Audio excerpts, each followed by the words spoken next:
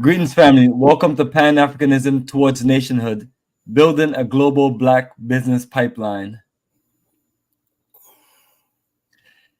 And family, welcome back. It's Bomani time of Africa for the Africans, tours and investments, and I'm with my good brother, Kala Genesis, from the Black African Infrastructure Organization.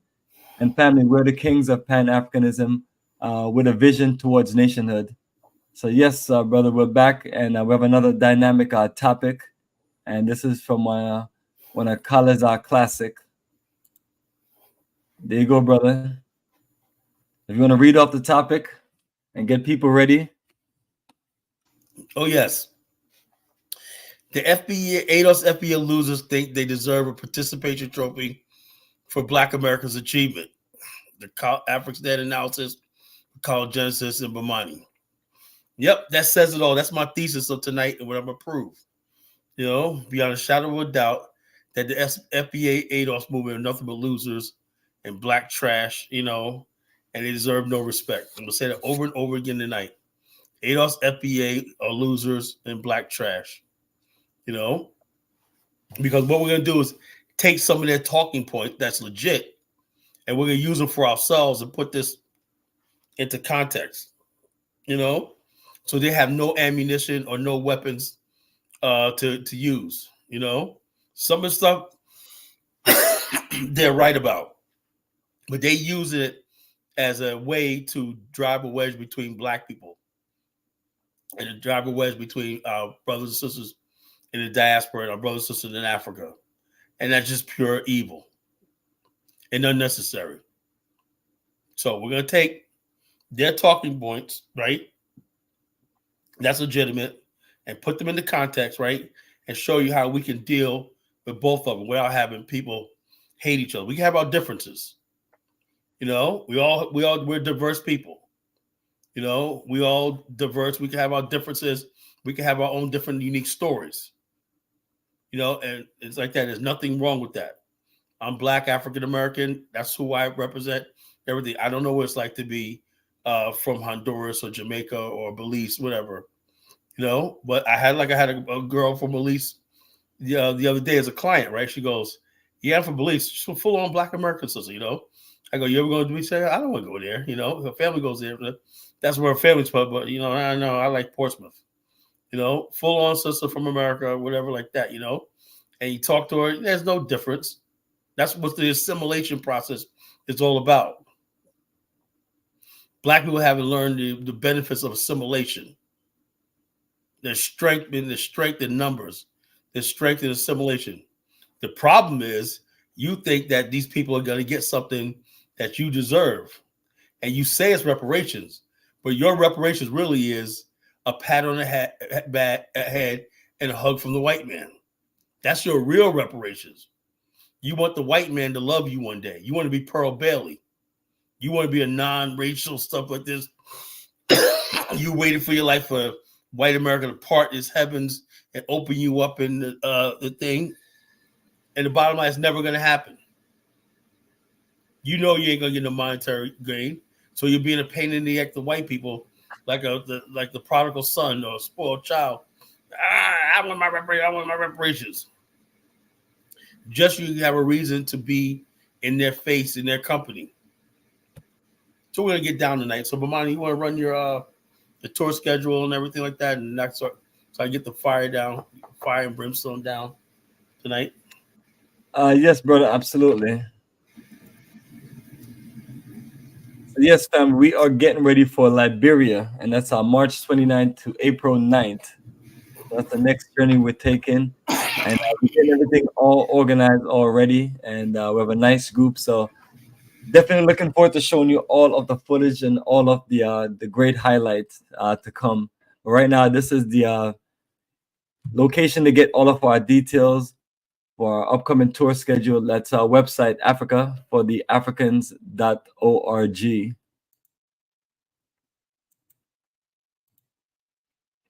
And once you're on the website, you see a big, beautiful banner that says Africa for the Africans, and then you're officially on our site. There you go, nice full view. And once you scroll down past the MP3 player and the slideshow that shows just various photos from over the last 17 years of our travels to many different African nations, getting you connected, getting you a feel of the roots and the culture. So once you scroll down, you'll see the main menu, and that's our tour schedule. We have these incredible Africa tour books, working on an incredible version for Liberia. And you also see the Black Star Pan-African community, which is our future community in work, in progress, and vision. If you want to join the mailing list, or if you just want to see all the list of newsletters, this is the list right here. And then from there on, you just come closer to our tour schedule. And once again, up next is Liberia and Morocco. That's March 29th to April 9th. And we're going to take you around Liberia and Morocco and just give you a nice, beautiful feel of Africa roots and culture and this paradise and this beautiful getaway. So from there, family, we're going to proceed to our 24th Journey of a Lifetime to Ghana. That's July 11th to the 23rd. And that's a perfect summer getaway. So for those who still looking to travel with us in summer, that's usually the only schedule that we have. Outside of that, we're off during the summertime. Then as fall comes, we're on the way to Egypt, Nile Valley Civilization, Roots and Culture Journey, November 21st to December 2nd. So looking forward to this circle journey. And now this marks my 20th year traveling to Africa. Egypt was the second country I've been to in Africa in 2004. Senegal was the first. So it's coming on a time frame where you're just revisiting back historical places and looking forward to the whole bunch of modern day documentation with all the new equipment we have for all the countries I mentioned, especially when we get to Liberia. I wanted to show people the beauty, energy, and all the things that Fela has been talking about, and all the things that we wanted to get you connected to get you open. Then we're going to close out the year in South Africa, and that's December 24th to January 4th, Journey of a Lifetime. So we just got back from South Africa. So we got lots of fresh videos and photos up online for you to check out and process. And then next year we have a nice short schedule: Senegal and Gambia, April 1st to 11th. Ghana Roots and Culture Journey again, and that's May 24th to June 5th. That'll be the 25th journey. And then we're revisiting Brazil, November 21st to December 1st. So that's our schedule for the next 2 years. So for those who are interested, that's my details on our website. Check it out. Click on the link, read all the details, reach out, and we can just go through it and get you started. And from there on, scroll to the bottom. There's lots of updated information. That's our next conference call later on tomorrow. And these are calls once a month, and we just go through the different countries and update a schedule and just answer questions and just share details and just get people connected. And if you ever want to see all the documentation, these are all of the links, pictures and videos. That's what we specialize in, and that's our best way to show you what we're dealing with in Africa. And once you scroll down, you'll see all of the group pictures. That's 33 group photos from 2006 to 2023. And this is journeys of last year: South Africa, Tanzania, Ghana, Senegal, and Gambia. And if you want to see more, family, you can scroll down in this. Take your time, check out the website, and check out the social pages. And you have all the information right in front of you to be ready to connect on our incredible journeys. If you want to compare the prices, compare schedules, because the best thing to do is just be clear about what you're getting into based on the information. So a lot of times, you need to know what's included and what's not included to be clear and make your proper move. So yes, College Genesis, we're back to a regular scheduled program. And let me see if you have any comments of any guests that's agreeing with you or disagreeing with you. Your fan club usually come alive when you show up. And we got David Sampa. Approximately. That's my boy. That's my boy. My boy Nee. What's going on, brother? Appreciate the super chat. Appreciate energy. Proximity to whiteness is currency. These people. Oh, yeah, that's what I'm saying. When you think of ADOS FBA, it's all about his proximity to white people. Tariq lives with a white woman, a half-white kid in a white exclusive neighborhood. So let's not talk about this. Not like it's about being black. It's about your relationship with white people that you think you have. If that's the case, right? If you used to play Little League with white people, you was on a basketball team with them, you dated white girls, whatever like that, hey, just admit that shit, you know? You know, you had fun at the skating rink and the movie theaters, and you thought white people were cool, you had white friends and everything. Hey, look, we all did, you know? But don't sit here and tell me that you have a movement that it's okay for you to forget everything white people have done to you and all the racism and everything like that. And you want to have a whole movement focused on discriminating and marginalizing people who look like you know? This nonsense that people are trying to put out there now that black people in America and Africans are a separate race. No, we are the same race. We are the black race. There is no difference between an African and African American for the most part. The bottom line is this: we're the African race. No other people have our hair, our lips, our nose, everything like that. You can distinguish a black man or African out of a crowd. He's distinct from the Chinese, the Indian, everything. When you see another black man, you see your black brother. And that's the way it is. Now, do we have issues with each other? Of course. Social media has exposed a lot of misconceptions we have about each other. That's going to happen. But when you come out there with on both sides, when Africans come out there swinging, no, you black America, blah, blah, blah. Hey, black America, like, you dumb Africans, blah, blah, blah, you Caribbeans and everything. There's a problem. And this stuff has gotten out of hand. And that's what we're going to deal with this tonight. Eric Prince, founder of the Black World, stated that Europe should recolonize Africa. The leaders of the African nations have failed to govern. Europe don't have the power to recolonize Africa. That's just a thought. You know, people would put it in their head. That guy doesn't mean that. You know, there's no way Europe has the power to colonize Africa. It would never work. You know, Africans have weapons too now.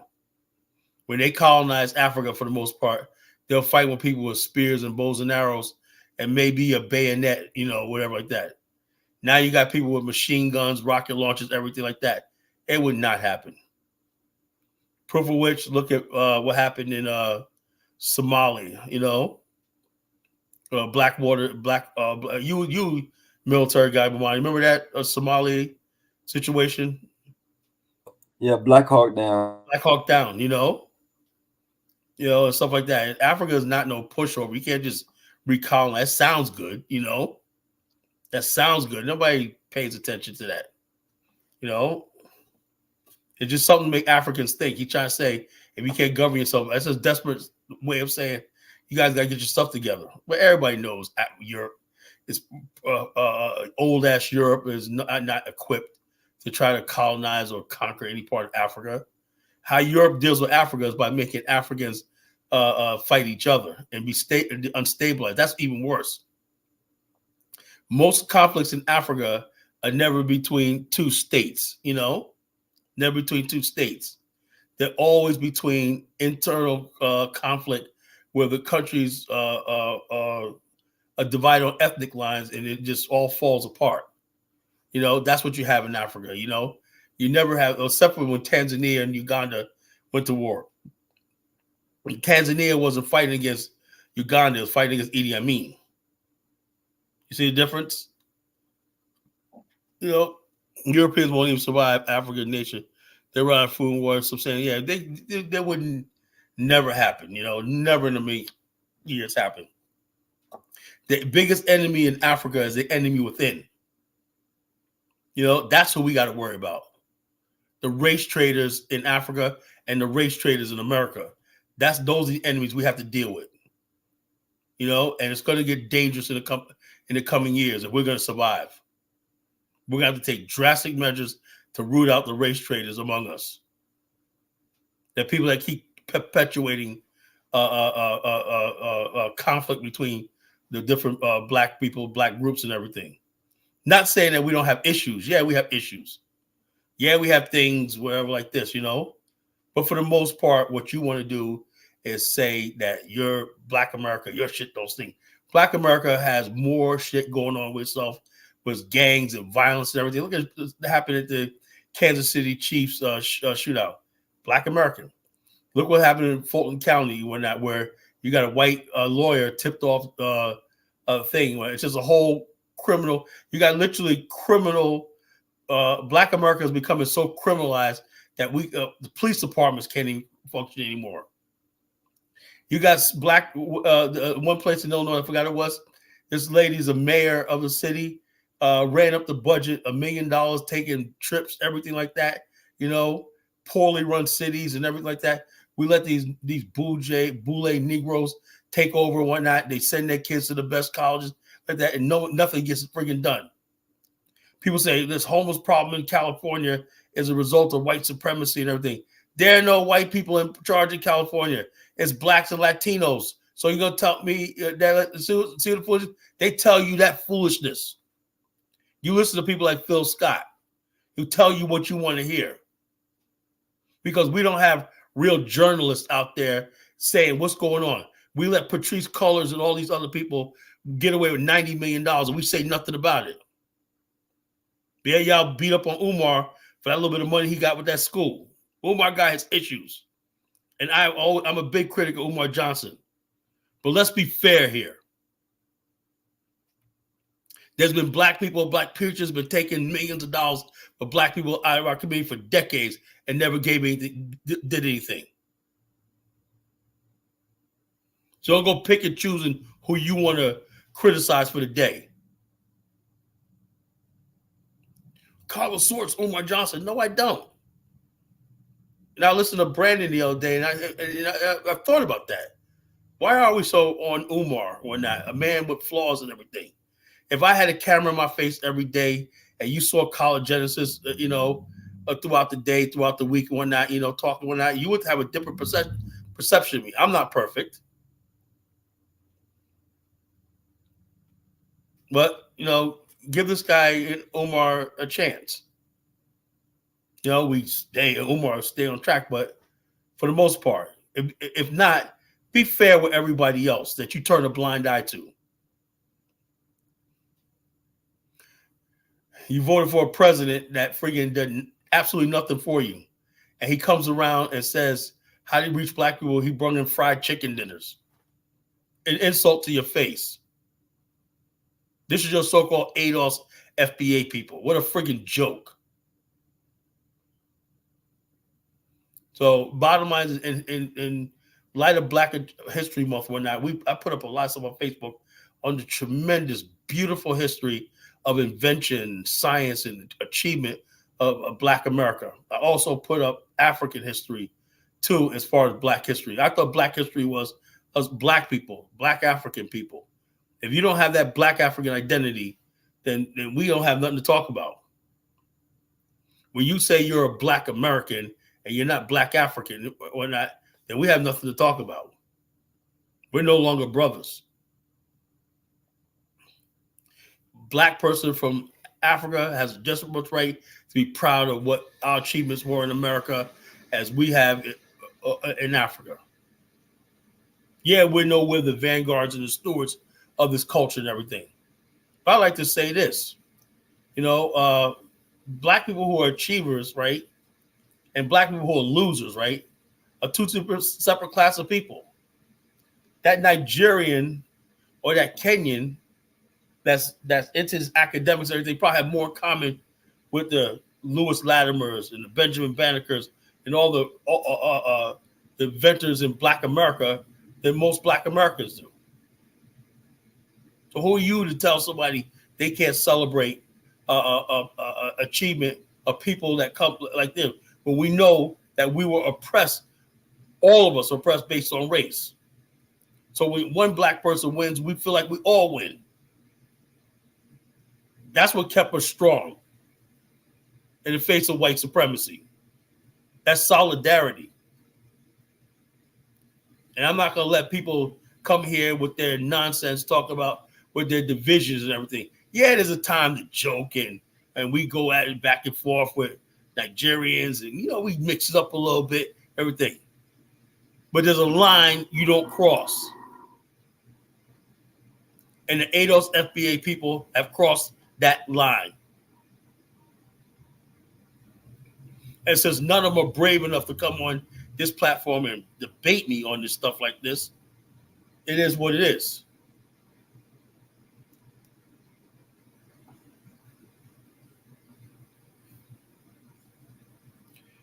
Okay, let's see. Somebody said, shout out to Bomani Colin. Keep going. Thank you. Thank you for the super chat. I appreciate you, brother.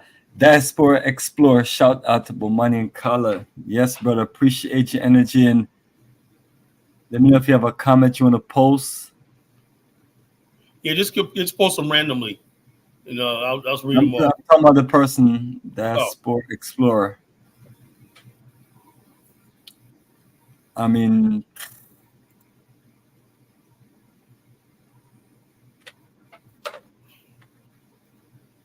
Black men in America, not all black men, too many of them.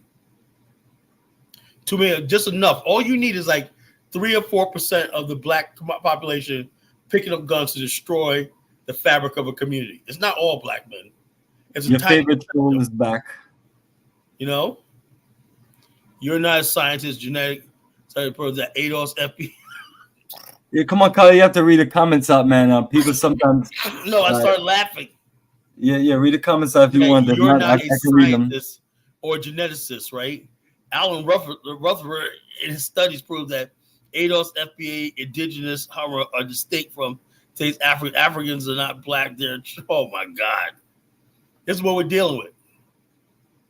This is what we're dealing with. Ignorance like this. You know? Ignorance like this. How to break it down, man. This person seemed to always be on you. American Black Holocaust survivors. So this what gets me is this. Survivor. We say they're a Holocaust survivor, right? But yet they don the American flag. Make that make sense. That's her or him saying that I have a special relationship with white people, and y'all ain't gonna pry me away from this special relationship with white people that I have. No, we're ADOS FBA. Don't take it. No, you don't have no special. White people have moved on. Most white people don't forgot about slavery already. You know. Eddie Thorne says, but DNA blood lineage. So yeah, look, do your DNA. All you have to do is do your DNA. You know, just do your DNA test. You know, and it'll come back like 99.9% Black African, Sub-Saharan. You know, that's all you need to do. You know, take your DNA test. You know, Negroes run from the DNA test like they run from child support. You know, like they run from the police. The DNA test, oh man, the DNA man's coming out there. Let's get going and whatnot, you know. Everybody with all this hoopla on their head. I'm a Moor, I'm a Hebrew Israelite, I'm an indigenous Afro and that. Okay, let's do the DNA test. Nah, man, it ain't science, man, you know. Yeah, because your black ass came back 100% Black African, you know. Oh Lord, it's freaking funny. It's just funny. But like I said, the ADOS FBA people are losers in Black America.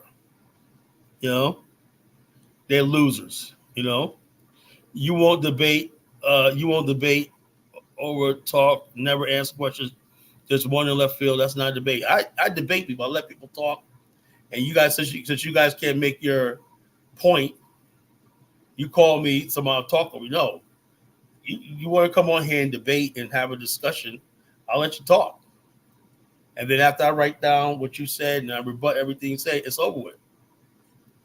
A lot of you won't do that. You just want to sit here and click, you know, talk about stuff. And you're not like that. I look at American Black Hole. It could be a topic. People talk about poodles, right? They're in the chat room talking about blah, blah, blah, blah, blah, blah, blah.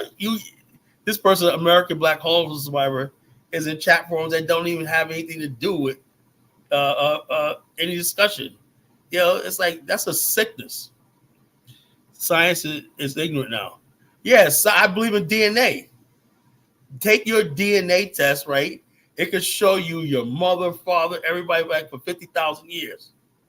You know, there's some white people out there that want you to believe because they'll tell you anything.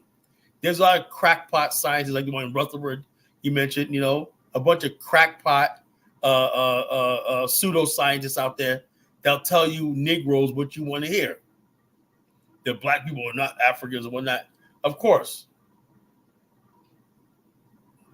The same ones will tell you we all came from Africa. And that's why that's a justification for them being in Africa or looting the continent. Hey, we're all Africans, right? Yeah, we're all Africans. I could be a Zulu, I could be this, I could be that. But when it comes to Black America, we're not, oh, no, you're not African. You're this, blah, blah, blah, blah, blah. Cut the nonsense. You guys, the ADOS, FBA, Aboriginal one, you guys are nothing but black trash. You guys are the gutter and the garbage of Black America. You are not the black achievement. You're not the black people that made the impact on the world. You are nothing but gutter, ghetto, gutter trash that we need to throw you out and put you in the incinerator. That's all you are.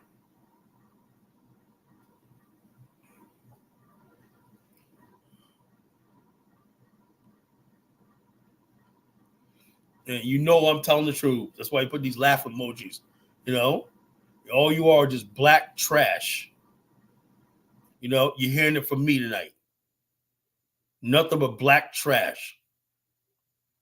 There's nothing wrong with being proud of being African American and Black American, right?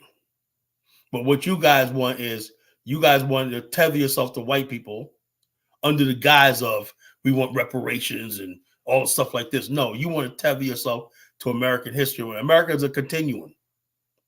You understand that? Yeah, we started with slavery, civil rights, and everything. But now America, the new story of America is being rewritten again. You got immigrants coming here. 100 years from now, people are going to forget about what you think about what you think America is. You guys are lost in the sauce. You are trying to force us to be Africans. We are not. And defaming to continue to say falsehood about liberty. You are African, I ain't forcing you to be anything. I'm forcing you to be what you are. You are what you are. You may not be on a continent African, but all you are is an African that happened to be in America. You're a Holocaust survivor or that. Who went through a Holocaust? It was a Black African. Who was chosen to be a slave in the Western Hemisphere? The Black African. They couldn't enslave the Indians because they would run away, they would die, whatever, like the disease, whatever like that. And they couldn't, the white people said, okay, it was too costly to bring in Irish and everybody else as indenture because it only lasted 10 years. They needed a permanent race of people, right, that could be distinguished and even hated on by the fact that their race will always be a curse, that thing. The white man in America cursed our race. He made us hate our race. He made other people hate our race. That's why he created the minstrel shows, everything like that, to degrade our race. And for you to sit here and act like goddamn all that's good and when that all that's forgiven is an abomination. I'm self-hating. That means says I'm self-hating. This is called self-love. Because I know who my enemies are. My enemies are the one who told the world that my race was inferior. The enemies are the ones who put my race in chains. And that's unforgivable.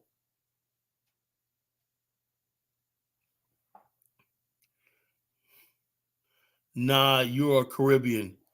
Now I'm a Caribbean. Now I'm a Caribbean. I haven't, Bomani, tell me something I know. My family is from North Carolina and Georgia and Florida, right? And they came through the Great Migration to New York City, Harlem. My family settled in Harlem and Brooklyn and Queens and everything like that. That's all I knew. I've never been to the Caribbean. So how am I Caribbean now? It's funny that when FBA called themselves Aboriginal, they don't know what they are. 1 minute they're Aboriginals, 1 minute they're Native Americans, 1 minute they're not Africans. They're all over the damn place.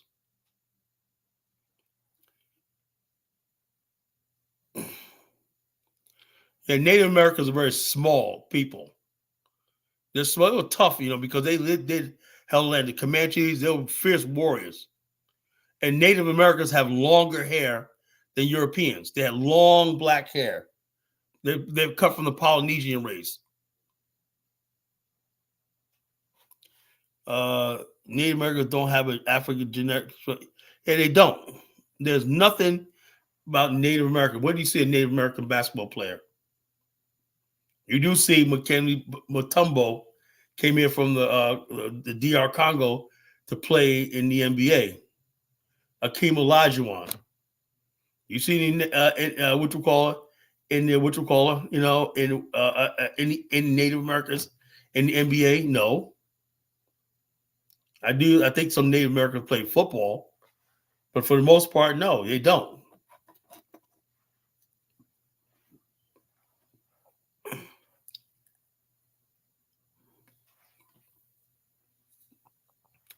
So that's what it is, folks.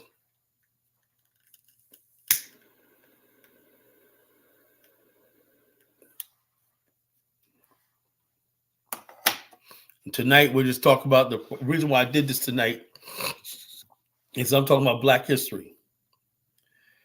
If somebody does something great in the Black world, he's a Black man world, and I know things are changing right now and people are moving beyond race and stuff like that, we still need to have some sort of racial pride. We still need to have that. I always going to think that's necessary. Now, we can have the conversation now, right? Was Nelson Mandela right? Was Marcus Garvey right? We can have that mature conversation now. Well, I think Malcolm X said this, or Dr. King said this, but I think we go like this. We can have that intelligent conversation when we're on the same page about who we are. That understand that Nelson Mandela was a victim. Marcus Garvey was a victim. Malcolm X was a victim. And the people that tried to destroy these people are the people that now try to destroy us. Then we can have that conversation. But when you don't put stuff into context and make it seem like, oh yeah, we can just talk, just bash our leaders, the elders of the past, when they're only dealing with the situation that they were dealing with at the time. Brother, I think that's why it's so difficult to have a decent conversation with not Mazy and people like him. Can they bend your word? They don't put things into context. We could criticize. And then the education level on these topics is not very high. Yeah, we could pick. I could basically tell out 10 different things I disagreed about Marcus Garvey. But we understand Garvey was a young man at the time, and he probably took he made mistakes. But those mistakes, right, pale in comparison to people who wrote it into law, right, that Black people as a race should be condemned to slavery from the time they're born to the time they die. We're willing to forget that. But we won't put leaders and whatnot who did the best they could with what they had on a higher pedestal. Absolute, Colin. You want to start talking about the participation awards now? Yeah. Bottom line is this. Would you give Not Mazy a participation award? Well, I don't know. I have not heard his stance on history. What he says about history, I'm just talking about those people who believe ADOS, FBA people, or will say that just because I'm Black American or African American right there, I have an exclusivity on all the accomplishments of Black America, and no other Black people should like this. That right there is wrong. If you're Black, especially if you come to this country and everything, if you're part of the Black culture, Black community and everything, you got large numbers of people who are being born here, right? So what are they supposed to do? They're supposed to feel ashamed. You say, oh, you pull out a famous Black person from the days, and I put them on Facebook. People are like, wow, Colin, I didn't know Black people invented this. I didn't know my brothers and sisters over here in America did this. And they're so proud. They're so proud of us, And then I'm saying, well, so that's good. That's building bonds of affection. Then I have people basically, I'm listening to people talk about Black history should be just Black Americans. Mouthy Megan saying, I'm not feeling Black history much because immigrants are participating in it. I mean, my God, that's just so mean and so evil. Imagine a young kid, his teenage years and whatnot, you know, trying to find himself or not, and see people that look like him invented something great. But you're going to basically say that he should not be proud of it. But yet, when the white people come over here and whatnot, they're like, "Yeah, George Washington." So I grew up around a lot of white immigrants, right? They're so proud of George Washington. Yeah, the Battle of this. Yeah, George Washington crossed Delaware. They basically embrace the who came before them in this country. Now, this was our country.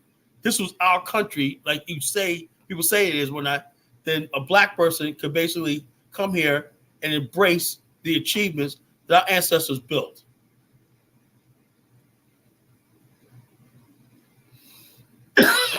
They could come here and embrace what we built. And because Black people in America are so insecure, you know why? Because we didn't ever take it to the next level. We cowered to the white man. We should be so far advanced. We should have been advanced beyond the white man. Because we didn't do that, and we're sitting around waiting for handouts, you know, give me some affirmative action. Give me some of this. Even when you got Black people who hold majority in Black cities should be running stuff, building a middle class. Don't tell me it can't be done because Maynard Jackson did it in Atlanta. Instead of us having a thriving community and everything like that, look at our community. Look at the communities that we have right now. Prince George's County used to be a Black safe haven, right? Now it's full of crime and murder. Look at Fulton County, Georgia, and whatnot. You know, got gangs and everything running basically running the police department, running everything. Is that what we are supposed to be proud of? So when people basically come here, they don't want to be identified with that. And then you force them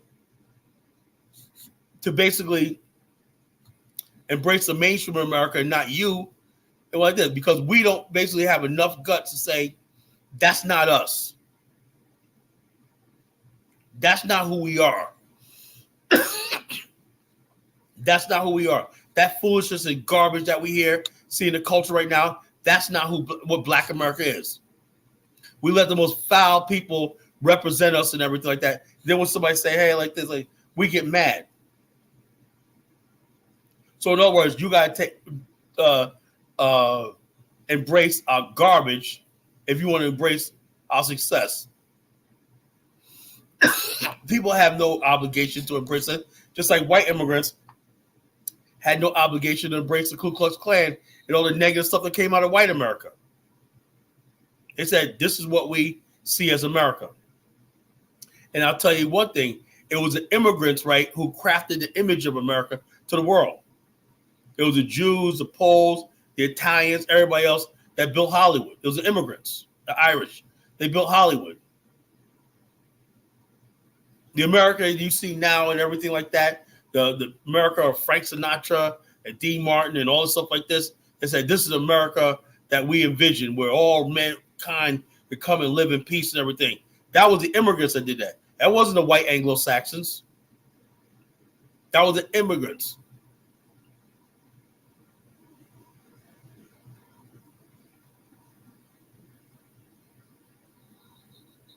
Because they said this is what we believe in America. America is a promised land. America is this great country in the world.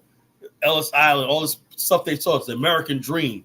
The American dream and all that stuff like that came out of the immigrant experience.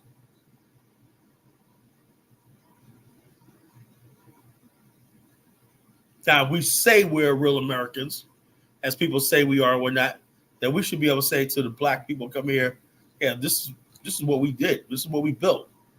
This is what we have, you know. You can be part of this too. But since we didn't do that, we got rid of all our institutions. Like Ebony Magazine, Essence Magazine.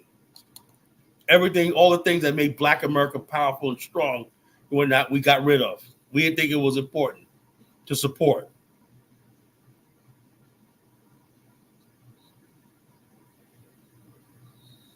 American Black Hustle said about nope. That is the truth. Now you're dealing with the after effects of like decades of neglect. The old Black people in the 70s and everything, like when they tried to build Soul Cities in America, all these things right here that we had hoped for in the 70s with the Gary, Indiana convention, Black Power convention, whatnot. How we're going to chart a course for Black America to succeed in the coming decades, whatnot. We didn't do all that.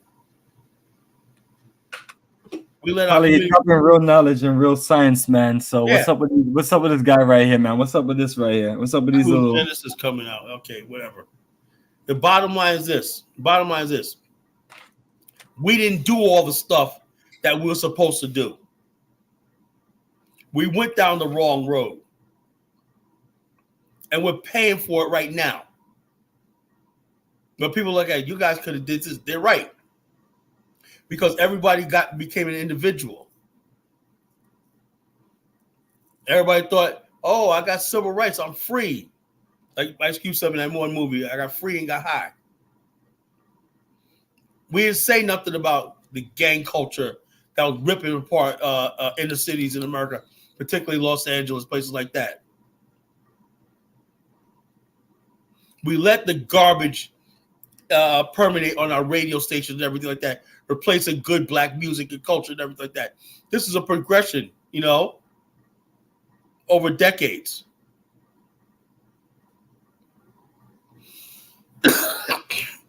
Yes, we have another one from Diaspora Explorer. He says, Carla, what are your thoughts on Neely Fuller's book, Oral Message about how Black people should interact with each other? Neely Fuller, he was a real pessimist about. He's a Black intellectual, and I used to read him back in the days. And Amiri Baraka, you remember him, Amiri Baraka, Bomani? Yes, brother, absolutely. But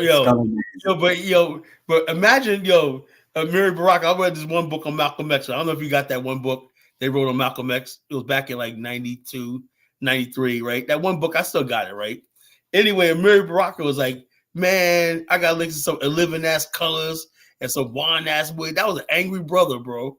And then he attacked the movie Spike Lee's made Malcolm X movie. Can you imagine going to sitting down with Amiri Baraka, say, yo, man, let's watch some Def Comedy Jam. That nigga, you would probably have to bolt him down to watch some shit like that. Def Comedy Jam. He hated all that shit, Black intellectuals, man. It's like intellectuals like him back in the days, man. They were like, they were the most conscious people out there, Amiri Baraka, Neely Fuller, and all these other people. And a lot of times people get, frustrated with Black America, because we don't take heed, we don't take heed. We listen, but our foolishness overrides us. We're more foolish than we are serious about anything. Why? Because we know the white man's going to solve all our problems. The white man always going to have the answer. Truth be told, that's not us being men. I grew up in New York or whatnot, and we have the people like Bishop Huey Rogers, right? The Pentecostal church, whatnot. This man would speak fire and brimstone. He would talk about things about the world, about Russia and stuff like that from his pulpit and whatnot. So we have Black men in this country that really has something to say to the world. This is idea that thing. We have never actually, no one's ever really, and I was talking about this with a friend the other day, and really, really talked about the real deep, profound discussions that Black America used to have with itself, not just about its community and whatnot, but what it had to say to the world. Everything's wrapped up in civil rights and entertainment and everything like that. But we have a really deep, strong culture in America. We have a really deep, strong culture. We have an intellectual culture that goes really deep. That if you really look at it, right, and people really took time and you got black men in this country, right? For the most part, that could run the world. You know, I have every faith in my people in America. You know, the smartest people on the freaking planet. Because I've heard conversations growing up that I've never heard with any other group of people that I do among Black America. And so, but it's dismissed as, you know, when we look at the mainstream and everything, but everybody got little sound bites and stupid stuff like that we do in front of white people and everything, and all this kind of foolishness.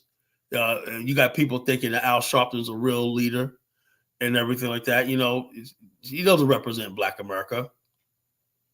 Doesn't represent Black America. Bomani had been to Africa several times. He never saw child soldiers. I didn't see no child soldiers. I've been to Africa a couple of times. I've never seen it. All the thugs and gangs in America. Yeah. The bottom line is this, though. America is first. He always got to come with something to the left. And that's what I'm saying to you, brother. His goal is to throw people off their game. And so he saw child soldiers. So what child soldier you saw them? You saw them with an AK-47? Yeah, they were walking down. There's a crowd. I mean, you'd have to go out somewhere far. Yeah. So it's just that's it, buddy, bro. All these trolls follow you wherever you go, man. If I was doing a show with somebody else, you wouldn't have half of these trolls on here. What gets me is fans must love you, man. These are your fans, man. They love you. Yeah, what gets me or they may love to hate you. What gets me is this, right? No serious person that calls himself love Black America, right, can ignore. Everyone now is talking about the amount of violence and stuff and destabilization in the Black community, right? Everyone's talking about it. The lawlessness that's going on right now. This community is completely, society, culture is breaking down. You know, the amount of immorality. Everybody's like, what about them over there? What about them over there? They're not us over here. To the point where the suburbs are becoming like refugee camps for Black middle class, but Black people living beyond their means in the middle suburbs because they can't. You know what happened? The white people are going back to the Black community, right? Buying up the property. Pretty soon we ain't got no place to live in America.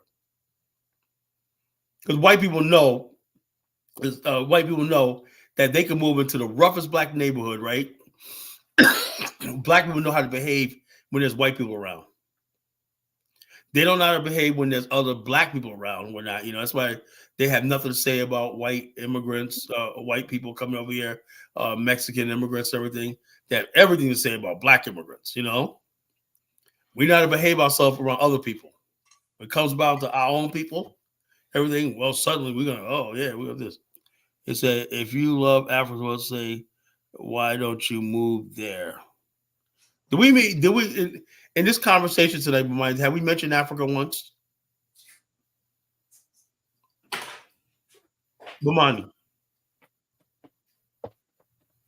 Yeah, I mean, it's still the same question for you. I mean, we haven't mentioned anything about moving to Africa. We haven't talked about Africa.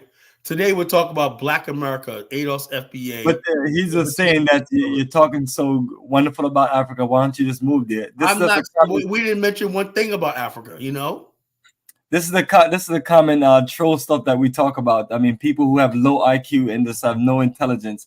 Instead of trying to understand what's going on, and we're talking about Africa, just move there. Where you live in America and you love America so much, why don't you build something here? Why don't you represent your people and make these organizations more powerful? And we have someone else right there in the chat. This joker is always telling people about staying in America, and he's somewhere else making all the money in the world. Yeah, making that Amsterdam money and making that that big time Europe money. You know what I mean? Yeah, but where are they in the leadership in Black America? And that's the question I always have. But people have issues with when we talk about a vision to build a global Black business pipeline in Africa, or from America to Africa, or just through the known Black world. Yeah, it's a great and positive thing. It'll progress. It will progress us as a people. Yeah, because the bottom line is this. I'm saying to myself, there's no way Black America is going to survive in the current conditions is right now. This clown right here. what Don Age, what we're saying about is clowns like you. Instead of you worrying about what we're doing and building a connection in Africa, you should focus on trying to lead your glorious Black America that you talk about, that you don't have no love for, because at the end of the day, all you do is fight amongst your own people instead of trying to build something. So I don't ever get this about these fake pro-blacks or fake pro-Black Americans. But pro-Black Americans, I call them pro-Black Americans. You know, pro-Black Americans. We're Black Americans. But the bottom line, they don't want to put in the work to actually build Black America. You know, they don't want to put in the work. Everybody's fighting with each other and whatnot. You know, it's like, it's just a shame, man. It's just, you know, a shame. Nobody wants to really build anything together. Nobody will maintain. Everything we had collapsed, right? How did we lose friggin' Ebony magazine? That was like the one thing that kept us together. You know, we had all that stuff. Jet magazine. We had institutions. We had the Black Expo. You know, Black people's showcase of product. And 6 hours today, I was watching my brother's house before we were watching the NBA All-Star the things, you know, the hoop thing. I was watching Black Panther. I was saying, man, that was 6 years ago. I remember that time period, how beautiful that was. People would talk about buying Black, you know, support Black business, build Black Wall Street.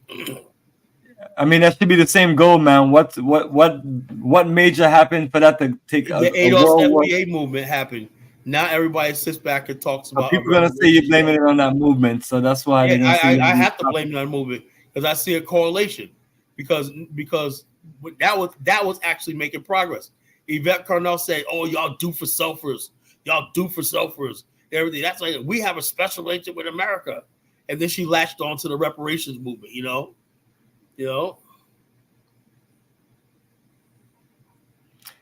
That's unbelievable, Colin. That's unbelievable, yeah, Colin, brother. Is there one they agree to Tariq Nasheed's on? I suppose. Look, there's things that Tariq Nasheed says that is true. That's what this was so dangerous about it, right? He says stuff that's true, you know. But I'm saying, like when you say one scale to 1 to 10, how serious it is. He takes something that's like a 2 and makes it seem like a red alert. You know. I mean, if somebody basically from Somalia, I'm gonna say this in a nice way, right? Somebody from Somalia, right? A country with no infrastructure, no anything, right? You know, people that were colonized, bastardized, and everything like that, right? Big protruding teeth coming out of their mouth and everything like that, you know. Say something about, dude, if either you don't believe in yourself, right? It's like a Somali can sit here and talk all he wants. There's nothing, because and that's when you fall back on your, well, look, man, don't let me go there, but you know, who gave the Black race all its achievements? You know, what were you guys doing 100 years ago while we were building this? I'll throw that in their face. And then there'll be like people like Judah. Black people didn't create nothing when that. Then we have to pull up a video. I mean, it's sad that he said that, man. I mean, yeah, that's what I'm saying. These people, every case and every point is this negative energy, and they have nothing, you know, to really just. I mean, it folks are just. It's like they're working for free just to derail our people movement and organizing, and they should be pushing the energy for us to just work together, the people, Africa Unite type style. But nevertheless, brother, this is let me answer this question, right? Yeah, I wasn't gonna play the video yet, but go ahead. Checks out. Fashion Geek said, "Fuck panel." I agree with do for self. Now, I agree that certain elements of Pan-Africanism have been like this. Like me and Bomani says, this is panels towards nationhood. What is nationhood? Building global Black infrastructure, right? That means that if we're building a global Black infrastructure, we benefit from it, right? I'm not going to build no friggin' anything Pan-African if I'm not going to benefit from it. That's what the friggin' people like Nat needs to understand. You think we're doing this because we're just Pan-Africans for the hell of it? Hell no.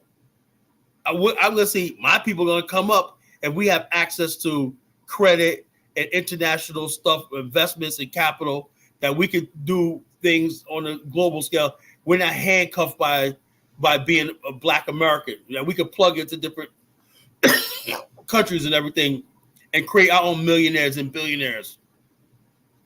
That's what I'm in this for. I'm in for total liberation. I'm not here just because, oh, I'm a Pan-African. It's like this. Get the fuck out of here with that shit, you know? I always tell people all the time, how do my people benefit? What do we get out of it? So those other dreamy-eyed Pan-Africans, you got to take your case someplace else. That's not Bomani in us. You know? That is not Bomani in us. We do not care about no dreamy-eyed Pan-Africans. We believe in that whatever it is, we should benefit from it. You know? And we put our own people first. Just like everybody else put their people first, we put our people over here first. How do we benefit from this?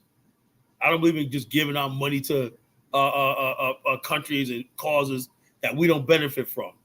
Miss me on that shit. You know? So like I said, I agree the Pan-African world. Tariq is right about that. You know, that's one thing I do agree with him. It's gotten too far where somebody like a grifter like Dr. Arikari come here, take money from Black America or whatnot, and we say nothing about it. Or ADDI or whatever that nonsense is and whatnot, you know. So I don't believe in that sort of grifting Pan-Africans. And the bottom line is the reason why that happens is because over the last few years, people who don't know what real Pan-Africans is have platforms on YouTube and everything, and they're running their friggin' mouth and everything, and it's all over the place. People aren't real journalists. They don't really talk about what's really going on the continent and everything. They just paint this rosy-colored picture of Africa like everything's all right when we got more crooks, killers, murderers, robbers, and thieves and whatnot. We got 6 Black African-American women died in the last year in the Gambia, and nobody's really talking about Kofi's on this, you know, and some other people, Kiki Loves My G's on this, and people are not talking about this nonsense that's going on the continent, you know. So we talk about Pan-African. I'm talking about the whole damn thing. I want to see my people safe and secure on the continent. I don't want to see them rob, harm, anything, and we will have the ability to defend ourselves if necessary. I'm feeling benevolent tonight, so why won't make Carla cry tonight? He should thank me. What is Nak? Nak means he thinks too highly of himself, you know. You know, Nak means he thinks too highly of himself. I don't know. I'm not going on Somalis. I'm just basically Nak means he thinks if you're mixing it up in these things, sometimes people are gonna basically say certain things. I have nothing against my Somali brothers and sisters, but if you get out of line, you know, I will have to check you. As simple as that. Just like if you're ADOS FBA, you have some legitimate talking points in your ideology. I acknowledge that, right? But when you cross the line, like the topic of tonight, telling African immigrants and Caribbeans that they should not celebrate Black History Month and whatnot, you know, that's a friggin' problem. We can walk and chew gums at the same time.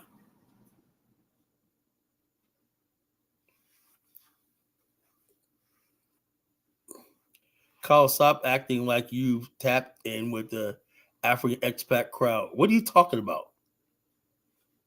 You know, African. Who's the expat? You talking about the African expat here? Look, people can come to America, do what they want to do. I have nothing against whatever like that. I'm just saying what's happening. You know, and a lot of stuff that's happening on the continent, I warned about years ago. I said, you know, you're going from a first world country to a third world country. You know, you got to think about sanitation, healthcare, stuff like that, all these things like that. People didn't want to listen to me. I said the best thing to do in Africa, like Bomani will tell you, right, is to build our own self communities, communities on the continent if we're going to live there. You know, that's the whole idea of the Afrikstan. No, I don't want to listen to that, Kala. I'm going to do what I want to do, Kala. Okay, go out there being disobedient. Now all this stuff is falling apart. You know, just like I'm a critic of the ADOS FBA, I'm a big critic of the so-called Pan-African cause, or the lack thereof, the Pan-African foolishness, the Pan-African shuffle. So the bottom line goes both ways. They call me the collagenicist. I'm a culture critic and geopolitical pundit. That's what I am. People label me a Pan-Africanist. I never said I was. I believe in Black African infrastructure towards nationhood. I believe ultimately the Black man in America in the West should have a settlement on build a nation on the African continent. Therefore, that nation will be the one that will get the reparations and start the ball rolling for reparations for the Black race. Until that happens, there will be no reparations. I do support reparations from a position of a nation state.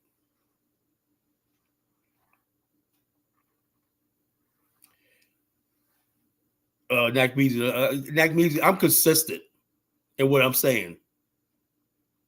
You just like to take bits and pieces of what I say and stretch them and exaggerate them. I talk like this all the time. Ask Bomani. We talk every day.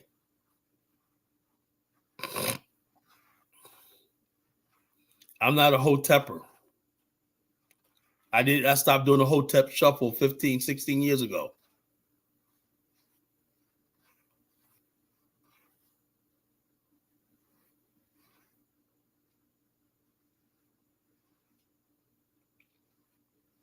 I stopped doing the hotep shuffle 15 years ago.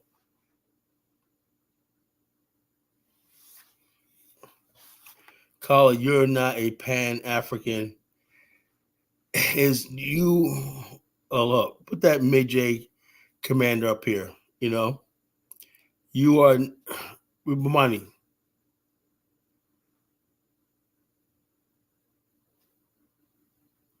No, yeah. Carla, you're not a Pan-African. Is you gonna fall in line for Africa, help them better African system? What are you talking about? You are not Pan-African. What is people don't even know what does freaking Pan-African mean, you know? You know, I'm a Pan-African. People can't articulate or say, so what do you think of Pan-African is?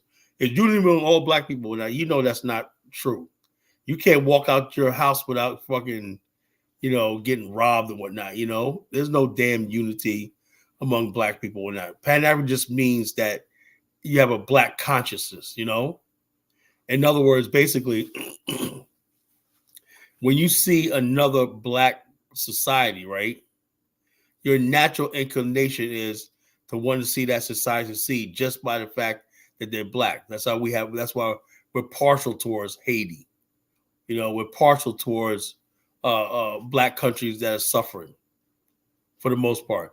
That's why we supported the anti-apartheid movement. That's what Pan-Africanism means. That means we're Black. That don't mean we're all just one group of people. That means just we, you know, when Black people are concerned and whatnot, we pitch in. We saw the Ethiopians needed an airline. John Robinson helped them design a modern Ethiopian airline, you know, post World War II. That's Pan-African. Without saying it, that's Pan-Africanism. The U.S. the America Africa Forum is, well, that's not really a Black organization, but that's a sort of Pan-Africanism. Black people building alliances based on race. Why do we got so many chapters of the AME Church in Africa, but not in Europe? Because that's Pan-Africanism without saying it. Pan-Africanism goes without saying it. It's like, you know something? I'm gonna say something, right? The people who don't just do the work and don't say they're Pan-Africans are probably the real Pan-Africans. The people who keep calling themselves Pan-Africans, stuff like this, don't really do any work.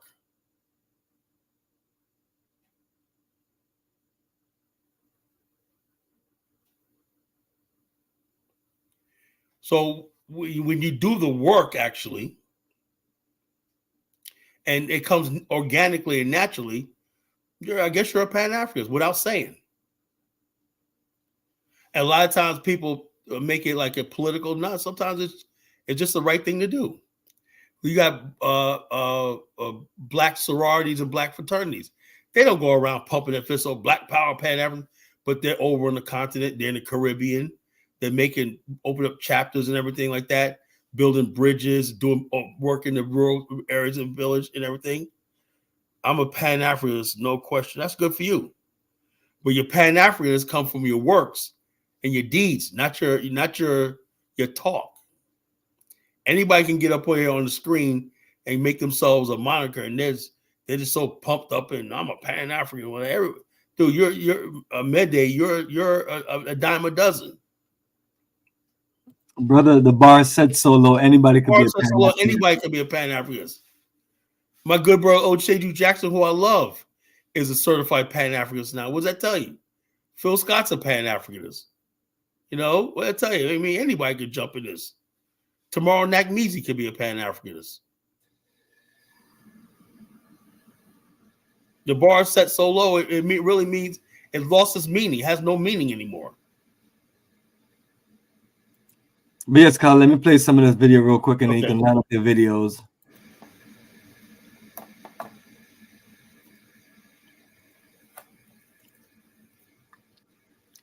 All right, this is a case for reparations, your favorite subject.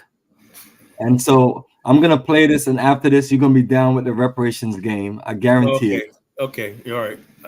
I seriously doubt that.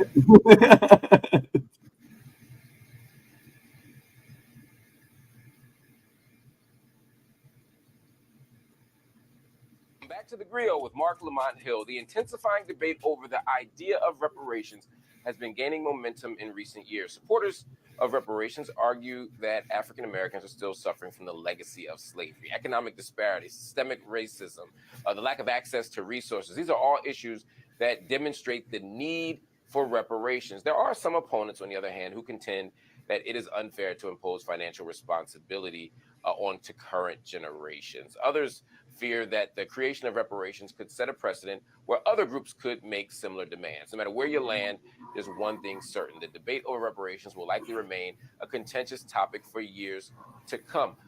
Joining me now to discuss this issue is somebody who's an expert on it, and she is the co-founder of the American Descendants of Slavery Movement, and she is the founder and president of the ADOS Advocacy Foundation. Her name is Yvette Carnell. Yvette, welcome to the show. I want to be clear, though, before we even begin. I want to stipulate something. You know, I don't have guests on my show who advocate that climate change isn't real. I don't have guests on my show who argue that spanking is okay. There are certain arguments I'm just not willing to engage on my platform. I'm not saying I've never done it, but I'm unwilling to do it. So when I talk about reparations, I want to be very clear to the audience that while there is a debate over reparations, many of the people opposing reparations are people who fundamentally are against the interests of Black folk. And that's not what this show is about. And so I want to stipulate quite here that reparations is not a debate for me. We can have conversations about what kind of reparations, what they look like, for whom these reparations are. We can have all those conversations about the details of reparations, but the idea that Black folk don't deserve reparations is something I'm unwilling to entertain on this platform. I just want to be clear out there when we talk about the quote unquote reparations debate. So let me start there and then say to you, Yvette, again, welcome to the show, and help my audience understand what is the case for reparations. Well, the case for reparations is that the economy still has the wealth from slavery in this economy. The poverty is still here. And there's one specific group that is American descendants of slavery who carry that poverty still. You know, people have always made the case that, well, that's over with, that's in the past. And what we find is that whether you talk about our wealth position, whether you talk about our outcomes in terms of health, whether you talk about mass incarceration, I can draw a line to all of those outcomes to slavery. So, you know, there is no way to have a conversation, given all that we know now, where we don't say, listen, slavery, the institution of slavery still impacts us. It still tethers one group of people to the bottom. And the only way we make up for that plunder is to repay it. And this is what America must do. So that is the position that we have. I'm making this quick video because it has been one. You made a point to say American descendants of slavery. That is a very specific group you're talking about. People hear reparations, they hear all black folk. They think about phenotype. They think about who's black to the police. They think about who's black when they get discriminated on at the job. All very real things. But you have a very specific group of people for whom you're advocating reparations.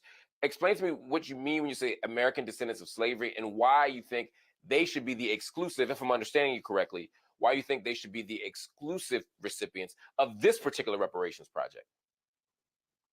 Well, I think one thing that happens a lot is people confuse discrimination with the all of the disadvantages that come from being a descendant of slavery, right? Meaning you had an enslaved ancestor in America. We acknowledge, ADOS acknowledges that there is discrimination that people are impacted from, right? So when you say Obama couldn't catch a cab, maybe he couldn't. So he was impacted by that. And so you have to have a package. You have to have a package of policies that deal with discrimination. And at the foundation, we have that. We have a Black agenda that deals with discrimination. That is not the same thing as a specific justice claim, which means that multi-generationally, going back to slavery, you, your people, your family have had not only the disadvantage of slavery, but that accrued disadvantage of poverty, of Jim Crow, Reconstruction, all of that takes you all the way from the beginning of the reparations movement at the end of the Civil War till today.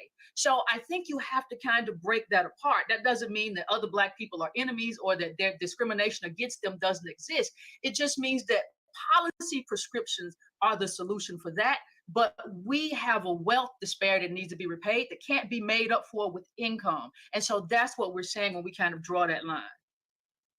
Now, that line then would cut out someone from Jamaica, someone from Haiti, someone from Puerto Rico who's Afro-Latino. And the reason I'm pointing those places out, obviously, is because they also were deeply connected to the slave trades.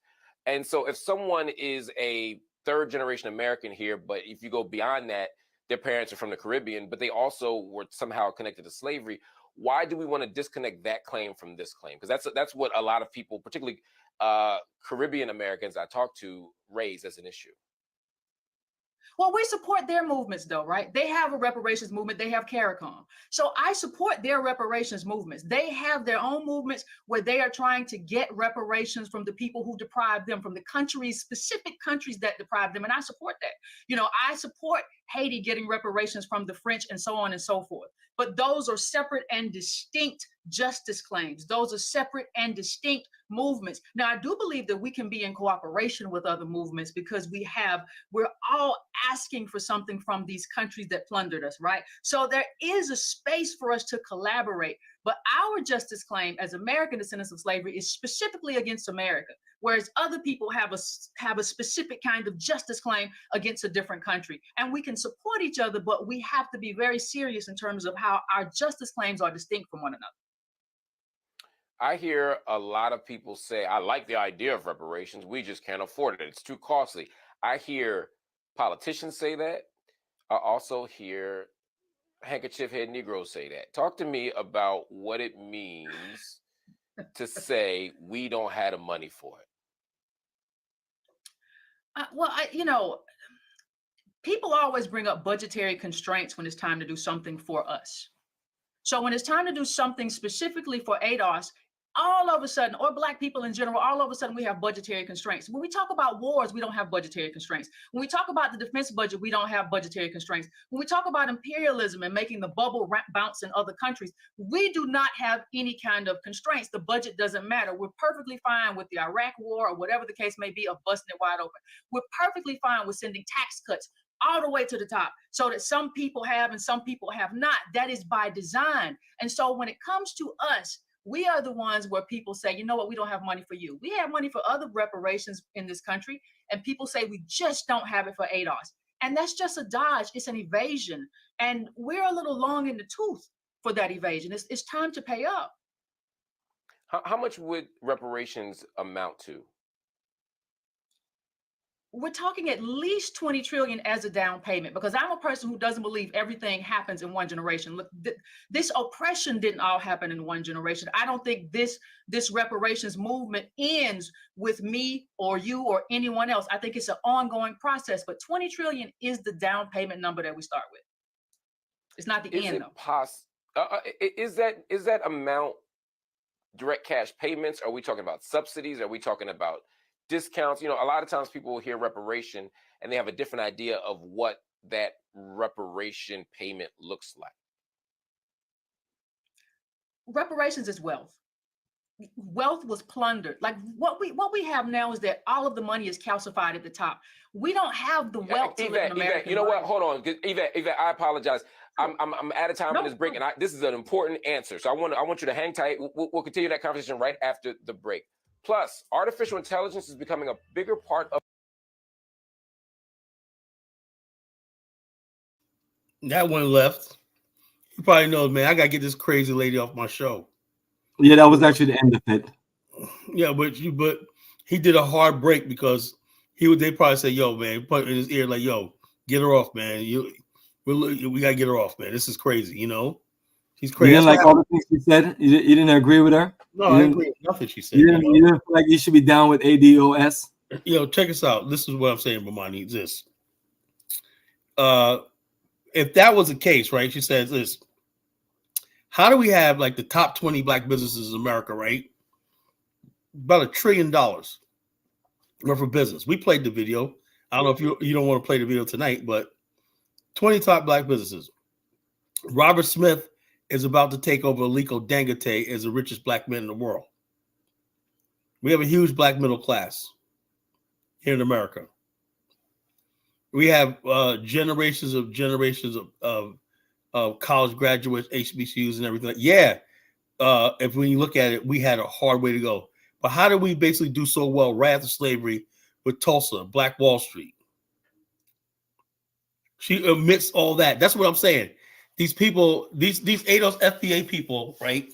On one hand, they want to talk about our accomplishments in America, right? And on the other hand, oh, we were oppressed because of slavery and everything. See how they talk out of both sides of their mouth? I'm glad you played that. You know? Yeah, Robert Smith's white. Hey, can't win them all. Bottom line is this, you know. So George Lucas, you know, billionaire film director, his wife is black. Hey, we take one. His wife is black. But the bottom line is this. When people say we are $20 trillion. So, and this is the point I want to make clear. People latched onto this movement, right? It was 6 years ago. Before this so-called we need reparations and all stuff like that, black people were making strides building Black Wall Streets, social networks and everything. Buy Black movement. The Buy Black movement is still going strong on certain aspects, but it's not as good as it was before because people have lost interest in being pro-black. Forget about Pan-Africans for a minute. Let's talk about being pro-black. That means supporting black-owned businesses, supporting black wealth creation. The government can't give you wealth. You build wealth by building savings, families, and stuff like this. Black NAGA race mixing. Let's not talk about race. Tonight's topic is not about race mixing. We all have our opinions on that, whatever. That's not the topic tonight. You know, that's just a cheap shot. You know, bottom line is this: you cannot build wealth by the government giving you money and everything. Wealth starts with land. You know, if you were talking about wealth, what you have to have is an independent, sovereign land. Only way. What is wealth? Land, labor, and capital. Without land, you cannot have no wealth. So if you did give black people all this money, right, it would just go right back into the system. You can't offshore. You can't do anything with it. It's going to go right back into the system. Just like when a white man gives you a high-paying job, it goes right back into the system.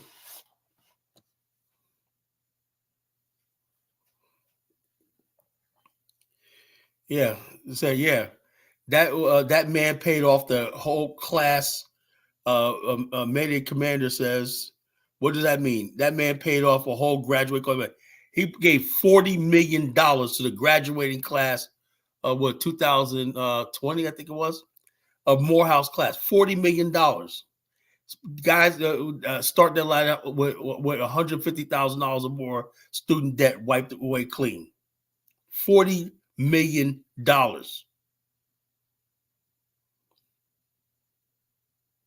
To me, that's a black man. That's a man that cares about his community. I don't care who he married.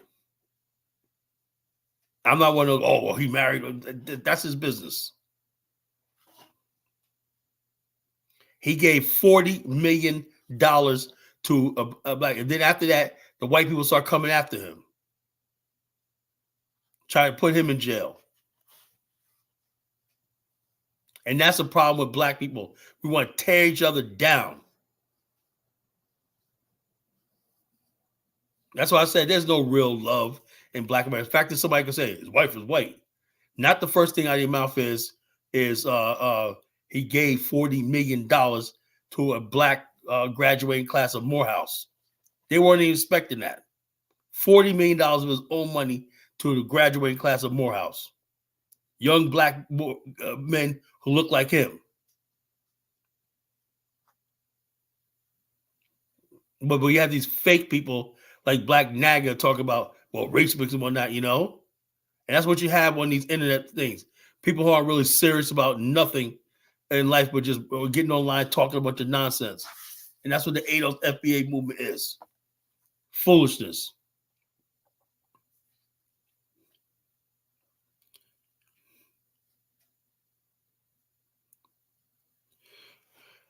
Question for Kala. How can they start to achieve their goals, dream, aspirations? I don't know who are you talking about? Whose goals, dream? I got to be clear what you're talking about. We're talking about students earlier, right? Morehouse students and yeah, those kids. I was watching this one thing with these fraternities. These guys are business majors. They're everything. A lot of these guys are making deals while they're in college, putting business networks together while they're in college, lifelong friendships and everything. So that $40 million thing is going to give them guys a real start in life.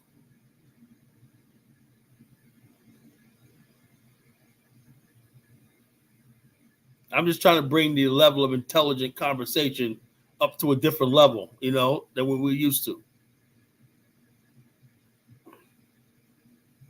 Question for caller: how do you fix my hairline so people don't know I'm a tether? That's funny. And I don't believe in that whole hairline shit with the tether. What is that stuff like this, Bomani? So, he goes, we got to cover our hairline up because people know we're tethers. That's stupid.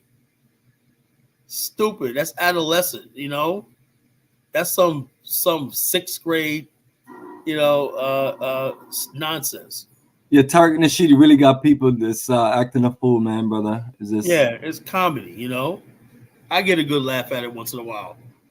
It's funny, you know. Maybe that's why they watch him, because he's a clown, a classic. Clown. Deadly clown. A classic comedian. He's a comedian. He's funny. He's very funny.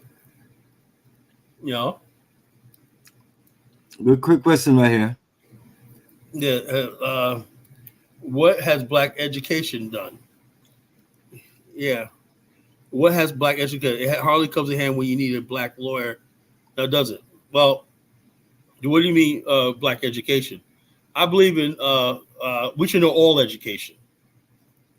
You know, we should know how the world works. We should know world history. And then once you know world history, you know where you fit into the world. Okay, this is world history. This is where my history in Africa is. This is my history in America. And you can frame it like that, you know? So when people come at you sideways, you say, oh, no. Like Yvette Carnell just painted a picture of black people being, systemically like this. So, and she said on one of her broadcasts one time back in the days, black people ain't got no money. When the movie Black Panther came out, why are we out there paying money for Black Panther? We should go out there for free. Black people ain't got no money. Are you kidding me?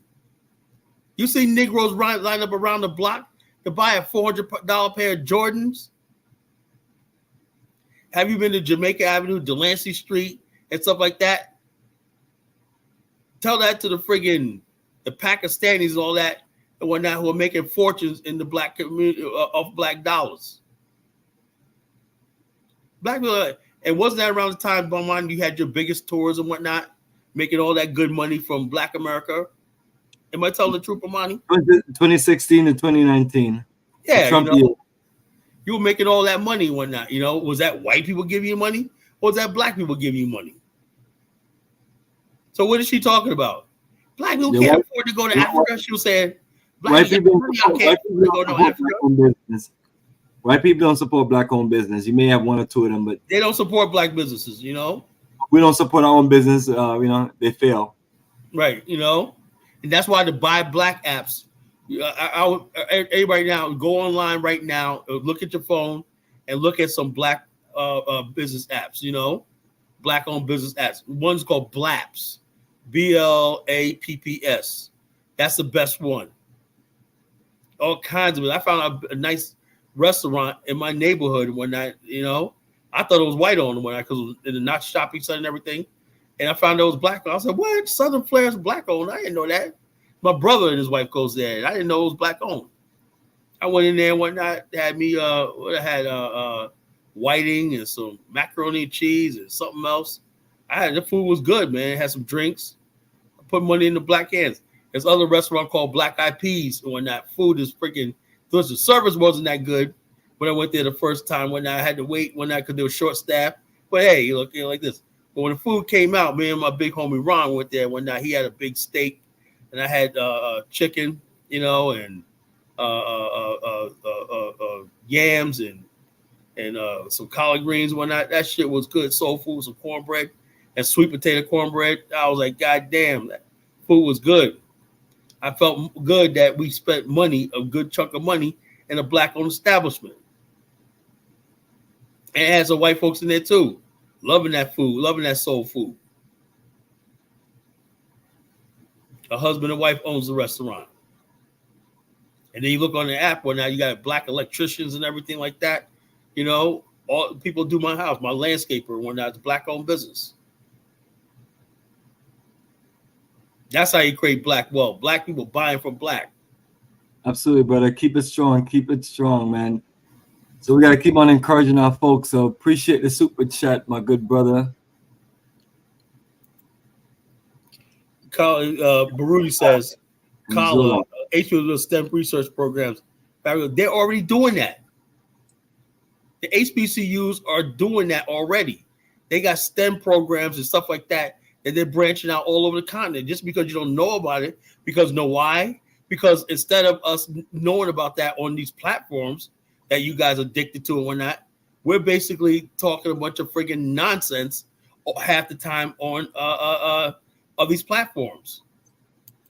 We're not talking about the HBCUs who are going to different countries in Africa and building stuff and everything like that, building STEM. And there's a lot of stuff going on in the black world, between the Caribbean and Black America and beyond and everything. But we don't know about that because we don't have journalists. And we have real journalists in the black community we would know about this stuff. All we have is a bunch of idiots who get online talking a bunch of nonsense and chase trends. What's the trending topic? Let me talk about it. And stuff that needs to be talked about and investigated, it goes away after it stops trending. Well, we got a positive comment here and a good brother with a super chat here. And I should want to read his comment. This is from Diaspora Explorer. Pan-Africanism is a worldwide movement that aims to encourage, strengthen bonds between all indigenous people and diasporas of African ancestry. Yeah. There you go, something positive. There you go, a nice positive energy. So where's the love, family? Show some positive energy. So that's all it is. Don't mean I stop being who I am. Don't mean I'm becoming Nigerian tomorrow. Don't mean like this. It just means that we're black and whatnot, and the white race is united based on for hundreds of years, based on they fight each other and whatnot. But the bottom line, they still help each other.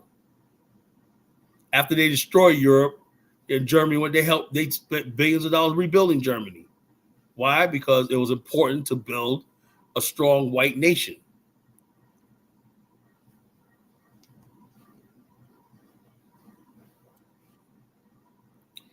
Other black groups in the world seem to latch on to exploit African Americans, lineage, heritage. See, this is what I'm talking about. We are all people. We focus on help ourselves. Look, the bottom line, nobody wants to latch on to Black America. You know, I would like this Black centric to come on. Come on, Black centric, come on the show and talk about this. What you just said. I think that's a bunch of nonsense of what you just wrote. Other Black people seem to want to latch on to or exploit Black America. How are we going to exploit Black American history and lineage? Like I said before, just because you're Black America don't mean you are entitled to everything that goes on in Black America. Black achievement belongs to Black achievement. If you're a Black achiever, you belong to a class of achievers. You belong to the talented 10th, whether you in Ghana, Nigeria, the Caribbean, everything. Those top Black people are the ones that's leading us. So I hate that but we got bottom feeders talking about what's this we shit? Dusty Negroes. They won't lecture on us. So where's this us shit coming from?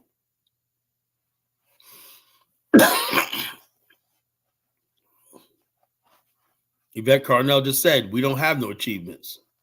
We're still suffering the effects of slavery. We did nothing over 200 years and whatnot. And then suddenly when people come over here and they benefit from America, so you benefit from our hard work and achievement. You just say you didn't make no progress. These people are all over the place.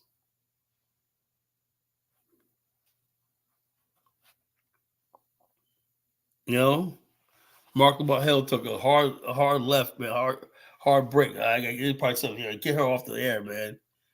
See, that's all that stuff she's talking sounds good online. She wasn't ready for prime time.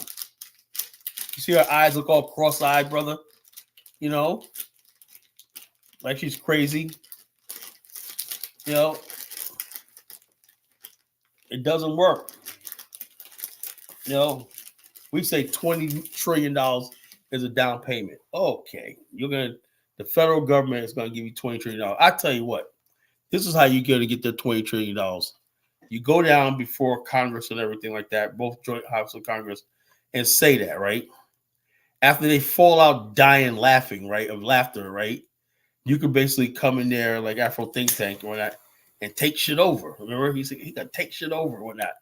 They'll fall out dying laughing, at your goofy ass talking about $20 trillion and whatnot. And see if you're going to get $20 trillion passed through both houses of Congress and to the president's desk and whatnot. Okay, you go right ahead. You got to understand, though, brother. That's a down payment.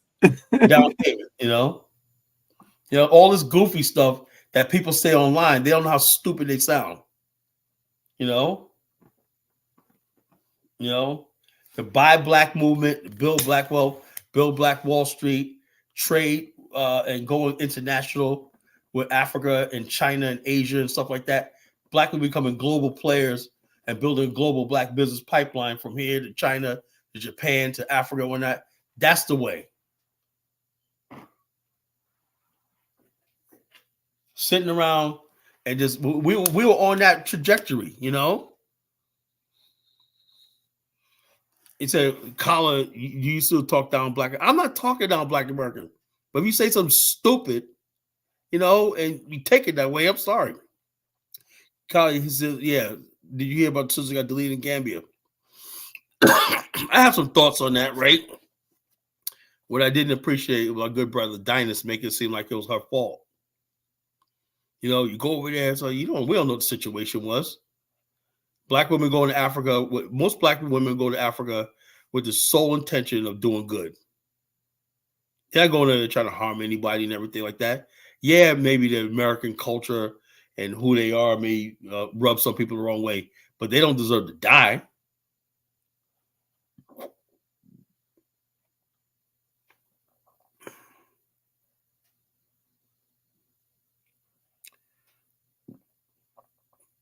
Peace up to Bomani and his movement, work ethic all around. $20 trillion just a down payment. Yeah. That's for hilarious, man. $20 trillion a down payment.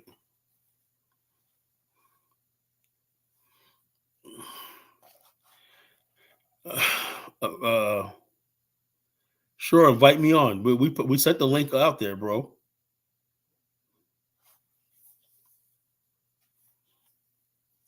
We like to hear from you.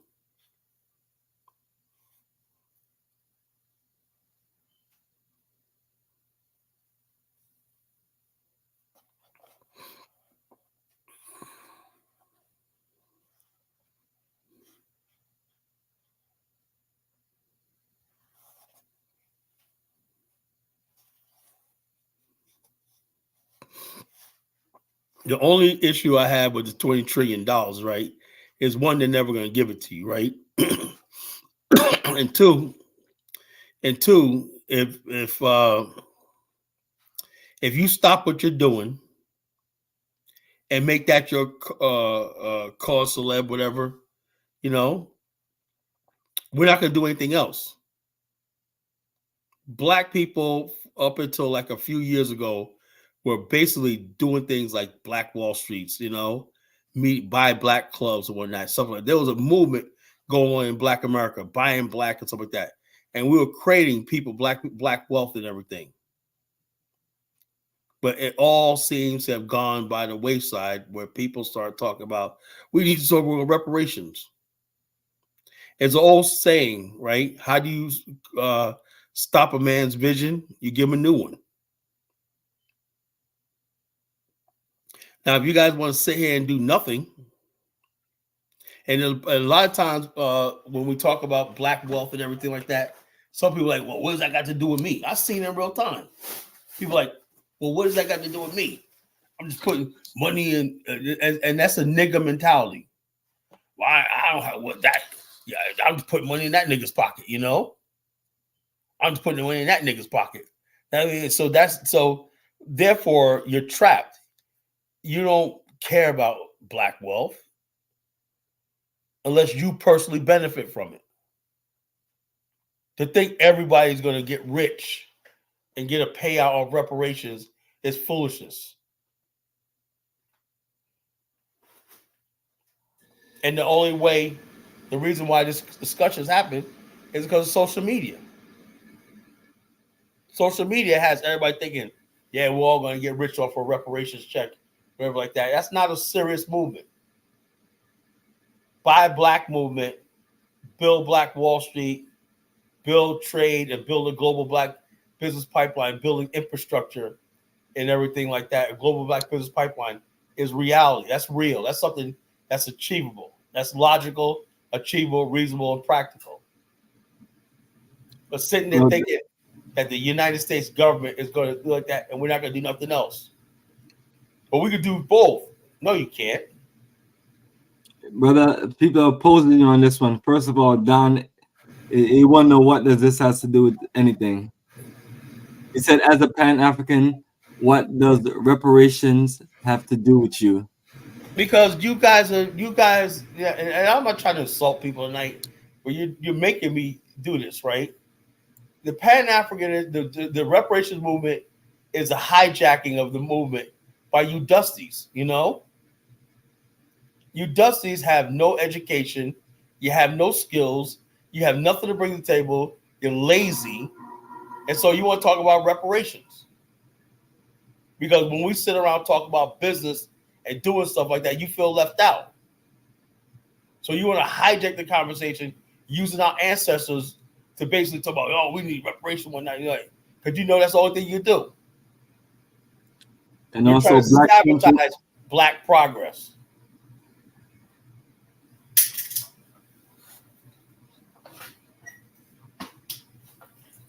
Brother, you speaking straight anti-African American. I'm pro-African American. Majority of African Americans don't know anything about no damn reparations. Would you say the same thing towards Ethiopian group of South Africa? Why single Africa? I criticize anybody. I criticize any group of people, you know? I criticize my own people more. I hold us to a higher standard. That's why. No callers saying goes, hi, stop images. You give them a television. yeah, you give them another vision. You give them another vision or a television. or you give them something else and whatnot. You know, we were on this trajectory, right? Buy black, build with black, connect with black. Sometimes it didn't go well, sometimes it went well. You know, share with black. You know, each one teach one. And over the last 15 years ago when social media first came out, really like that, you know, people were doing this stuff. You know, they had all kinds of groups, black people buying stuff, you know, doing catering, doing some everything, you know, building and everything. And it's all come to a halt when the movie Black Panther came out. And the next thing you know, all these people start saying, now we're in a position to say, let's go beyond America and start building with Africa and whatnot. No. We got to focus on reparations here in America, you know.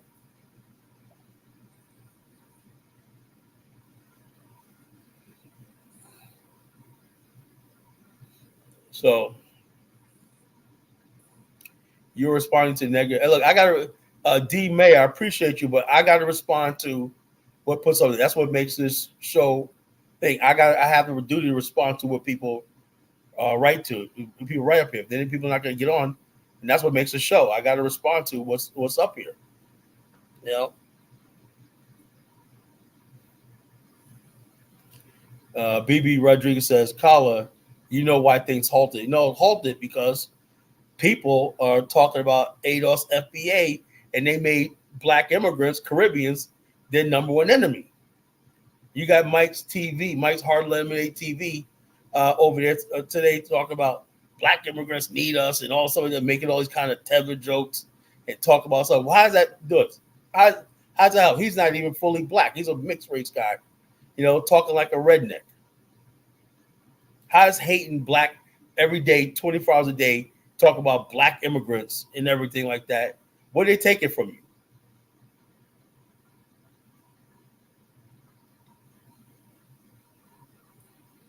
Call not the intelligentsia. Hey, if you don't think so, that's fine. You know, I don't really care about that. I tell the truth, you know.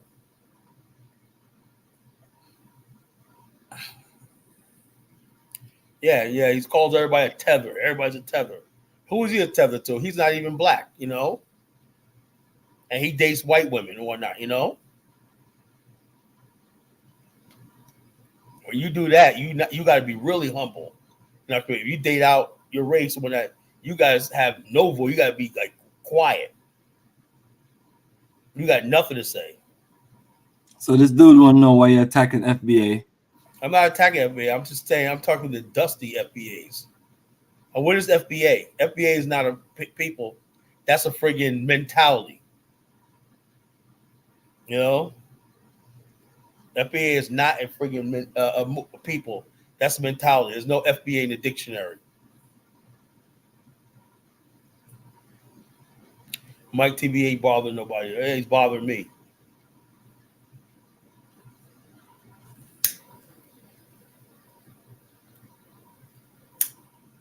And people sit there, and why are you people?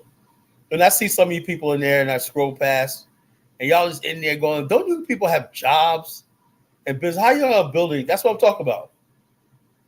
It used to be a time when people were getting together in group chats and stuff like that. Remember that, Bomani?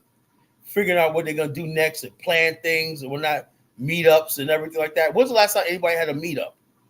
Well, they all came to hear you speak, Khaled. They all came to hear the greatness of your speeches, and then others came to just hate on you. So you have drawn a crowd. I'm talking about real brick and mortar meetings in their community. Yeah, that used to be it, but this is it right here. So all of the Pan-Africanists are listening to you right there. They're listening to you for leadership and guidance, and everybody else is hating on you. Yeah. And that's what I do, provide leadership and guidance, you know? Leadership and guidance. That's what I do. Well, let's genius Don Age want to know, what has Africa done for Black Americans? Well, if you look at Africa right now, and you look at the West right now, America and the West was built on Africa's demise. So what can Africa really do for us? You know, what can Africa really do for us? What can Africa actually do for Black America. Africa doesn't have any money. So why are you gonna bully? It's not a spliff. It's a cigar. Well, I gave that life up years ago. You know. So the bottom line is this: where's Africa? Why is everybody? Oh, Africa deserves. We need reparations from Africa and whatnot. You know, this hatred of Africa. It's just sad. It's really sad. You know, the whole FBA ADOS is basically hatred of Africa, hatred of being Black, hatred of everything. You know, and you want to covet things that Black America achieved. Where our ancestors weren't like that. The ancestors that achieved all the greatness you want to take credit for this Black History Month, they weren't like you. They weren't like you. They weren't full of hate.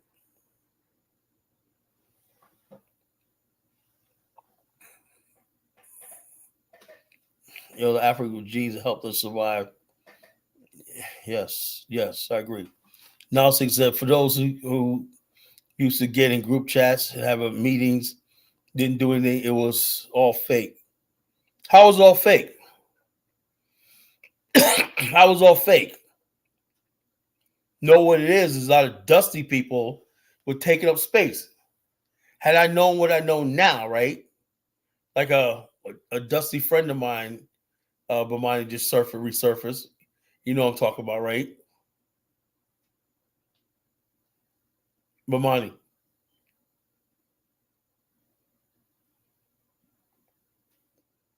I mean, you're talking about Chef Rob. I mean, you're really asking about him. You mention his name, man. God, exactly. You should have. She didn't say anything. So there you go. Your good old buddy. It's in the comment on the last video. So yeah, what you call Chef Rob?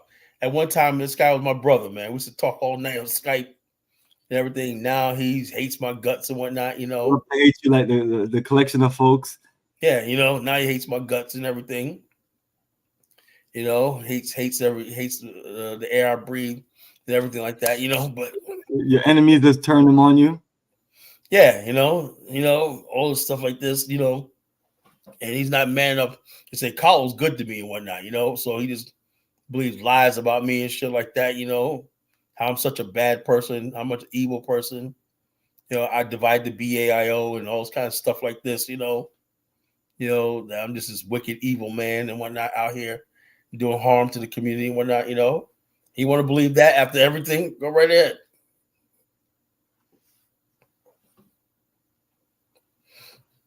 You know, you want to believe that? Go right ahead. You know, but hey, the show must go on. You know. Yes, Carla, let me know if you have anything important to play. That way we don't stay up here all night long. What I'm seeing is a drop off of the positive energy comments. Yeah. So the trolls are in full fledged. Nobody wants to get on. They're not brave enough to get on. I don't think they like what you're saying about the ADOS and FBA. Yeah. Well, they could come on. They could come on and say what they got to say. I'll mute my mic. They could come on and say what they have to say. You know, it's just simple as that. You know, they can come on and say what they have to say. I have nothing, no problem whatsoever having a discussion, you know, a real discussion. I want to play this one video. Good. I'm going to send it to you right now. Or you can just click on it and navigate and talk to it. It's all good. No, I can't send it because it's not. I sent it too late. I should have pulled up. It's not on YouTube, so I can't pull it up my thing. I sent it to you in WhatsApp.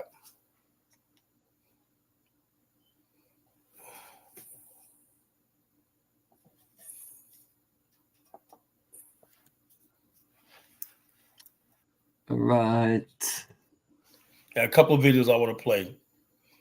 Yeah, I'm gonna make some headways. The whole Africa sold you. My family is still there. Yeah, the bottom line, they say all this stuff like this. You know, Africa sold us into slavery. You know, You understand that Africa had really had no choice. You know, you want to come anyway. The global system demanded slavery. They had the guns, the weapons to manipulate kings and everything like that, and Africa was just overwhelmed. You know? So this is it right here, right? Yeah. I want to see what this girl had to say.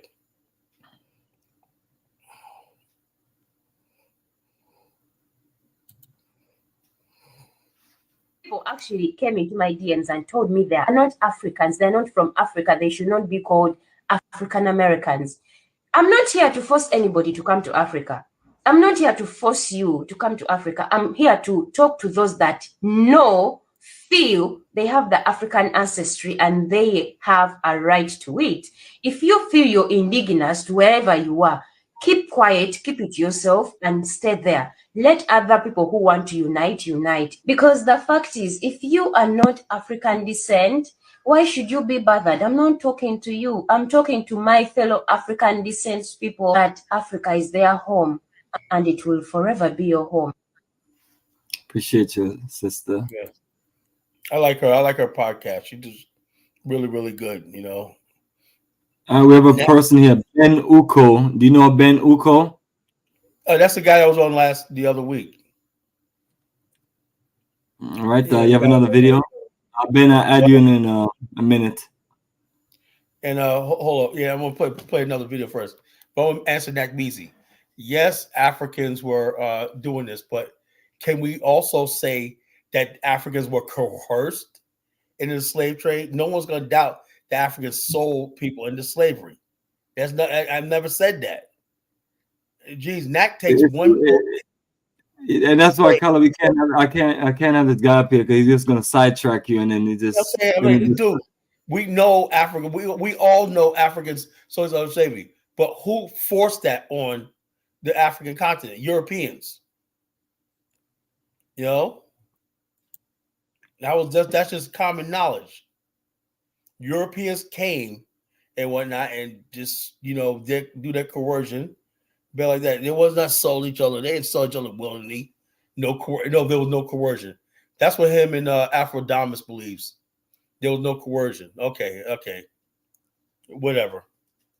That goes against everything in history. Everything in history. Well, let me play you another video before we get this other guy on. I'm up here right now. Greetings, brother. How are you? I'm doing pretty good. And it's great to be back again. Once again, I find it amazing that we continuously keep these dusties in place. They had this situation with this Megyn Kelly situation last week, which was disrespectful and racist. But my question, can you be clear about who you said? Megyn Kelly. Megyn Kelly, she used to work for Fox News, which she was very racist because of that Santa Claus situation. Now, she was talking about this week, disrespecting Black folks doing the Black national anthem at the Super Bowl. My question is that what happened to all the boycotts at this time? We would have prevented all this. What happened to that? Yes, Colin, get a brother a good response. That's a very good question. Whatever happened with the Colin Kaepernick take a knee like that? Black people have forgotten all about that. What happened that we can shut the Super Bowl down and we don't get no black ownership on that? And you notice how they only played like 10 seconds of Jay-Z and Beyonce? Jay-Z and Beyonce. They flashed the camera on for 10 seconds. Did anybody see any more of them throughout the Super Bowl? No. No. The bottom line is this. They got everybody. See, all these people are nothing but sellouts. They got what they want. The white man got them their little thing. We'll say, we'll wait it out. Jay-Z will say, or just they just left. I mean, it's I'm sure that you saying that they just left early. No, I'm talking about before the Super Bowl started. They were out there on the field, right? Jay-Z, Beyonce, and Blue Ivy, right? But there was no real we got Jay-Z, Beyonce, because the whole focus was on that Taylor Swift and that Travis Kelce, they had taken over the whole Scotland. Let me see who this is right here. Marlon, what's up with the It was so disrespectful. I saw that was one of my friends. I said, I can't believe they kept pushing this one. And you would think it's like, wait, where is everybody boycotting the Super Bowl and saying, oh, where was that energy? Oh, I forgot. It got taken away by All when right, Colin. it seems like we're talking about a Super Bowl now. Let me find out who we have on. Also, Carla and Ben, we have Not Measy Not Measy trying to get in, and then we have Marlon. Not tonight. Maybe later on, if you got answer a couple of questions and whatnot. But right now, I'm on a good flow. I want to hear what these brothers got to say. Brother is not coming on to he's coming on to throw you off and distract you. And then if he doesn't get his way, he's gonna insult you and then say nasty words. Yeah, nevertheless, that's well, I've analyzed what they have done the last 20 times in a row. Yeah. Marlon, with the exception of a few times, Marlon, let me unmute you. I'm not. Go ahead and introduce yourself and welcome to Pan-Africanism towards nationhood. Hey, thank you very much. I'm subscribed to the channel. I was sending the messages under Black Centric. I'm the one who was speaking African Americans as being a people. Well, perfect, Marlon. Well, appreciate you joining. Kala, you asked for the brother to come on, so make sure you give the brother time to just speak and share. I can be brief with this. I'm in my 40s, born and raised here in Phoenix, Arizona, and there seems to be a trend that I see throughout YouTube when it comes to African Americans, whether in West Africa or in East Africa, and there seems to be criticism, and I don't really see this happening toward any other Black group throughout the whole entire diaspora. I am Pan-African. I am Pan-African. If you know my background and knew some history of what I've been trying to do, I donate money to Ghana, to the kids' school and to the ADDI with Dr. Cuello. And I care for all Black people all around the world. But I do see that it does seem to be like a trend being critical and being disrespectful toward African American people. And I am an African American myself, and I'm just saying that needs to stop. I watched you guys' show, maybe it was about 2 weeks ago, and I made a comment. And I said, hey, you guys kind of reminded me of the Negro Peon dude, how he comes out and tried to criticize everyone's efforts. And brother Bomani, I saw when you had a talk with the Negro Peon, that was probably maybe about a year ago. And I'm not for that guy. He was very disrespectful towards you and towards your efforts. But one thing that really needs to stop is this disrespect and criticism toward African American people. We are very multicultural people, and we try and do and help a lot of people. And it's like our efforts are met with like it's not mutual. You get what I'm saying? I'm not trying to not knock you, Genesis. I sent money to diners, and I kind of see you guys as celebrities. But you know what? When it comes to this Pan African movement, I am for it, but I am more for, like, 70% more for my African American people. But this really does have to stop. I don't see it happening to anyone else.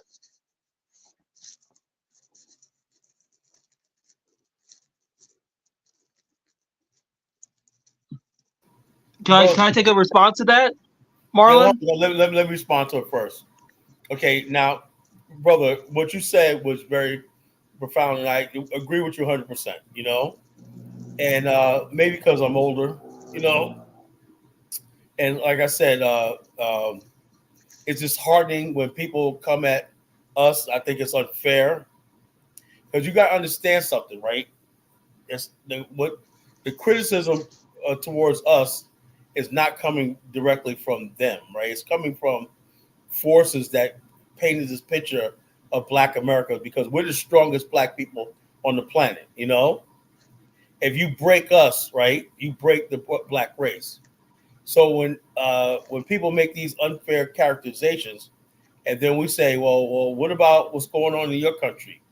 Why is Somali pirates? You got Black people in America, and this is not dissing Somali and anything like that. Why is it that it's okay for you guys to say black? I heard Black African Americans, right? When that movie Captain Phillip came out, right? Yeah, they're trying to justify Somalis going out there shooting AK-47s and hijacking ships and everything like that because it's in that water, right? And Somalis gangs that's running rampant piracy in that part of the sea. But the same people, right, don't basically say, okay, well, we got a problem in Black America. Black America is largely law-abiding and everything like that, right? They don't give us the same benefit of the doubt.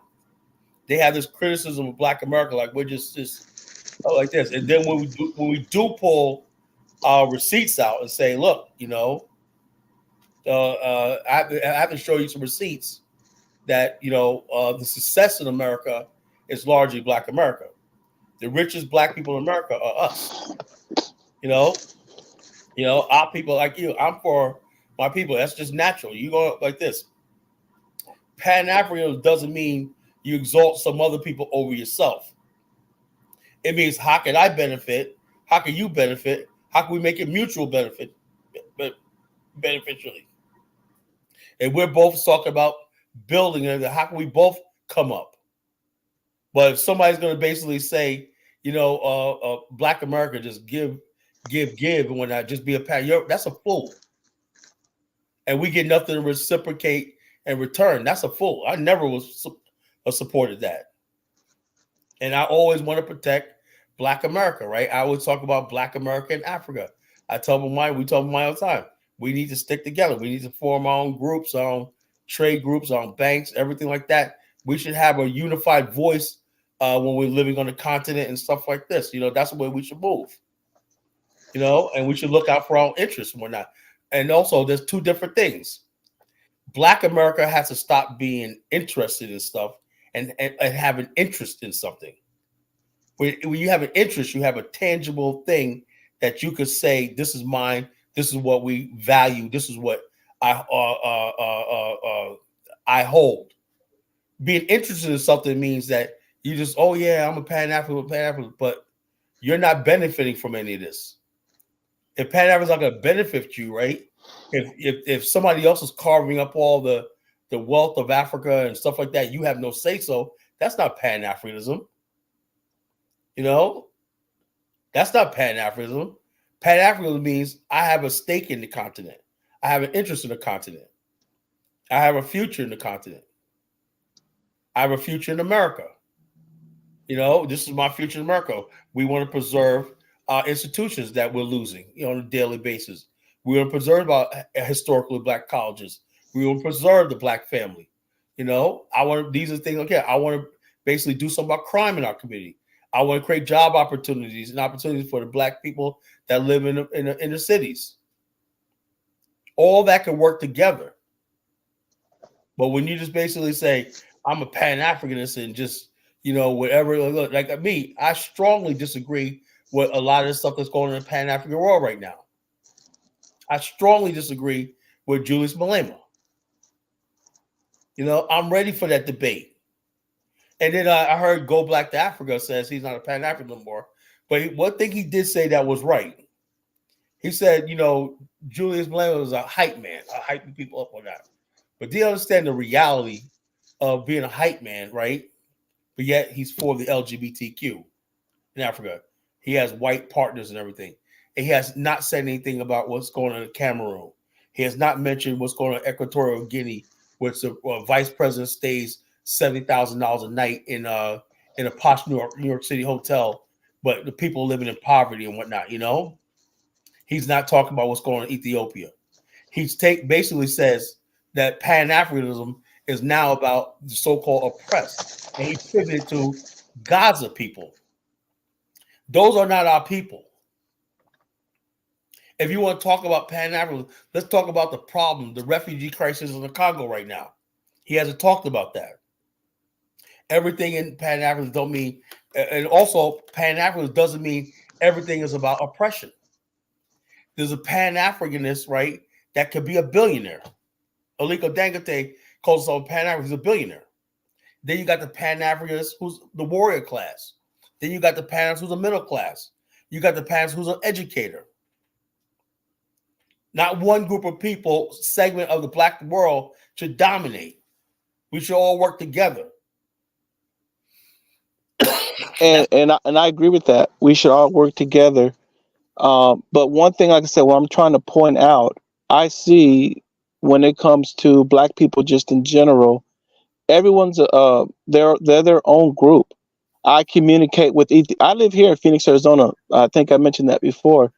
I communicate with Ethiopians. I had a get together at an Ethiopian restaurant where I was trying to open a Black Pan-African community center, and I paid my own money into this. I tried to get the advertisement out. I probably contacted 7 different Black caucuses here in America, and not a one of them got back to me. Yeah, excuse me. Not a one of them got back to me.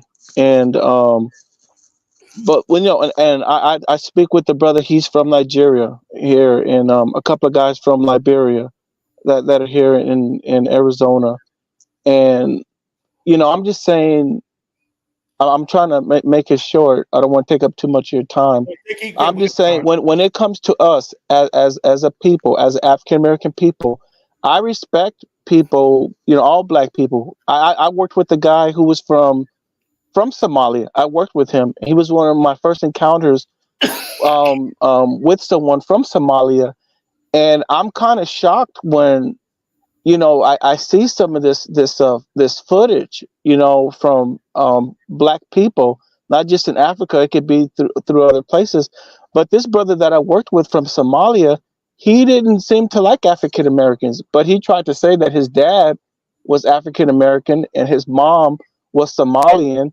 And he even seemed to have disrespect toward Martin Luther King. And I told him, I said, brother, Martin Luther King did a lot for us. But that's what I'm saying. We, as an African American people, we are our own people, and we shouldn't have to be ashamed about that. We are literally in the Bible as a people. You can look at Deuteronomy 28. So I'm just saying, we got respect for other people, but it's like, when it comes to us, we have to cut this disrespect off. Right. That's being, shown toward African American people. But you said something important when you first started. You said YouTube, right? Now, is this stuff, a lot of stuff? Like I said, if you got TikTok, right? It's not just YouTube. Like I said, I worked with a guy from Somalia. I talked with the sister. Her and her husband have a Liberian restaurant. She sat me down and she told me her experience when it comes to African American people, how it's based off of TV and movies. But it's like when it comes to other Black people, it's like I don't see this happening to anyone else except African American people. And I look at both sides. I look at like I've been subscribed to you guys for a while, off and on. I'm subscribed to Go Black. Like I said, you guys are kind of like celebrities to me. Yeah. Let me say this, brother. The problem is Black America, right? We basically always been open camp. Anybody could come in and stuff like that. We see things in terms of race, right? In terms of race, right? Oh, you're Black, you're okay, and everything like that. That has been to our detriment. We're still living like in the 1960s, right? Right? And we're still living in the 1960s where we see everybody Black or like this. And then when people say stuff about us, as a group, we're basically like, oh, shocked. And for years I've known these sort of conversations were happening, right? Before social media. And my worst fear was this stuff getting out there and people finding out about this stuff. And because I used to be in like different forums where Nigerians talking and stuff like that. I didn't like what I was hearing, And I didn't like what I was hearing. And they're basically taking white supremacy talking points about us, right? But when it comes to us, right, we have this reverence for Africa this love for Africa, and we don't understand that they're people like we are, and they got problems like we are, and stuff like that. And their problems are way worse than our problems is. But what we do is we cover for it because we don't want white people. See, the thing is, you got to say something who's behind all this, right? We don't want white people saying, in our mind, right? We think our hope is the black race coming together one day and overthrowing white supremacy. That's in our mind. The average African and everything that they don't think like that. A lot of these people have bonds of affection with France, Europe, and stuff like that. They don't see the world as we do.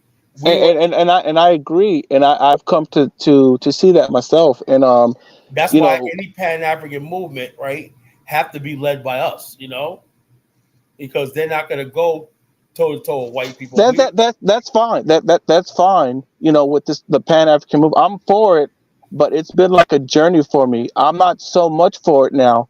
I recognize myself as an African American person, and when you spoke on Nigeria, that's another perfect example. You had a professor in a school here in America who referred to African Americans as a kata. You had a politician from Nigeria who came here to America and ran his campaign on going against Martin Luther King's Day. You have a rapper from Nigeria who wants to make a song about stay away from the Akata. And it's not just there. I'm not picking on Nigeria. I got love for black people all around the world. I'm saying I see it I seen it in Ghana. I seen it in Kenya. It's like I speak with the brother. He's from Ghana. He's been here in America for 17 years, and me and him communicate often. We started communicating probably about maybe 3-4 months ago. I think he may stay in Virginia, and I try and communicate with him about this and say, hey, what is this? What is this negativity toward African American people? What did we do to Africa for them to have this negative criticism toward African American people? And I'm not trying to hate on any black person. Like I said, I watch Sister Julie. She's in the Gambia, the blacks. I watch everybody, but it's like this is something that has to stop. Well, this negativity, this criticism toward African American people, and it's like we're not really doing nothing wrong to these other black groups. And also remember something, right? You got to understand something, right? It's all about who holds the gold and the big prize, the white man. A lot of Africans think if they throw us under the bus, they're going to get closer to white people, near that God to be. Same thing with the ADOS FBA, same thing. ADOS FBA and these Africans who talk like that, right, are in the same group. It's all about basically trying to be American, trying to do what's right and everything. But one thing that's happening, right, is the fact that, sooner or later, you got this guy that's the head of the Blackwater, right? He says that Africa should be colonized, right? Oh, he said recolonized. But the thing with that is, right? but the thing with that is, when has it stopped? It hasn't ever stopped. He said recolonized. No, when I say no, we have to be clear about something, right? We have to be clear about something, right? So we're all on the same page, right? Europeans have only been in Africa as occupation from the early 20th century. Just when they were about to settle. Now in Southern Africa, they actually settled, right? They had this big plan to colonize and build Africa as just another extension of Europe, right? Except for Liberia and Ethiopia. And so therefore, with that became modern education, modern everything. Europeans educated Africans, and Africa and Europe became part of one. Even after World War II, after the independence movement, right? There was no real independence movement in Africa. Africans, basically, even to this day, right, are tethered to Europe. And so if you're tethered to Europe, you're part of the system. Why is it that you have the British Commonwealth of Nations? All the African countries belong to the Commonwealth of Nations, right? Playing in Chelsea, the European soccer games and all stuff like this. The French Union, right? The French Union allows countries like the Ivory Coast to do business in former French colonies throughout the world. the French, on the other hand, get to monetize Ivory Coast and pretty much Ghana's cocoa and everything. And basically, that's what his currency is based on. And also the gold. How the Queen of England got all this gold and diamonds on her raggedy head. Where they come from? Africa. So therefore, and when the Queen of England died, every African head of state were crowded in coach buses to get their black asses up there and cry over the King of Queen. You better show up there, or else. So therefore, it's this voluntarily colonization. It's not the colonization that they wanted. It's a voluntary colonization, and never underestimate the fact that, except what's going on right now in the Sahel, which they're fighting to get rid of French altogether, and they're bringing in the Russians and everything like that to basically help them get rid of the French. The rest of the continent is still the same thing. So we have to look at that also. Now, with all this going on, right, the massive numbers of people who are leaving Senegal because they can't fish anymore because African fishing grounds are being robbed, right? Now, what we have in Black America, we still look at as the Europeans are taking advantage of our African brothers and sisters. And I would like to say to you, right, these is because we don't have real journalists and real thinkers in the Pan-African world. You got some African ones that are really, really good. You know, I see some African people on YouTube that are really, really good. The African Americans do not know how to think. Remember something, right? And like I said, I criticize my brother Dynas because he pushes a lot of that anti-African American sentiment. I do notice that, you know, and I think that's unfortunate. And so therefore, instead of us basically focusing on stuff like this is what we're talking about, right? When Africans see that we're going to use our well, like we did this apartheid, we brought down apartheid South. It was Black America who brought down apartheid sanctions on South Africa and brought it down. Right. You know, now we're saying that same power that we use right there is weak now because majority of Black people right now start up think like you do. They're like screw F Africa. You know, that's the way y'all think. It's all because of social media. Yeah, well, I'm not saying F Africa. Like I said, I think it's called Bridge to Connect. And there's a lady, I think her name is Dawn Sutherland, and she helps the kids there in Ghana. And I've donated to her before in the past. So I'm not saying F Africa. Like I said, I generally have respect for all Black people around the world. Mm-hmm. You know, and so I don't know. I'm not sure if you're familiar with ADDI, the African Diaspora Institute. Yeah, that's what Dr. Arikana. Yes, yeah, I've donated to that. I'm not really too hip with that, and that's another thing, bro. I'm just saying. It doesn't matter if you agree with it or not. Just let the guy just explain why he's getting involved with it, doing, please. So we can talk.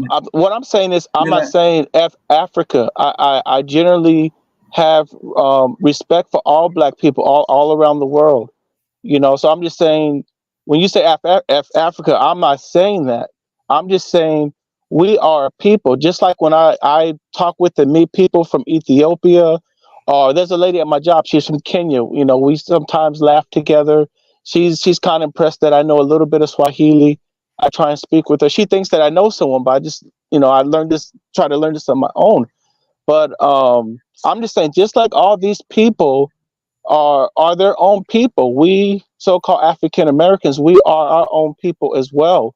Yeah. And I think that we kind of have to get away from the multiculturalism. You know, I think it's not helping us, you know, as a people. But also we've dealt with a lot of sabotage here in America. I mean, there's so many different massacres, you know, in America, and then you got the Democratic Party that you know that sabotages African Americans. You know, but I'm saying we need to get back to trying to be our own community. You know, not just come together when something violent happens or when a cop shoots us or something. We need to get together and have natural communities. You understand what I'm saying? Yeah, yeah. And the whole thing is this: we have a culture right now where I don't know where this ends. We have you seem like a good brother, right? But I know at your age right now, what do you think about the real serious problem of gang culture in Memphis and Chicago and Atlanta that's tearing black communities, or once thriving black communities, tearing black communities apart, but we don't have a cohesion anymore Well, among. I mean, my take on that, so I'm 47. I was born and raised here in Phoenix, Arizona. My family is from Alabama. I met a brother. He's from Chicago. He came out here, and I tried to be very hospitable to him. I would drive him around, take him to places that he needs to go. But when it comes to like the gang violence and stuff like that, I don't really understand a lot of it. Here in Phoenix, Arizona, it has problems just like anywhere else. But that's not like a real big thing for us here. Like when you think about Chicago or Detroit, it's not like as big as a thing here. And I think when it comes to that, that has to do with our families, the breakdown of our families, and the government. What is it that the dad can't be in the home. I think that's kind of where that comes from. But also, I think it's the image that we probably look to. Myself, I'm Christian, and I think it's like, and it's the same thing in Africa. With this image of Christ, and I think it's almost like subconsciously like a betrayal. It's like white people aren't supposed to do this to us. And I think I told this to my brother. I can't remember exactly who. But when it comes to the Bible, when it comes to the white image of Jesus, no white person went to African American homes and knocked on the door and said, "Hey, I need you guys to put up this white image of Jesus in your home."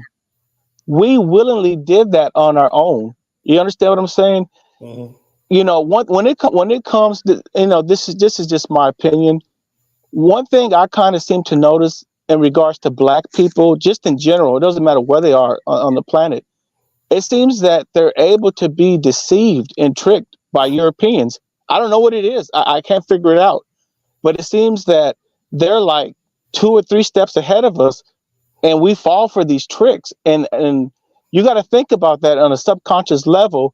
If we have the Bible in our home, and you got the 10 Commandments not to have a graven image, and in pretty much every single African American home, you got this image of white Jesus, and no one told us to put it there.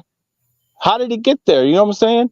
So Yeah. when you talk about the gang violence and all this stuff, I think it has to do with us not being a close enough community. Like how we used to be back, like with Black Wall Street and all those things. But we had to integrate because they messed up a lot of our stuff. We wanted better schooling and so on and so forth. So and doing that, I think it hurt us as a community. Yeah, you're right. And also black people have been the vanguards of this idea of living up to this standard of America. Where's the white version of Martin Luther King? I have a dream that little black boys, little black girls is us. We're trying to integrate and change America and talk about Martin Luther King made a mistake. This was a mistake he made, right? Before he made that speech about this country lives true means that's being on your knees. I'm gonna say this very clearly, so if you didn't hear what I just said, he said, "Black boys and black girls, we're gonna live the true meaning of his creed that we hold these truths to be self-evident that all men are created equal." Right now, I don't believe the white man who wrote that really believed that is they, but he basically said that, right?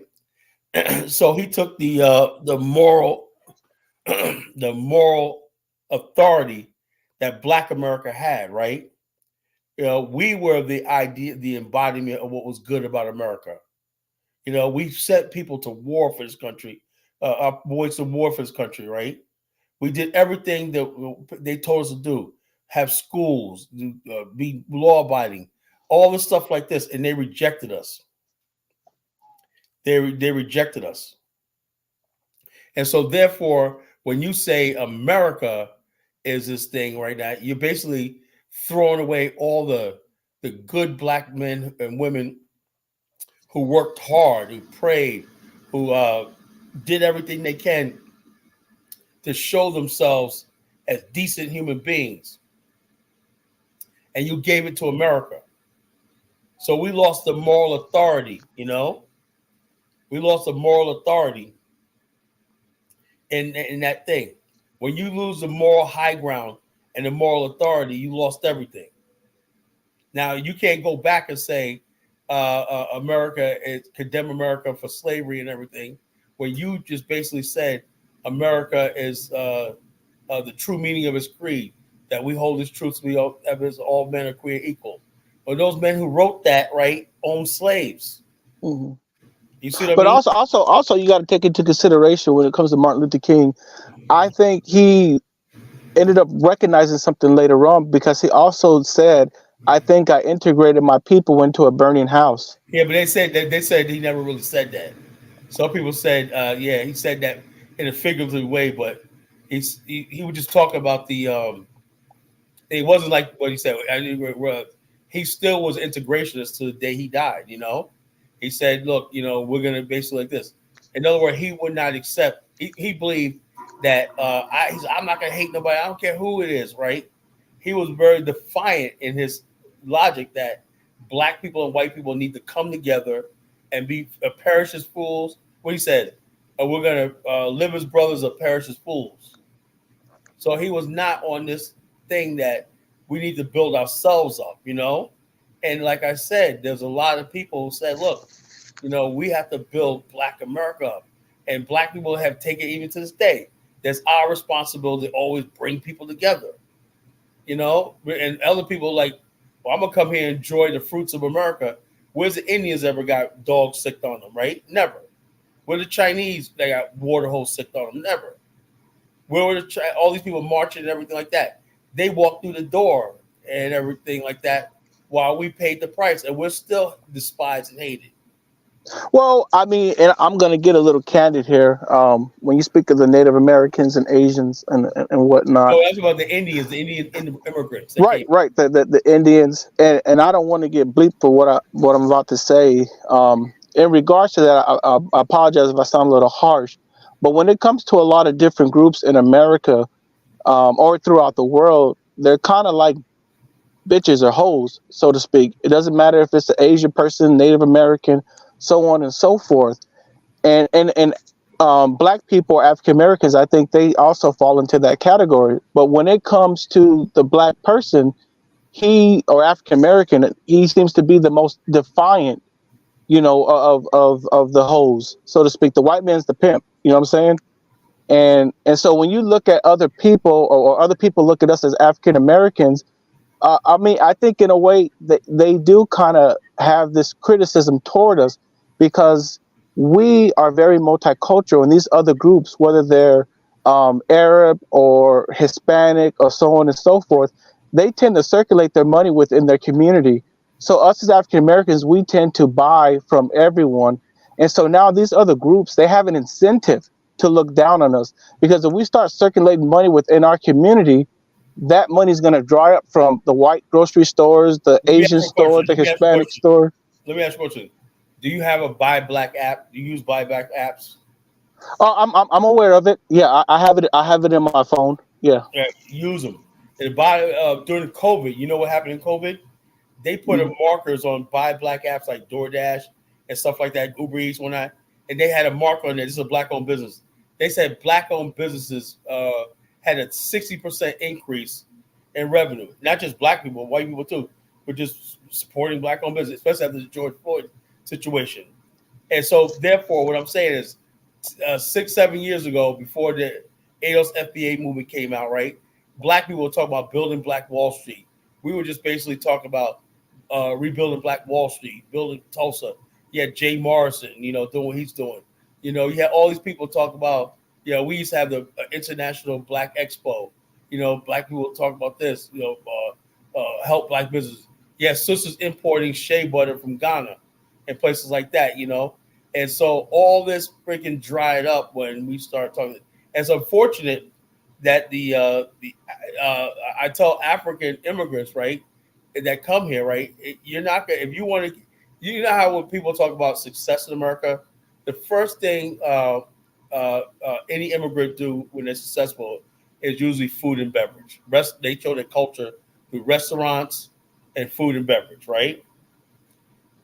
Jamaicans have been in Black America for a long time, and they got many Jamaican records, and we've been making Jamaicans restaurants a lot of money, for decades, and they basically integrated into the Black community. As far as like for Jamaican restaurant, I think it's a Black restaurant, soul food restaurant, and everything. The new Black immigrants, right? They haven't done that yet because they think they're going to come to America, and America says white people are not going to go into a Nigerian restaurant. And they'll come there as a novelty, right? They'll take a picture, oh, white people, and the next thing you know, that Nigerian restaurant's shutting down. Yeah, it is a bit of a front, it's a bit of a front. So so the thing is, if you come to America, right, the one group of people that will support your business if you get to know them is Black America. Right. I have a YouTube channel. It's called Black Centric. I've gone to a Jamaican restaurant and I promote it. I went to a couple of Ethiopian restaurants and promoted. So Ethiopians are trying. Ethiopians do try. You would think, that West Africans are, but Ethiopians are the ones that will go into the Black community and whatnot. That's going back to the days of Harlem, the Abyssinian Baptist Church and whatnot. Ethiopians have always come to Black America and whatnot, and try to assimilate into our culture a little bit, and more than any other group of Africans have, and so that's really, really encouraging, and so I've never eaten at Ethiopian restaurant, but I would like to try one. That was one of my first foods, probably about 2 years ago, was Ethiopian food. And then after that, it was Liberian food. But listen, brother, thank you for your time. Peace to both of you. And, I just want to leave with, I'm an African American, and I just, don't like it when I see this type of, this type of. Go ahead. See how you spoke up here? Get on Right. Dynasty's show, get on these shows that when they start talking about Black America's problems and everything like that, the stuff in Black America's problems should be dealt with in-house. We got problems, if you can add to it, but don't go piling on, because Africans don't like when we start talking about their problems, They're quick to tell you, hey, look, wait a minute here. Oh, I thought we're Pan-Africanists, I have also a Facebook, and it's called Black to Black channel, and I put different things up in there. And there's a dude from Kenya, and I don't know where he got this from. I'm not picking on Kenyans, but I'm just talking about this negativity and disrespect that's kind of geared toward African American people. I don't understand it, and like I said, it doesn't seem to be happening toward any other group except African American people. So, I mean, brothers, thank you for your time. I wish you guys the best, you and your families, Right. And peace to you guys. Thank you for having me on. Thank you. Yeah, Thank Marlon. you. Yes, Marlon. Hey, Marlon, appreciate thank you very much. brother. So, brother, and Ben, I know you want to reply. Brother Kala, wasn't that better just to have a conversation with Marlon than to Right, have exactly. not easy have that same? Because that conversation would not be the same. The brother was very respectful and very, and stick to his point. So, brother Marlon, appreciate you, brother. You're a great example of our people, and keep being that inspiration. I mean, we need people to be professionals, and that's the difference between this brother and not Measy. Yeah. Now, Measy got upset with me. He started threatening me because I call him Knock Sleazy. Yeah, Well, brother, I mean, don't call. I'm familiar with Nakamizi. Don't be disrespectful toward him. I know who he is, but we're all on a different journey. When it comes, when it. I want to understand. When Not Measy comes up here, he's completely disrespectful. He have ran off 7 of my guests and used the nastiest words towards them. These are men, my brothers, and things like that. Right. So. Right. It just add up over to the years to where we can't have a conversation with him anymore. I don't personally know Nakamizi, but I'm aware of who he is. But in regards to that, I'll say this: as Black people, especially in America, you can also say throughout the world, we're on different levels of development when it comes to colonization. Some are better than others. You get what I'm saying?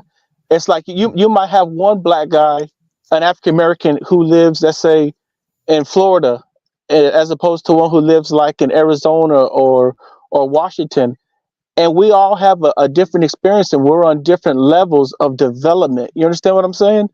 Brother, 1,000,000%. But the main thing is, if you're gonna come on here, we're on here to have a dialogue. We're on here to talk about Pan-Africanism towards nationhood. If you don't really feel it and then you're literally against it, and you're literally trying to divide the two people that are on the show, you're not someone that we're willing to have a conversation with. Because after a while, we've given you enough chance to dialogue and talk with you. So you become like a comedian, someone that's just playing games, someone that acts more like an agent. So that's our experience with him doing real shows and things like that. Okay. So Yeah, that's my feedback. I've only And at this seen moment in my life, I don't have no time to play around with people. I've only seen Nakamizi. I've only seen Nakamizi maybe 2 or 3 times videos, and they were in the past. What you're speaking of, I'm not familiar with. You know, he talks, so what he does not means he talk like he's educated. Like when you listen to Kala talk, Kala is an educated person, a person who read books, study, do research. Not me is one of those guys that have like a halfway education about certain things and think he's an expert and uses muscles and his bully tones and his dirty ways to just try to control things. And we have had enough experience, so that's what we're talking about. But nevertheless, brother, you'll learn more about this person. But this person is no longer allowed to have a dialogue with us. He's not on our level to even conversate with us. And I text him, keep away from me. You come near me, you will be arrested. Because I'm one of them people. I'm not gonna sit around and fight. I'm a grown ass man. I don't sit around and mud fight with people. Like you guys talk about boxing and all that. I don't have time for all of that. yeah, I'm not familiar with that. I'm not familiar. Won't be at my side is the police taking him off. You know what I'm saying? I'll take one hit just to see you to get taken off. I don't have time to play games, and then I'll be filing my lawsuit against you. You know what I'm saying? When it comes to be a very wealthy man, so I'm looking to get all the money I can get from you from a lawsuit. So when you see me at the airport, go ahead and hit me. I'll make sure my son there record the video and other people record the video so I can get mine. So that's what I'm telling you. So I'm just sharing that with you, brother. You don't have to agree about the situation. I'm not familiar. I'm not familiar with all that. Yeah, he's been on here in this show, and that's how he's carried himself. And I have people I do business with and talk with that want to get on and talk, but when he's on, they don't want to get into those conversations. Yeah, I don't think anybody should be fighting anybody in the Black community. Like, that I seen beef before with Tariq Nasheed with brother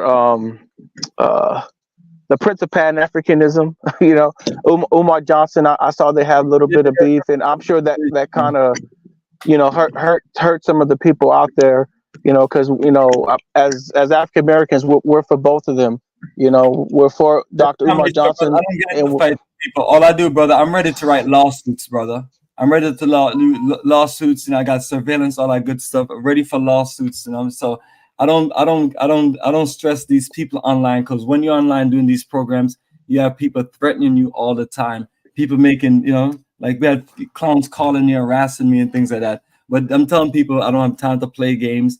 And if you're not someone we can have a conversation with, there's no need for you to be on here on the show. You can listen if you want, and you can make comments if you want. If I see some of your comments across the line, like the last several people, I'll just go ahead and I'll put you in timeout like the child that you are. So we run a serious program, brother, and some people get it and some people not. But anyway, I know you have to make your move. Make your move. Let me say this before I go. To the African American people who may be listening to this, peace and love to you. We've been through a lot. We are a people just like other groups are a people as well, and we need to come together positively and help one another. So, brothers, like I said, thank you for having me on the show. Peace to you guys, your families. Take care of yourselves. God bless you guys. Absolutely, that will work. Yes, and family. Yes, you hear it. Yes, lawsuits. I'm a person. I'm on a show, doing a show, and if I feel like you're being disrespectful, and then we won't let you on, and we won't do certain things, and then we tell you that you're acting sleazy and disrespectful, and you want to threaten people, then that's what I'm gonna do. I'm gonna get you arrested and get a lawsuit against you and make my money. I can always use some extra money to invest in Africa. So be bold and be stupid, not sleazy. Be the tough guy that you think you are. All right, Ben, you're still on, brother. Yes, I am. We don't I we just don't think forget, we don't forget about you, but the other guy, brother, wanted to talk and share some information. So let me know if you have any response to that's that. no problem. That's no problem. I actually enjoyed the conversation. I see some differences and understandable where it comes from. It's not about it's not that we hate African Americans. I'm second generation American myself. The bottom line what it really comes down to, it's to me it's no hate. It's like it's the inconsistent behavior. It's some of the behaviors that mainstream Black America puts out, and they want to people talk about it over social media, having all these conversations. You have this conversation, but let's look at what they've done in 20 to 30, 40, 50, 60 years since integration. Let's take a look at all the money that's been invested in Black America, and we see nothing. We see nothing. No, no banks, no jobs. Now you're going to be replaced. We're going to be replaced. And this immigration thing is still going on. This is a real serious problem. Then you have food insecurity. You have job insecurity. You already seeing us unemployment, more homelessness. And this is what we're talking about. Come on. That doesn't make any sense. And then if they're gonna get you out of the street, yes, I support Black Americans who have been a long term that want reparations. But how are we gonna get reparations when these so-called leaders are in the way? You have local leaders that are invested into the system and in the way. You have social media influencers that are in the way. But what do you think about what I said about Black America, the top 20 Black businesses in America? So we got Black people who are doing well. Black people, the record numbers of Black people opening businesses right now. How can we not ever focus on that aspects of Black America? We always focus on through the pros of white people.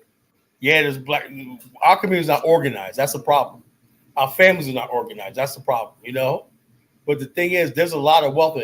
65% of Black men are in the upper middle class in America. But the thing is, those Black men are single, they're not married, whatever like that. So we're not building Black families. And then you got Black women who think they're gonna do it on their own, having multiple kids and everything like that. Instead of a man building a household like we used to, you're paying like 2 or 3 women child support and everything, and that's a problem. So it's a lot of social problems, our culture that we've adopted. You know, we adopted a foolish culture, which we didn't talk about building families. We want to be perpetual children and teenagers forever and whatnot, running around doing all this kind of nonsense. We don't have brothers like my brother Mufasa right here, who's raising his daughter and everything like that, doing all the right things in life. And we need more brothers like this, you know. And so that a lot of it's on ourselves. No reparations and stuff like that is going to solve these problems. We have to look in ourselves and say we got to change. And then those who want to build, we should get together. You know, we should get together. If Black people had a support system, right, where in your neighborhood, your community, the Black people who are doing positive stuff, building stuff and everything like that, Black couples with their children out there doing something, we will be on our way, you know, because we have a support system. But when you come on social media, it's like, damn, man, it's like me in my personal life, right? I'm around a lot of Black business people and professionals. I don't see this negative stuff when I get online. I know it's out there, but when I get online, it's like, damn, man. Yeah, you know, brother, absolutely. All this, nobody where I live at know what FBA or ADOS is. Nobody. And even reparations, people like, what is that? What the hell is that? What's a reparation? It's people just working and and doing their business, but they're just not online, YouTube and this gossip. So this stuff could be very poisonous and this destructive, to where you just have people just addicted. Unfortunately, there was about 10 people who got. Well, I put them in timeout. It said ban, but I put them in timeout. But it's what it is. We're trying to move past all of the negative energy, and things that I got. It's just unbelievable, brother. I think it's not me. He's obsessed with you. You think he's obsessed with me? I think he's obsessed with you. Well, I Literally, don't know why, because the bottom line is what he just won't go away, brother. what he does, he takes bits and pieces of what I say, and he creates what's called a straw man argument. We take little bits and pieces and you create this. Carlos said this one, not, you know. And I'm very much concerned about Black America. This is who I am. Well, brother, yeah, I mean, he's trying to convince everyone that you say bad things about Black people in America, and that's not the truth. You know. And if we're having a show that we're talking about African American, talking about our movement, it's better that I say it, right, than somebody from Ghana saying it, right? Because they're like, okay, Black America. This stuff that we're talking about has been said before, you know. If you look at the Nation of Islam, right, what do they say? We're going to come to the deaf, dumb, and that sounds like an insult, right? But that's what Elijah Muhammad said to the deaf, dumb, and blind Negro in America. You may take that as, damn, man, he's dissing me, you know. But the bottom line is that people say, I got knowledge of self or not. I got an awakening. Hey, look, that's what it is. You know, people create religious organizations and organizations wide to transform people. If people don't need that transforming, then there's no need for any organizations or anything like that. That's what we have. That human beings are very, very complex things. You know, you see a problem, whatnot, you say, hey, this is a solution for the problem. Let's solve it. But when you point out a problem and people act like, oh, you hate the people. No, that's the lowest thing you could do. When you say there's a problem, right? And you come with real honest dialogue and whatnot, and people act like this. Now that has to come from us. We've had organizations like the Nationhood. I would defy anybody to show me any more disciplined, any more group that's done more for Black people than Nation of Islam and some of our top Black churches and Black fraternities that are doing work in the communities every day.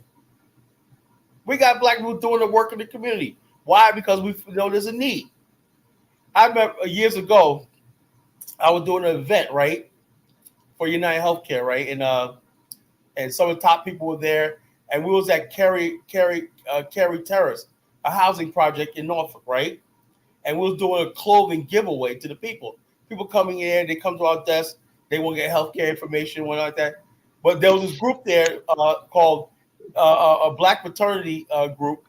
I forgot what community group. I think they were Qs or Omegas, Qs. You know, the cap. I don't know what they were, but they were called the League of Extraordinary Men. Right now, these brothers sitting on the side, right, and I'm sitting in my suit and tie, like we're sort of like this, and I'm sitting there like I didn't want to break the ice. But this brother came over to me, right, and stuck his hand out. Right, he says, "My name is such and such." Right.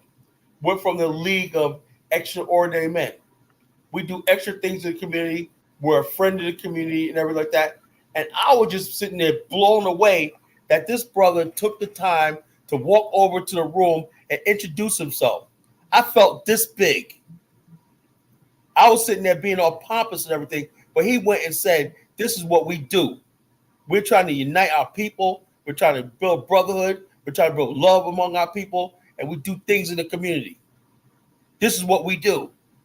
And I felt this big that I didn't make the first move. Now when I go to events and stuff like that, I always go out there and make the first move. Hey, hi, how you doing? How you doing? But there are great Black men out there in the community doing great work and whatnot that care about the community. If we did not have these Black men out there, Black women in the community out there, what you see in Black America will be 100 times worse. True. But we can't do it all. You know, I said the ultimate goal, like I said, people don't like when I say this, right? The ultimate goal is Black America has to say like this. We need a land, a government of our own, where we can basically solve our own problems. We can write laws and policies and everything like that, and we can fix our own problems. We're living off the excess of white America. Well, like this, we have Black fraternity, we have conflict resolution groups that try to solve problems with gangs and gang interventions or like that. You know, imagine we had all the power in our hands. Absolutely, Carl. Appreciate it. We're only doing what we could do inside the confines of the white man's civilization. And once you understand that, we're living in a white man's civilization. So when people come here, like, why is this going on in Black America? Because it's not our civilization. We don't own it. Civilization, and we're not. You would not see these problems in the Black community at all. And then when you look at, oh, go ahead. And then if you can hold on, let me at least just welcome in Mufasa. Welcome to the call, brother. Hey, what's going on? Y'all hear me? Or am I super loud? Yeah. What's your thoughts on all of these things that we've been talking about?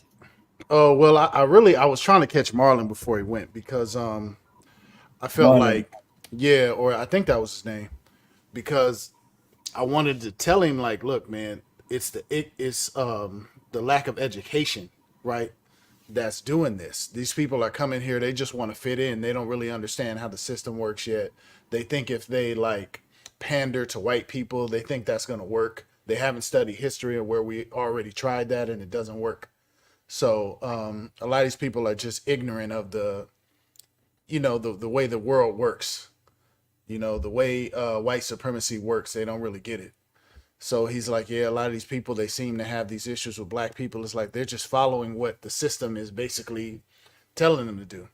Like, hey, you come over here, you talk bad about Black Americans because white people want to try to avoid what they owe us, what they've done to us. So they spin all these narratives out there that absolve them of any responsibility for that. Immigrant comes, they watch white people do that. They see white people got all the jobs and all the money, and they try to do what the white people think, or they say what they want to hear, thinking that that's going to work. Over time, white people. Right. Over time, they'll see, like we see, that that's not going to work. But right now, a lot of them are like kind of got a sellout disposition. But I just wanted to explain that to him because he's saying like he doesn't understand why. And I'm telling you, that's why. It's about power. Yeah. It's about power. Well, white people have the power. It's all about white people. Like if we were the majority in America, right, we had these problems. You think now, let me give you an example, right? We played a video months ago, Bomani. Remember, we'll talk about the poorest town in America, in West Virginia. These white people were on drugs, half the population on drugs and everything. And I asked Afrikstan, what do you think about that? Nothing to say. Worst community in America, right? Poorest community. It was somewhere in, I think, West Virginia, whatever. People, 60% of people are unemployed. Most of the people get food stamps, welfare, everything like that. But the narrative around them is, the coal mine shut out and everything like this. And excuses because people buy into this idea of whiteness. Whiteness means innocence, Whiteness means getting it wrong. When the Dust Bowl happened and white people farms dried up and they had to go to Chicago and Detroit to compete with Black people, they didn't say white people overused the land. They didn't really know what they were doing. And so they blamed it on the Great Dust Bowl. Remember that? The grapes of wrath, And so there's always this narrative that protects whiteness. And so when people come over here, they expect white people to do better. And when they ignore the fact that there's actually more poor white people in America than there are Black people. Maybe because of numbers and everything, but you got whole towns in the Appalachian community that like in the third world, no indoor plumbing, no anything. People on heroin and some everything. There's a huge heroin epidemic in this country mostly white people. They got biker gangs, all stuff like that, criminal elements. But when you think of all the problems, when you think of Black America, that's white supremacy.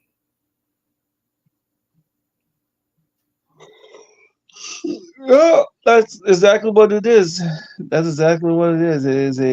This is what they do. This is what they designed the system for, and this is what's going to continue to happen. They're going to keep pouring. These elites are going to keep. These Zio elites are going to keep pouring the drugs. They're going to pour in all the money for all the sex trafficking industry, and this is how it's going to go. You got people, Mexicans, who are doing human trafficking. If that was Black people doing that, you know what the outrage would be? if there was black men with human sex 100 times worse. Yeah, it would be like it would be on the news every day, blah blah blah. But we don't do stuff like that, you know. You know, we got gangs and everything like that, yes. But the bottom line, the stuff they be doing, you know, the stuff they be doing and everything like that, no, that everyone turns a blind eye to. Unreal. Yeah, Carl, let's answer some of these chats in the question. Now, this is Zango right here. That's true. You got one for you and Mufasa. The average FBA is not friendly. First of all, I don't agree with the term FBA. So are you talking about African Americans or are you talking FBA? FBA is a mentality. ADOS FBA is not Black America. So when you say ADOS FBA, that's a YouTube term and whatnot I can't rock with. So Zongo, you might want to rephrase that. That's the only association with Black people in America by watching YouTube. They don't go out and actually interact and meet people. You know, so their mindset of Black people is actually what they see on YouTube, which is just unfortunate. And that's basically listen to Tariq Nasheed and his cronies. You know what I'm saying? So the bottom line is he says Mufasa, what was that? I'm not sure what Zango is referring to.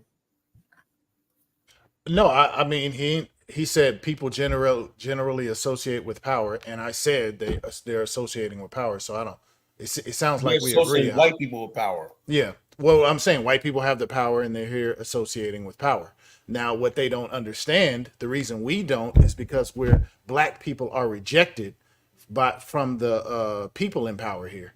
But they need a little bit of time to acknowledge that. I mean, we have a second generation immigrant on the panel now. I think 2 of them, or one is first and one is second. Some people get it, and some they'll take time to get it. But racism does exist, so they'll understand. They'll get it over time. Some people just don't know any better, and like you said, they're just associating with power. But power is racist in this country. Beautiful breakdown, and you guys ever read the book? A lot of times, you know, things are happening to you, and you don't realize it, you don't see it, because you know it hasn't kicked in yet. So, you know, and sometimes it won't kick in until you get your call. But I feel you, Mufasa. Appreciate it, brother. Mufasa, have you ever read the book The Great Gatsby? Yeah, in school. We did the book and the movie in school. Yeah, but one of the things they talked about was, yeah, we got this group of people in this country that got ambitions like we do. But the colors, the blacks, you know, and they talked about the fact that we're never going to let them have what we built. We know we took this country, this civilization, it's ours or whatever like that, you know, and we always knew that. So when you see a Black man become a billionaire in this country, that's significant. When you see Black people, Reginald Lewis, the first non-Black billionaire in America, non-white billionaire in America, 1987, that's remarkable. And so, therefore, people don't understand. Black America has always fought because we never yielded to white supremacy. We've always go toe-to-toe with these people. You know, and so, therefore, you know, a lot of people come here like, oh, just do this, we're not going to settle for crumbs. We want the whole damn thing. Power is not given. Power is taken by force. And that's what we have to do. You know, if we're going to succeed in America, it has to be taken by force. It ain't going to be taken by somebody saying, yeah, let's sit down and they're going to give us some reparations check. No, what you have to do is take by force. That means to unite. That's why the Buy Black movement and people coming together. Imagine if we were pulling our money, the Invest Black movement apps and whatnot, where we go in there and we have our own like Robinhood apps and whatnot, and we were able to raise billions of dollars worth of capital, and we see businesses for sale, strategic business for sale, factories for sale and whatnot that we could rebuild and whatnot. We could do that. But we've slowed down over the last couple of years because we're talking about immigrants and ADOS and FBA and all this kind of foolishness. And not only that, No, that what we like to do is like there's other. We don't even build skills to build fix up our own infrastructure. We have potholes everywhere in the country, and We have construction, but we don't see. You understand something how it works, brother. Where do you live at? in Minneapolis, St. Richville area. Okay, that's I think I'm dealing on the East Coast now. Here in Virginia, black construction workers dominate. We got that shit. Like this, but every state's different. Now you go to North Jersey, New York. What's the chances of black men with the years of the Italians and all these other people that got the unions and stuff like that? It's very complicated, and there's a lot of corruption and stuff like that and everything like that. It's hard to break into these areas. Now down here in the South, it's a little different. You got black people on major city planning and stuff like that and everything. In places like Maryland and like that, you do see black contractors doing multi-million-dollar contracts on roads and constructions and everything. They're building everything from bridges, everything. We got those here. Every community is not the same thing.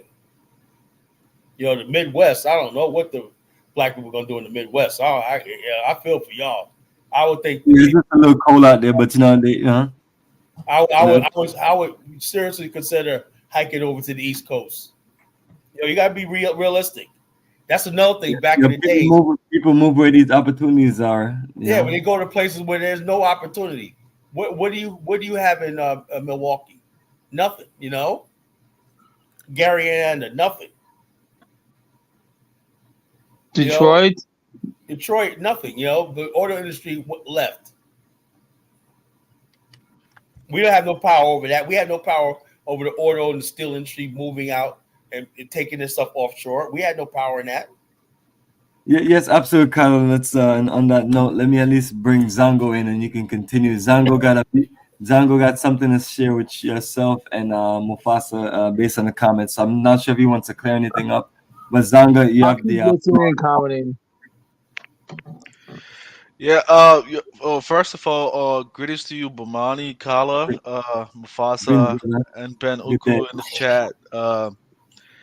Yeah, I think my initial question, Kala, I was saying like the average, African American is not receptive, generally not acceptable towards like foreigners, particularly maybe uh, Africans or something in general. What's your thought on that? I understand that African Americans as a group come from different classes. We have upper, middle, and lower classes. But I just mean like in generality. I mean, like I'm guessing the average African American is not receptive uh, towards like foreigners. And I can cite you. Hold on, Kala. What do you mean by And that? I can cite you a practical example. I think the first time we came to college, that was in Missouri, right? Myself, along with several Africans from other countries like Nigeria. I think the African American students wanted to organize. They organized an event. I think it was a comedy event, and I think some of the newly African students wanted to just to show up, because they thought it was a black event. They wanted to show up, and then when they went there, the general students, like African American students, they weren't receptive towards them actually. And I remember like that Nigerian student was kind of shocked. It was like, I mean, hey, what up? Hi, hello. They just wasn't receptive. So a lot of like the African students, turned towards like maybe the white students were like receptive towards them. So I think you wouldn't just base it because like they want to do that. I think probably the experience, like, oh, maybe like these people. I mean, I get it. We share the same skin color, but I mean the level of reception, it's not the same compared to other groups. So they tend to side with the ones that provide them jobs or that seem to be very cool towards them. What's your thought on that? That's a practical experience. And I don't mean you are one of them, but when you Check go this out, out. This is what I say. I moved from New York to Virginia, right? Mhm. What do you think the reception I got when I moved here to Virginia? I grew up in New York. I come down to Virginia, right? These people have their own lingo. I walk into a room where not everybody gets quiet. oh, okay. Yeah, I'm just telling you. I'm just being honest with you, right? You know, nobody was not feeling me. I think in the time I've been in Virginia for 33 years now, right? I think I got friends over the years. I got friends like, but the bottom line is, if they didn't know you by the time you was in first grade, you ain't never one of them. But Carla, one of the things that he was trying to point out to you is that other race of people showed reception to him. I'm gonna get to that. I'm gonna get to that. Yeah, that story is kind of shaky too, though. I'm gonna let check this Tyler out. finish. I basically had the reason why I survived in Virginia was because I said, fuck it. I came down here. I thought there was going to be all these black people down here because I'm coming from upstate New York and whatnot, dealing with racism and all stuff like this. I come out with black people and I had no black friends and whatnot. We had really no black friends. We had black friends, but they weren't with us. So I started making friends with Filipinos, whites, and the black people I made friends with were people from New York like myself. And the black people from down here just did not accept us, So all those people from New York just band together. That's how things are a lot of times. And in that situation, it's relevant. And I'm not trying to I'm trying to hear what the brothers say, because a lot of times it's like everybody wants them to hear. Everybody wants people to hear them out on what they're going through. And the brother's trying to make a point, and I'm trying to follow his point. And does it happen everywhere? Probably so, probably not. We all have our experience. But what he is saying, and Zango, correct me if I'm right, you're saying other people showed you more reception. It wasn't me actually. I mean, and this is also not at the high school or junior high school level. This is a level where you're more in university. 18, 19, 20, 21. So your mind is a little older.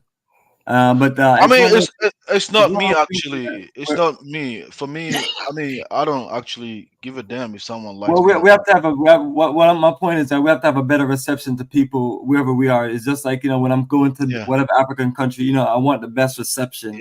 Yeah, and exactly. so I do understand when someone has come from somewhere else, they want to be feel like welcome. In Ghana, for instance. Go ahead. Sorry to interject. In Ghana, for instance. Go ahead. In Ghana, for instance, Carl, if I see you and you tell me from somewhere, you don't have to be my family. I mean, the reception is impeccable, regardless of where you come from, right? So, that's the cultural orientation a lot of the students kind of come from. I mean, but it was myself along with a Nigerian student. I think the Nigerian students, the one that kind of took an offense to that was a Nigerian student, right?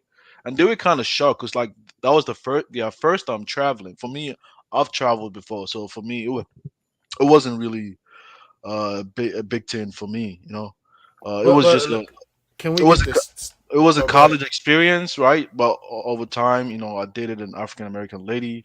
Went to their family, so that's why before I started the conversation, I tried to draw a distinction that the African Americans are from different groups. We have middle, upper, and lower.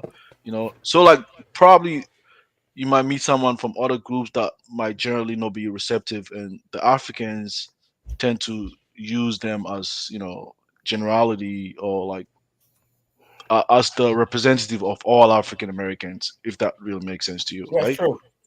But hold on, you're saying, can I clear? But this thing does go on. Whether it's myself or the other people from, it does go on, but I don't take things personal. But we're the people that's got to welcome people better. It's the same thing when you go into places. When we hear about people having struggles in different parts of Africa where they're being just taken advantage of. So you're sharing. So it goes both ways. But one of the things is usually people are not here scamming people coming from somewhere else. It's But usually the underrepresented. Bomani, this is at the university level. This is not in the real world, you know. In the Well, real world, the in the university real is a microcosm in the of a real real world, life. You're dealing with people from many different places. in the real world, if anybody treated someone that way, that's a little, that's really understandable, right? But at the university level, it was kind of like, shocking, No, I mean, But I just don't, you bro, go to because university, you have your own agenda. You don't always have to just, you know.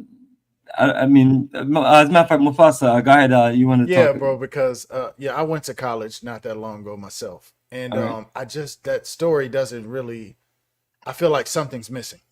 Like what is so, missing? some African Americans decide to throw a party, and then some non-African American black people show up, and they don't want you there, or they act funny. I mean, the reception wasn't. They weren't really like welcoming. I'll just put it Yeah. that way. Hmm. And then what All was right, the party? It was like a big party or a small Oh, party? it wasn't. I mean, it was like it's a predominantly white university, so like the black population is really small. So it was like I think it was an event. They invited a comedian, African American comedian. Okay. And Yeah. then So even they like were specific. They I don't know. Maybe it's a private party because trust me, I have parties that I don't want. I don't man, want it's a most people college. to. It's a university. Trust me, you don't have to like. I mean, for me, I didn't take it like. I They didn't have take it private personally. university parties. no, Yeah, it I'm wasn't not. it wasn't a university auditorium. It's a public space for everybody can just show up, including the white students can show up too, regardless. It's not like a predominant. It's in Missouri State, by the way, so it's not like it's a predominantly white university. Yeah, maybe one incident, but yeah, I mean, Yeah, I'm just saying that because I'm saying someone might use this experience and think like, oh, that's how they are, right? And then he goes into the. yeah, I people mean, for generalize a me, lot. like I'm saying, I have a traveling experience. I mean, it was. I mean, Yeah, it doesn't mean. you're gonna run into people here that's gonna be real wonderful people, which I appreciate Oh all the no, no, ones. even on campus, on And then campus. you're gonna meet a small percentage of trash, Yeah, and exactly. the worst thing is when the trash, and that's my issue with like I love like I love Ghana, but it's like so much of the trash has gotten in our space to where we start looking at the trash as being the general representation of the country, and we know in our heart that it's not. Exactly. And then all. And that's the issue that we deal with in society.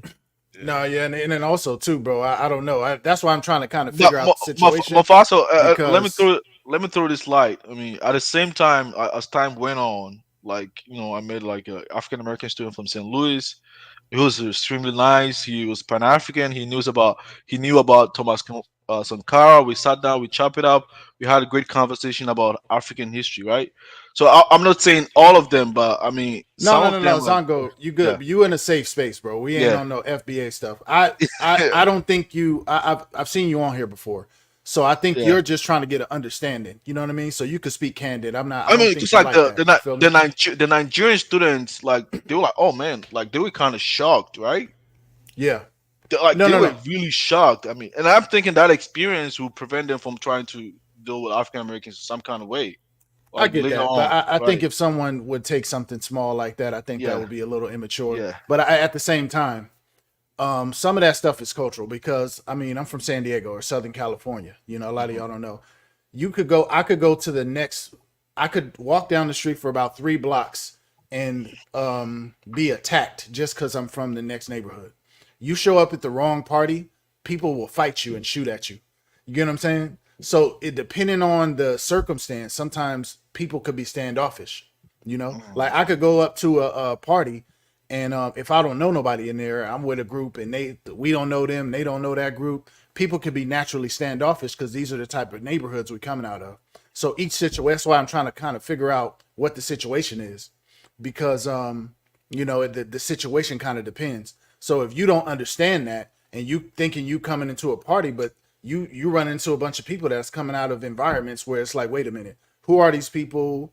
What type of energy they on? You get what I'm saying? So that's why I was trying to figure out the situation. Come on, that's a Black university. America is This very is cliquish. it's like a university. Come on. It's very cliquish. Black So America. in other ways, they are not social, right? If you put it, you're trying to like justify the action, like it's a Exactly. university campus, right? Let me tell you something, brother. It's a university campus, right? Socialization in Black America is very, very bad. A lot of times we associate with each other on negative things. Look, think about a party. You know, trying to get some cool, whatever. It's always something negative, getting drunk, getting high, whatever like that, or trying to do something negative. That's how we socialize. When it comes down to do something positive, right? Now, if you walked into a Pan-African meeting and said that, I would be up in arms right now. You know, like a Pan-African or Black Power meeting. We're talking about buy black and everything. You come there saying, I'm from Nigeria and whatnot. You know, I'm a buyer. My father's a buyer. Everybody look at you like, hey, sit down. Let's talk. You know, we don't have enough of those socializations. 90% of everything you see in Black America is about foolishness, partying, everything like that. We don't have real leadership, you know, to create venues and everything like that. Explain to people we do have brothers and sisters from the African continent that will be here, you know, and you Black people as they have a responsibility to get. A lot of times they probably even know you were Nigerian. They say, who are these guys right here, you know? And a lot of Africans expect us to know their history, culture, and like that, you know. And a lot of times, to be honest with you, bro, it's like when Black people like this. Oh, you're Black, you're in here. Hey, so what? Big deal. Blend in. Get in where you fit in. The average person would not know that you're African, bro. That's new. We didn't know that stuff back then. Like first time in the university, first time in the US, and the reception was really kind of some way, right? So, but I mean, over time, I had a chance to go to Chicago. And also, brother, I'm not trying to clown you like that. How was these brothers dressed, man? You can't come off corny either. You didn't have your No. I think maybe it might be part of the reason though. Maybe it might be part of the way of. Did you guys come in your Dynasty Mirror suits with your pajamas on? Oh yeah, right. Oh no. Oh, yeah. I mean, look at me in the picture. I mean, for me, like I said, I traveled before. So you come in with a nice shirt on, polo shirt.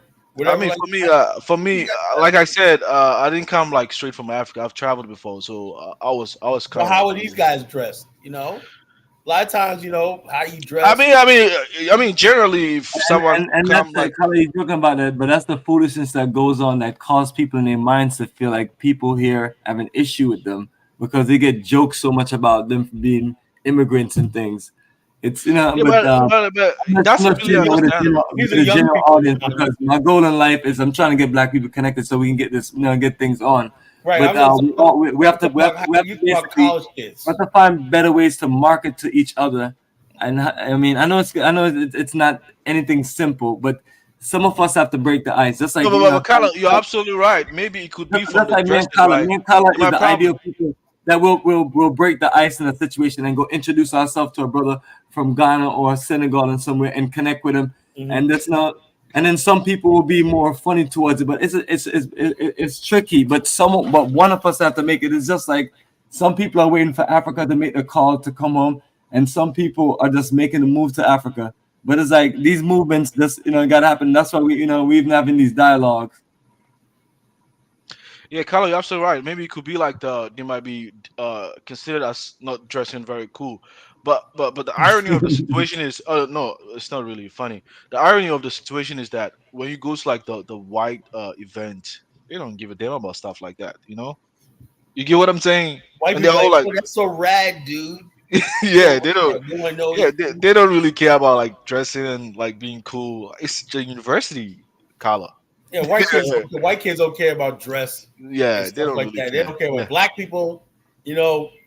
If you have dressed a certain way, you got the latest, kicks on and stuff like that. Like, who is this? Yeah, but Carla, it wasn't a state university. It's a science and technology university. Like, there's no even time for like events. We rarely have events on campus. Because I've seen recently, I'm not really happy about the state of Black colleges or colleges in general, right? The stuff that I see going on in college nowadays and whatnot, where kids are acting the fool and whatnot, twerking and acting the fool and all this kind of friggin' nonsense and everything like that. I'm not really like this to say, oh, this is a science institution. Yeah. American institutions are going down because Yeah. We lost standards and everything like that. People do what they want to do. They dress provocatively and everything like that, you know. And so that's what we're at right now. And then, Mhm. and I listen to some of these college kids. I realize they're only kids and whatnot, and they say kids say the darndest things. I listen to some of these college kids and whatnot. Yeah, blah, blah, talk about dating and who they like and everything like that. I'm like, this is our future. We're in trouble. It's Yeah, funny no, how white people are so nice and accepting and no, everything. but They I'm don't not share saying none of all. the wealth though. I'm not saying That's some all of fake them shit, man. actually. I mean, There's some fake I'm ass telling you, people like, that smile in your face, play this little game. White people You know know how what I'm to play saying? that game. Yeah, bro. They Come know on. that. They're good at. They master that. You know, when we're not around, they talk about you. When I was growing up or not, they used to talk about Africa. Like, no, I used to have to get in a fist with white boys talking about Africa and whatnot. Africa is this because the Ethiopian starving at the time when I was a kid. Oh, I said, you don't be talking about a mother country. You ain't from Africa. Yes, I am. You know, and we had to defend Africa when we was growing up or not. Now the game is switched. Now they want Africans to feel like, oh, we want to talk about Black America. They play this game when I went down to Florida one time, right? And there white people like saying, I can tell you're not one from one of these black people from around here. The way you carry yourself and everything. I'm like, I'm still black. These are my people. They're like, and well, you I even tell you one thing. Even when I was working in Springfield, it was one time because I'm a Muslim. I go to like the mosque, Zongo right? native. Zongo. So when I dress, right, I kind of tuck in my shirt like as a gentleman, right? And there's one time like a bunch of black people saw me. They said I was dressing like a white folk. I'm like, the fuck, like, what does that mean? Just dress like a gentleman means you dressing white? It was just crazy to me. You know, I just didn't get it. You You know, tucking your shirt in? exactly, yeah. Yes. I mean, I don't know. Dummy, now talking We shirt. wow. don't be doing it. But like it is what it is. Like we be Dumbing, doing. dumbing down of the American people right there. Now, what do you think about the fact that they're crediting Travis Kelsey with the fade? You know, he made the fade popular. The fade, come on, you I know. mean, white people gonna do that thing, man. What You know, else is new? white you guys see how white people's games are. You know, they're like, oh yeah, white. You know, they play the game, but now white kids wear hoodies, they sag their pants and all this kind of stuff like this. It's okay when they do it, but black people, it's a stereotype. You know, Mm. But Zongo, I get what you're saying, man. I don't really know the solution to that because it's tough. I think it's like Kala was saying. When you go anywhere, there's an adjustment process. You get what I'm Yeah. saying? Like when you look at if you look at like when there was Chinese that were here and then the Chinese immigrants came. There was Europeans that was here and then the European immigrants came. And when you look at the adjustment of those immigrants coming in, they didn't just make jokes. They were beating these people. There was gangs forged against these people. There was violence happening widespread against these immigrant communities until they kind of meshed in with the society. So Mm. these are things that happen, and it's not and we got to be careful with the kind of African, like, oh yeah, well people just receive you nice in certain contexts, but there's a lot of groups of people who don't like each other. There's a lot of places where you go and they recognize you got a different accent and they'll cheat you on the price because they know you don't know no better. These things happen in Africa also. You know what I'm saying? Yeah. So I understand what you're But saying in terms do of I sound some like I'm rejection. complaining? I'm not actually complaining. I don't really care actually, right? In fact, Yeah. the first time I came to Washington State and someone took me to the ghetto, the kind of question I was asked by certain black people when I told them I was from Africa, they're like, "Oh, you guys stay on the trees." I'm like, "Oh." Immediately I realized that this isn't the kind of black people that I want to relate to. You know, I want to like surround myself with. You know, because it seems like they're really out of for touch with somebody to even reality. say something like that, that person is like ignorant as. Yeah, I, exactly right. So I for had me, I had a South African sister work for me to a couple weeks ago. I think I told y'all about it. And we were talking like when we had our break or whatever, and she was just saying, she was like, somebody came up to her and asked, she's like, do Africans eat monkeys or some shit like that? Do African people eat monkeys? You know? And I'm gonna keep it real with you, bro. Americans in general don't know about Africa, man. Like if you yeah, put a gun to the average American's head and said, where's Zambia on this map? They'd be dead. Like people don't know this stuff. Africa's not really relevant. So that you're gonna get that. You know what I mean? And I'm sure you know that. Yeah, and the average black person in America, you'd be surprised that some black people talk to them, they know Africa. When they know Africa, they really know Africa. Then Yeah. the black people that know Africa, they bump into them, they know the continent. We can have a full-fledged conversation. I bump into brothers out here in Virginia Beach all the time. Oh yeah, I've been to here. I've been to Tanzania. I've been to Ghana. I've been over like that. I'm like, wow, living in suburbia. Yeah, that's He true. said, yeah, me and my wife's going over to Ghana next year when we're going over there again and whatnot. Then you got people who don't know what, I You think know, Americans in general, though, Kyla. You think white Americans in people know general. about it? White people don't know jack about that. I mean, how do you live in a world? Because Africa has to start. But some do know though. I mean, I think I would say like some of the Christians, some of the Christian white, because in Missouri State, it kind of surprised me when I saw some like white Christians. But that's the They've been, missionaries. yeah, missionaries. No, they've been Missionaries. to like remote places. I'm like, I was kind of shocked. For those kind of white, I think some of them have been to a lot of places. Yeah, I mean, They act as like the Peace Corps types. They yeah, act spies and everything like that. They know Africa and whatnot. That thing. But for the most part, the average white person in America don't know anything about the continent. you're right, and I agree with you on that point. Absolutely, and that's what we have to do. We have to spend time learning about each other so we can grow. Serious business, man. We gotta make this move. We can't have another generation go down in shame. But on that note, we got somebody called Monkey Eater. I don't know who these people are. I Let don't me know. know from you, Carla. Uh, let's brace for All right, impact. I'm gonna get going. Monkey Eater, go ahead and introduce Oh, yourself. that's Kaiser. Oh, Yeah, I'm gonna get going, guys. All right, take care, brother. That's Kaiser. Monkey Eater, welcome to the show. That's is kicking, man. Yo, what's good? That's kicking. There you go, brother. We're good, man. We're good. We just want to hear your feedback. Let me pop up the topic again real quick.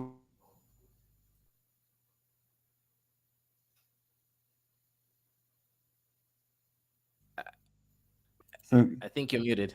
So Monkey Eater, there you go right there. That's the topic right there. Okay. I'll say this, right?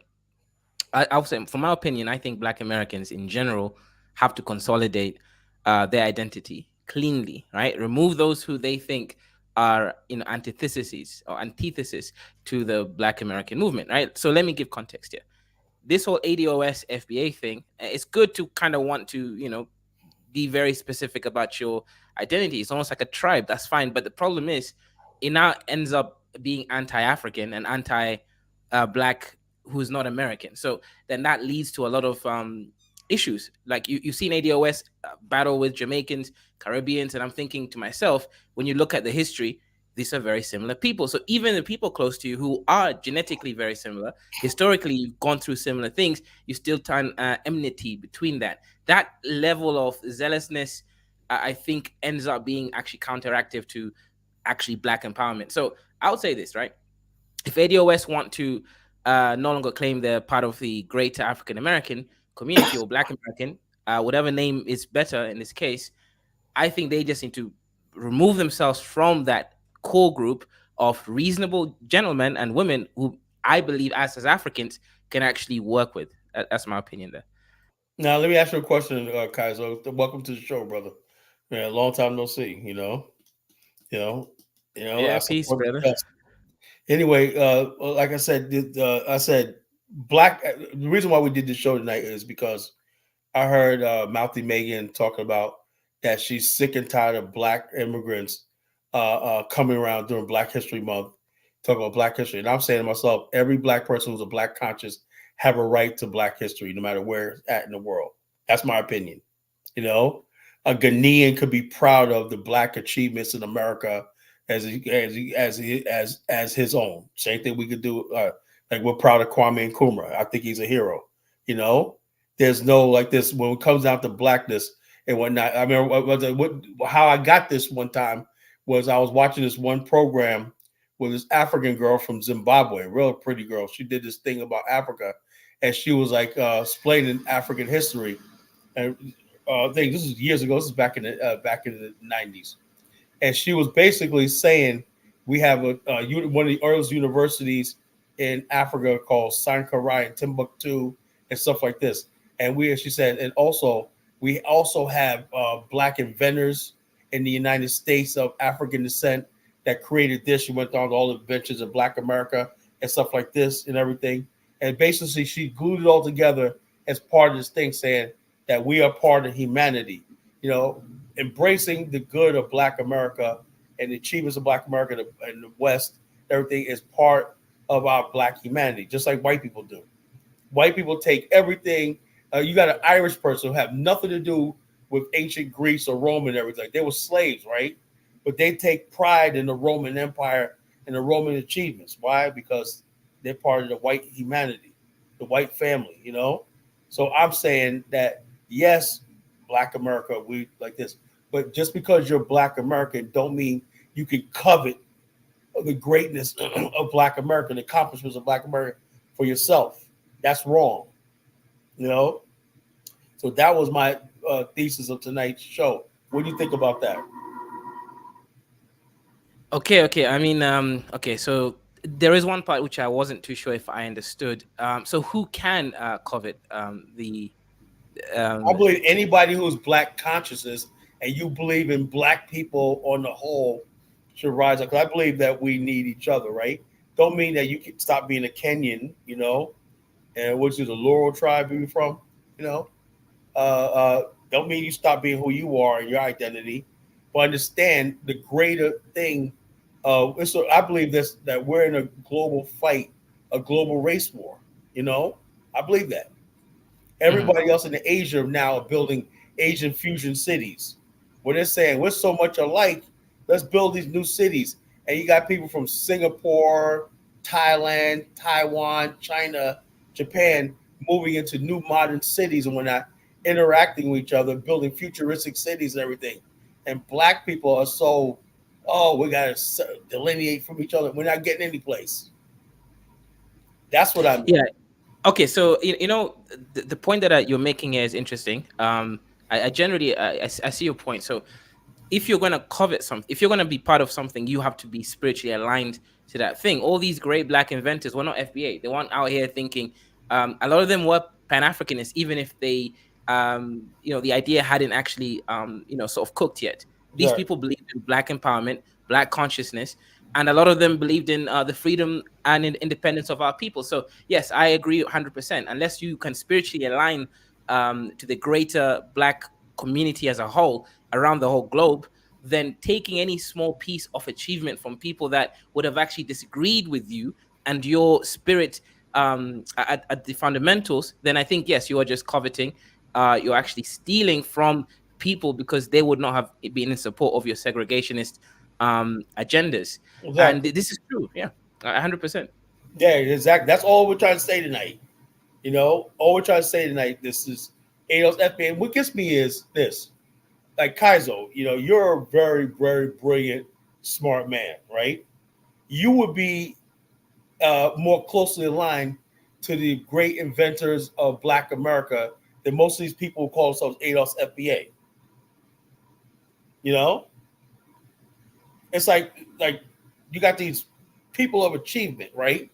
These people like achievement, right? They belong in one category, right? You could easily put a Nigerian in there with them, a Kenyan in there with them, whatever, a scientist, whatever, and you have that thing, and the rest of us fall in line.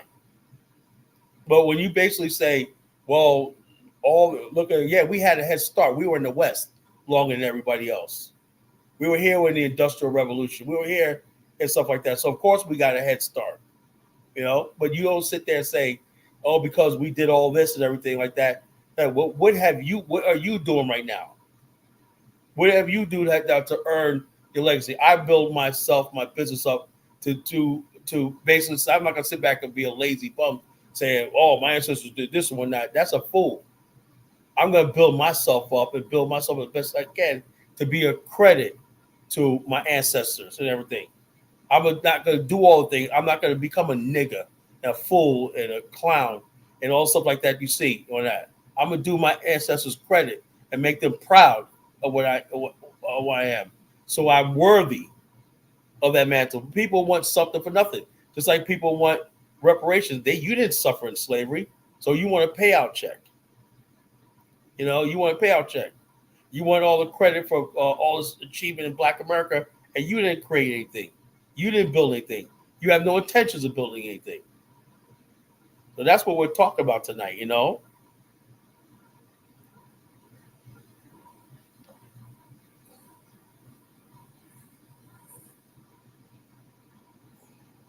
Yes, Color Genesis, you're live on fire. Let me know you're ready to shut down, brother. Let me know when you're ready. Well, I got a couple of videos I want you to play. Yeah, I was hoping that you start playing your videos, but time went by. I got them on and which part I didn't put them on they're not on YouTube, so they're on TikTok.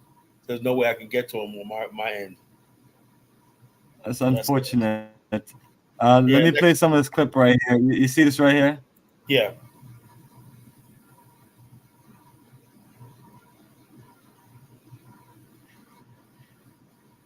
Yes, so Kaiser is gone. I'm surprised he stayed that long, you know. Oh, he's in and out. You gotta go start one up his live. It's that Kenyan dusty internet. Who is this dude? He like a troublemaker or something? Oh, Kaizo? No, Kaizo's good. He got a good show. Oh, okay. Kaizorian Empire, he's a good show. Very entertaining. All right, so this part I picked up and I can just play for a few minutes so you can give some feedback. I wouldn't say it's everybody that's doing that. Well, we don't say they say everybody's doing stuff over here. This is the whole aspect. Why do y'all feel a need to defend? I don't know if you're Black American or not. When we say what is going on and how they're coming at us, this is why I say Pan-Africanism and this whole aspect of what they represent, it's a straight vitriol and a hate towards Black Americans. They start swinging and spitting and shitting, and it's like all of a sudden when we defend ourselves, oh no, not all of them do it. It's too many. Sorry, we're done. Everybody's a little bit done. Come with something else, because at the end of the day, the whole world knows what Africa is. And most of Africa, when they can show the continent of Africa and all the other nations around it is lit up and Africa is primarily blacked out, goes to show that there is a problem. So we're not up here just, we're busting on Africans and hating the Africans. This is stuff that they have brought, and we have a right as Black Americans in our Black American country, on our Black American social media internet, to say and voice how we feel. Enough is enough. If you went there and you had a good experience, you're one of few. Good for you. Because if it was all that great, they wouldn't be flying up out of there like cockroaches. So explain that when we say something like that. Oh, no, they don't even want to claim Nigeria. We get a Nigerian that comes on constantly, and he don't even want to say he's Nigerian. So and moronic for Black Americans to defend something that Nigerians ain't even defending. That sounds stupid. Did he just drop off? Come back, he just dropped off. Yeah, but that's what they do. It don't make no sense. How you gonna defend something that they're not willing to defend? You know what, Trina, I want to say this. What bothers me is that what hurts, in my opinion, as a Black American, is that these people come throwing punches, hitting on us, punching us, spitting us, kicking us, right? And when they're around doing that, nobody is around to defend us. We're completely left alone to fight and defend ourselves. But then when they want to come over, well, it's not all of them. Okay, who cares if it's not all of them or not? The ones who are attacking us, why are you not addressing that? The ones that are attacking us, the Africans who don't attack us, why are they not fighting the Africans that do attack us? We're always left by ourselves completely to defend ourselves, and then they have the nerve to criticize us when we're doing it. That's right. Yeah, now it's time to let it be known. No, tag teaming you.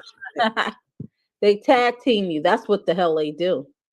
And when they come up, and I'm speaking to myself, when they come up and they start talking, let's come in waves and give the host some respect and let her come in and then come in after her, so it doesn't seem like we a bunch of just jumping. All right, Trina, explain that again. So, just take your time to explain it again so we know the process. Yeah, so when Megan is speaking, let her speak and let them have that conversation. It's really hard to resist not coming in just to swing, but as Black Americans, let's get the context and the aspect of how they're feeling and to see where they're coming from as Black Americans.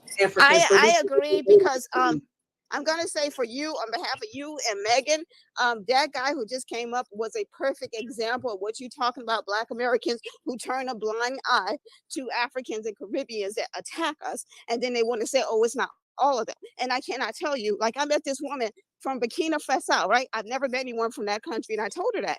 And she said, well, they used to be a former French colony. So when their people usually leave the country, they usually go to France, right? Not to the United States because they don't speak English. So what happened, she happened to overhear a live stream while I was criticizing African actors taking Black American roles. So she started with the, well, it's kind of divisive and, we should really be unified, right? So I listened to her. And then she said, I forgot how we got there. But then she goes, well, I said something about how they thought of us and, negatively. That's what I told her. I said, just why I'm saying this because of the way they speak negatively about us. And then she said, well, it's because when we're in Africa, all we see of Black Americans are that they're on the movies as thugs and baby mamas. And I'm like, how is this woman from a small African country that speaks French? Most of her people don't even come to the United States. And she's saying the same damn thing that these Africans say. They all swear that they're not a monolith, that they're not the same, but they all say the same damn thing, word for word. And I'm like, it's a fucking lie. You're over here because you hear about Black American people's greatness and their success and their accomplishment, but you would sit there in my face and lie. And at the moment she said that, I lost all respect for her.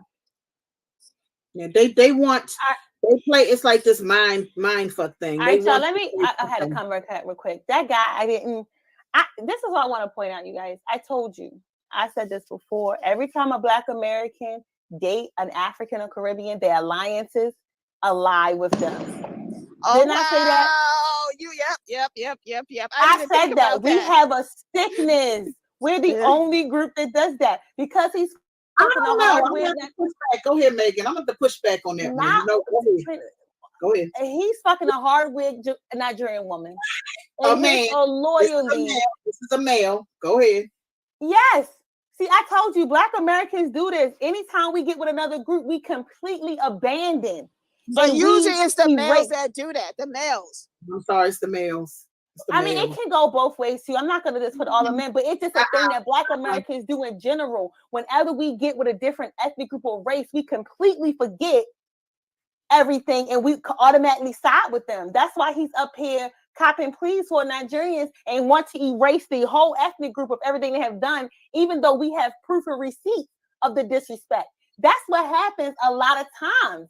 We always do that. Oh, I'm fucking one. I told you when it came to reparations. Oh, my wife Caribbean, my wife this, they need reparations too. It's like they can't separate the two. That's why I said we have to be very careful about the Black Americans we let at the table because their loyalty is not with us. You're saying that they will be married to a Caribbean or African and then say that they should get reparations too? For real. They did that on the reparations task force. I get what Megan is saying, but I'm sorry. I see that more with men. I don't care if y'all get offended or not. No, it be the men. We don't even date out that much. And now that you're finding out when they on this panel, no, I'm gonna call a spade a spade. When I'm looking at it, a lot of these men who pulling up these hard wigs and they're talking about Black American women, I'm like, that's not a Black American woman. They married to them, they date them, the whole 9 yards, they change up. I haven't seen too many Black American women. I'm not saying that they don't. That change up and all of a sudden she forgets she Black. No, I don't see that. Sorry. Yeah, I'm not taking no L just because we may date out. You got to call it what it is. He do it when he date white, Asian, Hispanic, African, Caribbean. He do it with all of them. I'm gonna put that L right there. I'm not taking his L. We all do it when we don't date out as much as them. They date out more, and they the same ones who gave the culture. They do have hard wigs. Their wigs is so terrible. I keep looking at these videos on Instagram. Can I talk to you African women really quick? And I really don't want to be mean. They can't do it. They can't. Why your wigs are so bad? I just don't get it. Please let them wear their bad wigs so we can know who's who. Just let them wear them. I mean, the lacy on their eyebrows. They don't even try. But the point is, they just please let them wear their wigs. We don't want them to wear hard wig. Like we have advanced so far with these lace fronts. I would think that this chick come up By with the my. time they get it together, we'll be back to our full natural hair. I don't care. I'm glad. You know what the wig is saying? Interrupt. It's saying, God damn it, I'm not meant to be on your damn head. The reason why it don't look right is because it's Black American women. Some of us have 4C hair. Some of us have different hair textures. This is another thing, Black people have 4C hair. So when we straighten our hair out, or whether we wear it I mean, curly are or we whatever, still it listening looks to natural to the? us because a lot of us, when we straighten out our hair, that's what it looked like. When you see an African, they straighten out their hair, it's like they got to catch that shit on fire. It's meant to be short. It's meant to look, go to your traditional. This is how it's basically showing you it's not meant for them. Black American women have been innovating hairstyles since we have been here. It's going to fit us because it is us. That's because we're mixed as fuck. We're American African. That's why they're meant to look the way they look. Joy Reid's wig will never sit on her head right. The wig is saying, please, get the fuck off of your head. I don't belong. That's what you're going to see with them. And that's just the way it is. We are American down to our soul, our very looks. That's the point is, though, the fact is, the minute if he can come back up, his loyalty, he didn't even know. It's so exhausting. I'm not gonna get into it because I'm gonna get off here shortly. But it's just the fact that Carla, when can he we? meets somebody else, it's like we erase the sins of that whole group. I'm not saying castigate everyone, but we have to call a spade a spade. We do. These people that have this We can't anti-black watch. ritual We for can't watch years. They got all songs. this They got video. slick disses. I mean, that guy. Like, what was his name? Obunselli, a Nigerian, bashing Black American women up and down Twitter, even though a white woman took him out. You had the one African wishing death on Clarence Thomas. I mean, it is so many examples of Nigerians in particular being the most anti-Black American and vitriol out their mouth, wishing death, wishing the KKK, and is that and everything. But the minute he get a strong jawed ass Nigerian woman, all of a sudden he want to erase their sins. I'm tired of you niggas. Go take your African, your Caribbean, get the fuck on, because I don't got time for this. At the end of the day, I'm gonna make the videos I want to make because after decades of disrespect, we are finally clapping back. And I'm not standing down for anybody. I don't care. Ain't nobody gonna do nothing to Africans because that's not in our culture. They the ones come from them savage culture, chopping up bitches in America and putting them in suitcases, running bitches off the street and stabbing them. Those are what Nigerians do. You will pull up Nigerians doing more tribalistic shit in America, cutting off vaginas and shit and doing rituals with people in America. So don't dare come at me talking about somebody gonna go do something, because Black Americans ain't thinking about Africans. You're not even on our radar to run out there to do something to an African. You're insignificant. The only thing we want to do is get you the fuck up out of our spaces and our culture. So hush that shit up about your videos going to drive somebody to do something. Won't you go talk to the Nigerians that over there that's sacrificing and killing whole tribal women? See, this is the problem with you fucking Pan-Africanists and you weak ass niggas that fuck with these bitches over there. You don't go tell them to stop the violence in them tribes. Go over there and tell them stop doing money rituals with them children. Go over there and tell them stop practicing juju, think they're going to be millionaires. Tell them stop being frauds and schemers. Nigerians is the number one on a fucking Interpol list of frauds and schemers. They banned in all kinds of countries. So how dare you bring your ass up here and talk about what I'm doing of a video? You better get the fuck on before I really get off tonight. Preach, my sister. They get on my fucking nerves. I second that thought. I'm tired of these Negroes. You got now, the hold right up, one. y'all. Color Genesis, my brother, please respond. That's what. Yo, look, man, I'll listen to that, man. I was like, yo, that shit gave me fucking. I mean, that's why this is the reason why we did this show tonight. To let people know, yeah, there's Black people who think like that. They're not with us. You know, they have this hatred and everything. How did it turn from empowering ADOS and everything? So that's what it's also all about.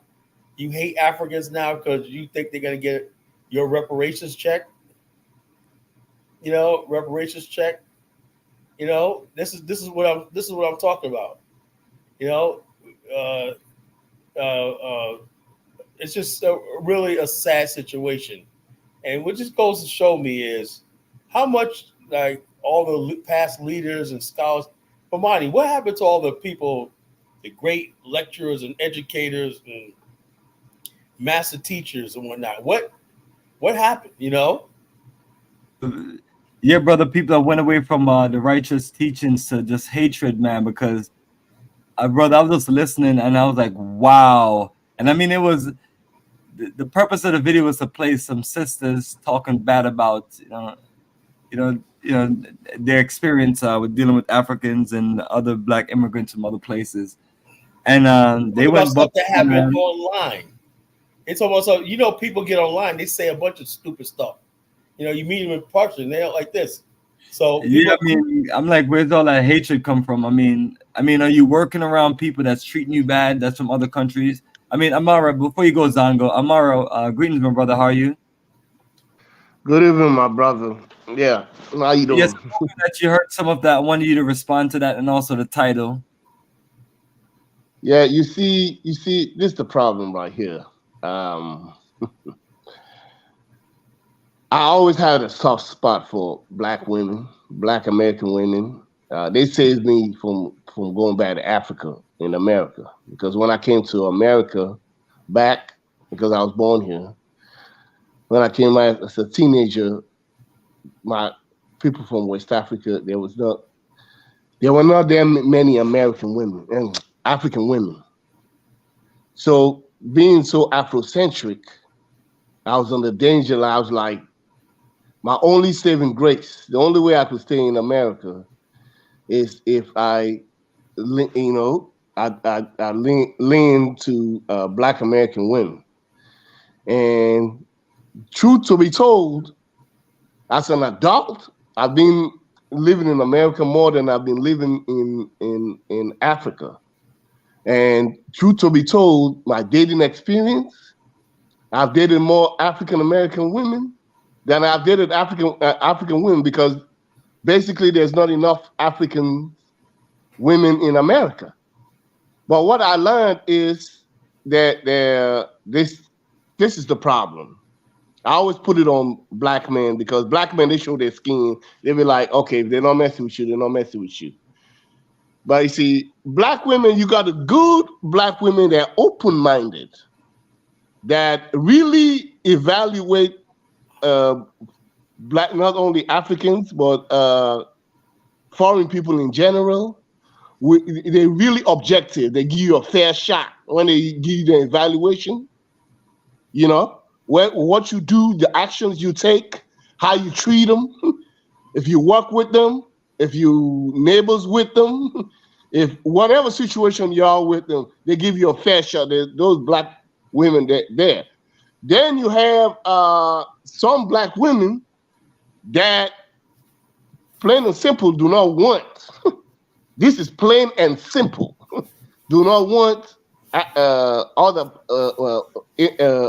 black immigrants, as well as other foreigners, period, around, because that's a general theme anyway.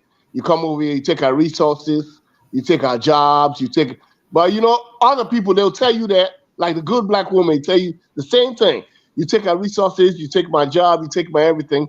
But when they deal with you, they're more rational. They don't say, oh, because you take my job, well, no, I'm gonna treat you bad. No, I'm gonna tell you how I feel, but I'm gonna treat you good. But then you have this a particular set, that period. That's not only black American women. You have a particular set that just don't want foreign, and it's a general thing. They don't want people out here competing with them, doing all the extra things. You see what I'm trying to say? So you're gonna get both of that.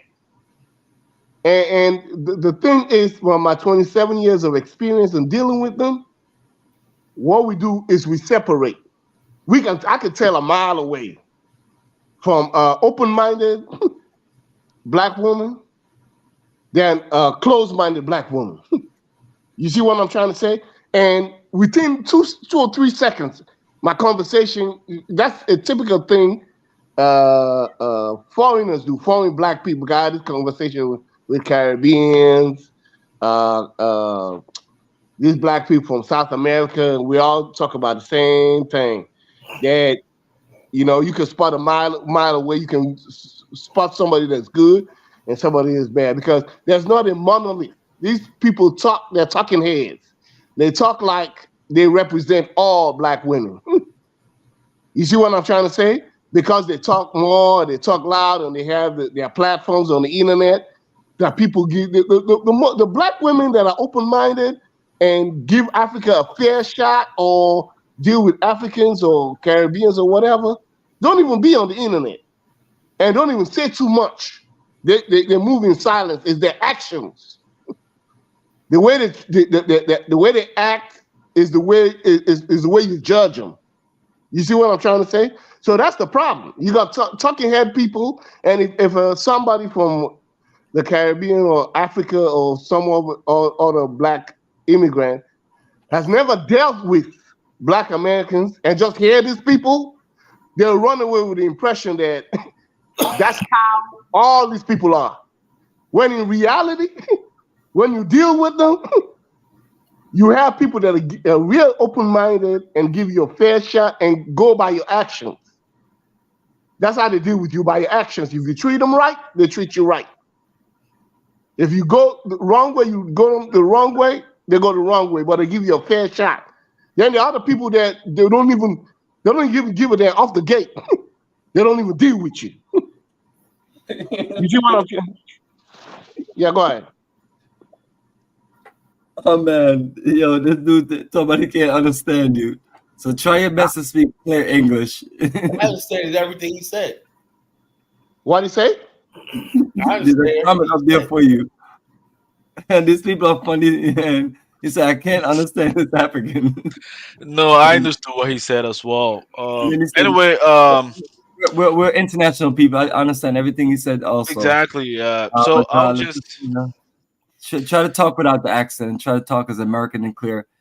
For these ignorant audience who just need to this. Okay, I'm gonna Americanize my accent. Okay, and I'm gonna go straight hood. Yeah, I'll say like I'm gonna go straight hood. If that's what they want, I'm gonna go straight hood. Amara, let me let me break it down because they want to hear America. Let me give my because I wanted to I mean Kyle, you know, like the Newton's like third law, for every action there's an equal opposite reaction, right? So like from the video, what I deduce from the video is that is a conflict between African Americans and mostly, I would say, like not all Africans. I would say like mostly Nigerians actually. Probably I'm seeing that as maybe Nigerians you know, speak very highly of themselves and speak down against African Americans. So the African Americans probably giving them an equal reaction, right? So that's really understandable, right? But for me, I don't really hold. Well, this is the way I see it, right? I see it in a nutshell, right?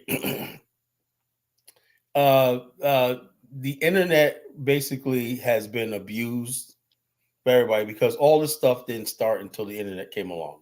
Exactly. You know? You can get on the internet and become a billionaire. You know, a Nigerian may have $100,000, right? He gets up there, I'm a billionaire. You know, I'm exactly right. You know what I'm saying? You know what I'm saying?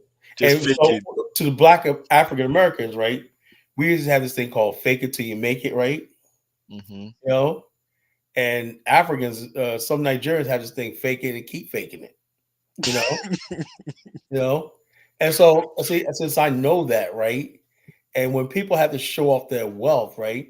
A lot of these people have never had anything their whole life. So when they get a little bit of money, everything, that's their achievement, right?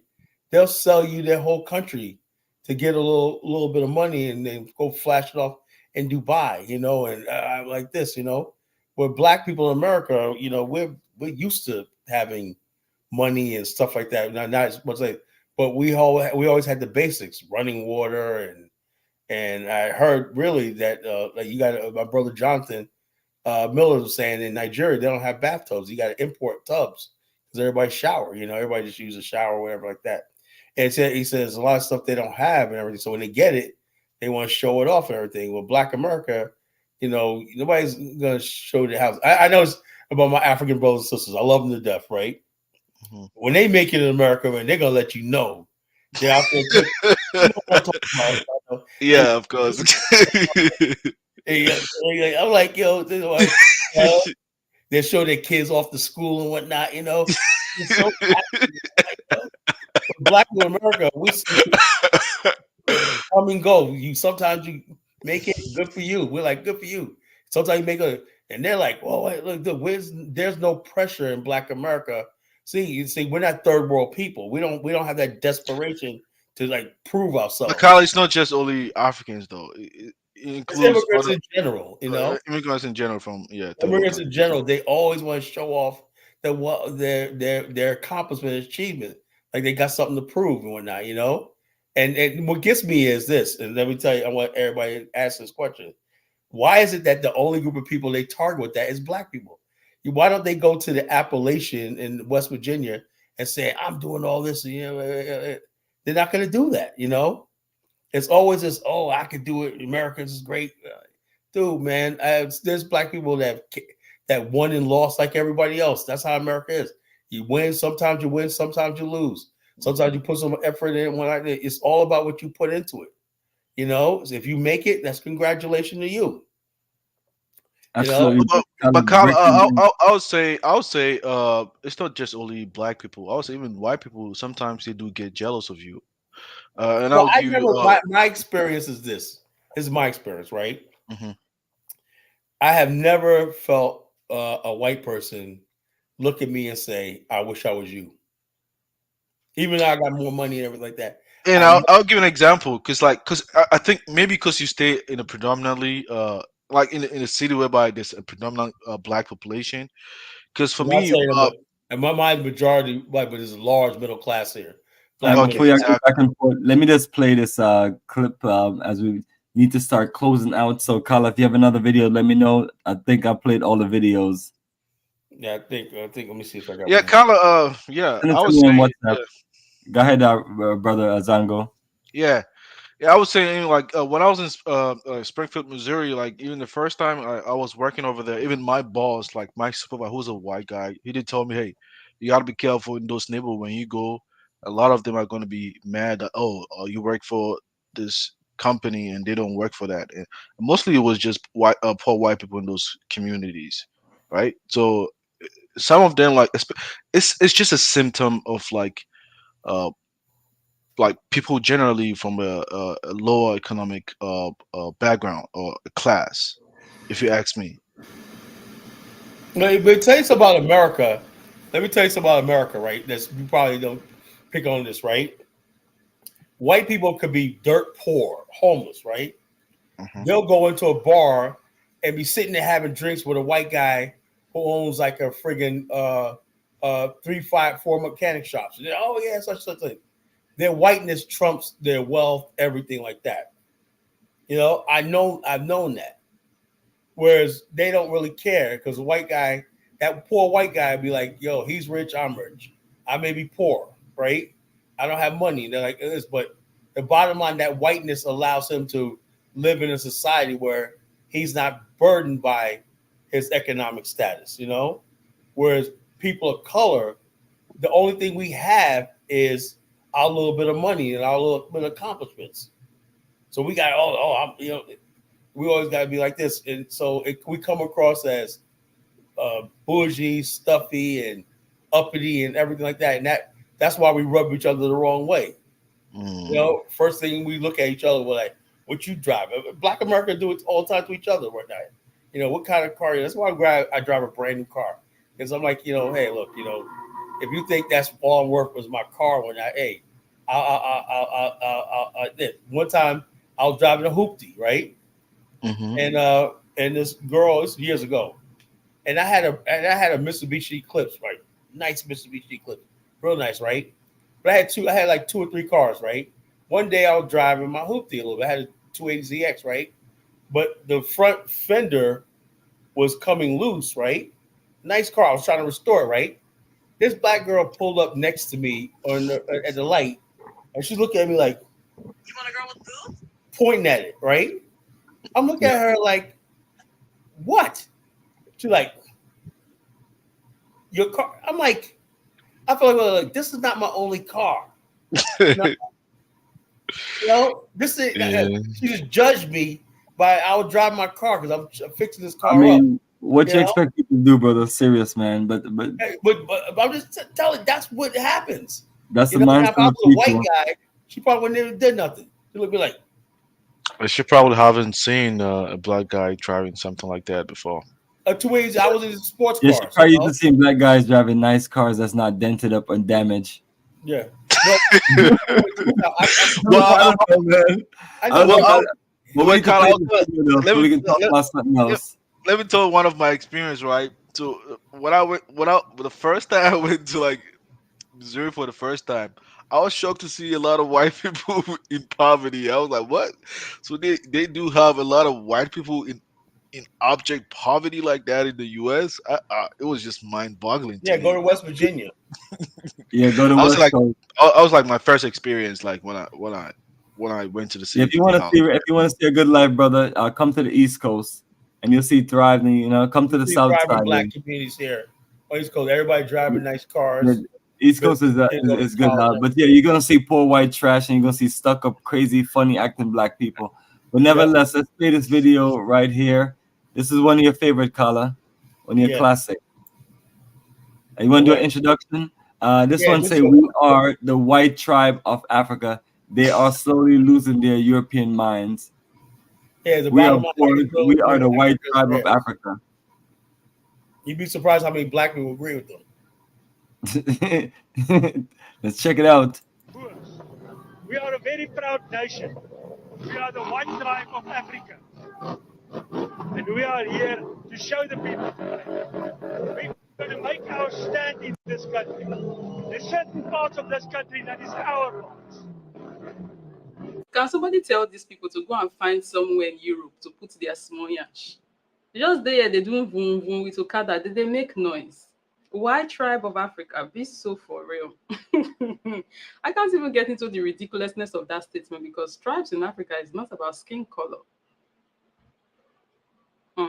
I drink water, my time in this country, my throat is dry. Now so we want to live for this continent. Okay, let me speak English. The pigeon just keeps on coming back. Is this how we want to be living on Mama Africa? If I say I'm not tired, I'll be lying. I swear down, man. Because even if we as a people say we want to live in peace, try and find a level ground so everybody can just, come together and move forward. They don't want that. So is this how we want to be living? That's what we want to do. Again, the pigeon. Is this how we want to be doing it from generation to generation? And this is why I'm strongly of the opinion that one of the big mistakes we made when colonization ended in quotes, because colonization never ended. If you know, neocolonialism, right? But I am of the opinion that one of the biggest mistakes we made when colonization ended was letting these people stay back after it ended. If colonization ended, the colonizers were supposed to pack their bags and go back to where they came from. Not stay back, still be able to control land, resources, and do all that they were doing when colonization was still up and running in a supposed post-colonial time. Big time effort, now we effort. So we march line 2 times, 2 big times, now we march line. 1, when we let them stay back after colonization and apartheid ended, and 2, when we let them keep all of that, all of the stolen goods, all of the properties, and all of the wealth that they accrued on the backs of our people. Our great-great-grandparents dealt with this rubbish, and the ones before them. Our great-grandparents dealt with this rubbish. Our grandparents dealt with this rubbish. Our parents dealt with this rubbish. Now we are dealing with this rubbish. This is starting to look like a generational curse, and this curse must be broken. That's how we now would eventually live. Our children will be here, and they will still be dealing with this. There have to be an end. Because, funny thing is, we always talk about how lost we are as a people, but now that I think about it, I don't think there is any other group of people that is more lost and confused than these folks. But they don't need to worry because we know where they are from. We know where they are from. We've not forgotten. So not only would we continue to remind them of where they are actually from, we can even show them how to get there. So they can go and deal with their lost thing that they're dealing with and the confusion thing that they're dealing with over there at home in Europe. And that is why this EA that's going to be coming up on this next clip has the mind to be talking about how God needs to give them their promised land back. That will really matter if South Africa turns to Jesus. If they turn to God, then God said in His word, He will rescue them and He will bless their land. And if we as South Africans turn to God, He will definitely answer to His promise and He will never fail us. And then we will be blessed. So you think the country should return to God? Yes, I do. And if they repent and stay away from their sins and then they walk with God, He will turn this country upside down and He will be the one that will give us back our promised land, because He promises in abundance. But we will have to turn from the wicked ways. Otherwise, it will never work. Zillow helped me land this Airbnb listing. Yet how it's only these people that God is to promised land. Only them. And every single freaking time, the lands that they are always promised by God belongs to other groups of people. Other groups of people already inhabit the land, but God always promised it to them. God promised them land in America. God promised them land in South Africa, in Africa. God promised them land in Palestine. And I think this video is even more dangerous, in my humble opinion, because if you are an African person, if you are a Black person, if you are a South African watching this video and you are a Christian, you might not pick up on exactly what is going on in this video, because the video has this message of, oh, as a Christian, you need to do better. You need to turn back to Jesus. You need to stay clear from sin so that God will bless you. But then this is where you need the spirit of discernment, like Christians say, for you to discern who exactly is she speaking of. Because if we already know that this land is ours, we know them folks who is trying to take the land away with the narrative of promised land. So who is she talking about here when she's saying we need to do better with Jesus and Christ so He can give us our land? Definitely not the indigenous people. The land is theirs. It's them folks who are trying to take it away because they believe that the land was promised to them. The land is theirs and was granted to them by God, promised to them by God. So who is she talking about here when she said they need to do better with Christ so He can give them their land back? Definitely not the indigenous people. Obviously, there is a conflict of interests.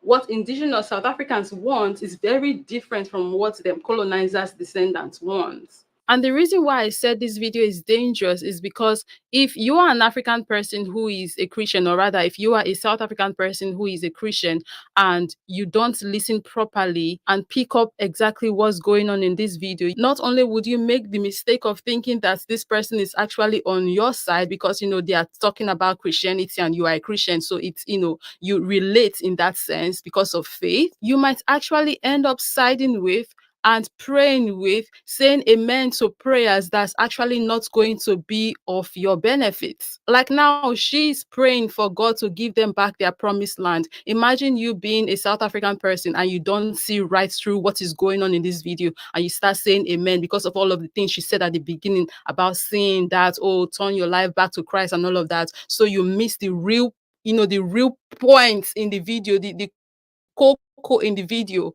You missed that one because of all of the stuff she said at the beginning. And now you find yourself in a position where you are saying amen to prayers that's not going to benefit you and your people. And some of you might be wondering, oh, why am I saying this? I'm saying this because I went into the comment section of this video and there are Africans there who did not peep what exactly was going on in this video. They are there in the video talking about, oh, I don't see anything wrong with what she said.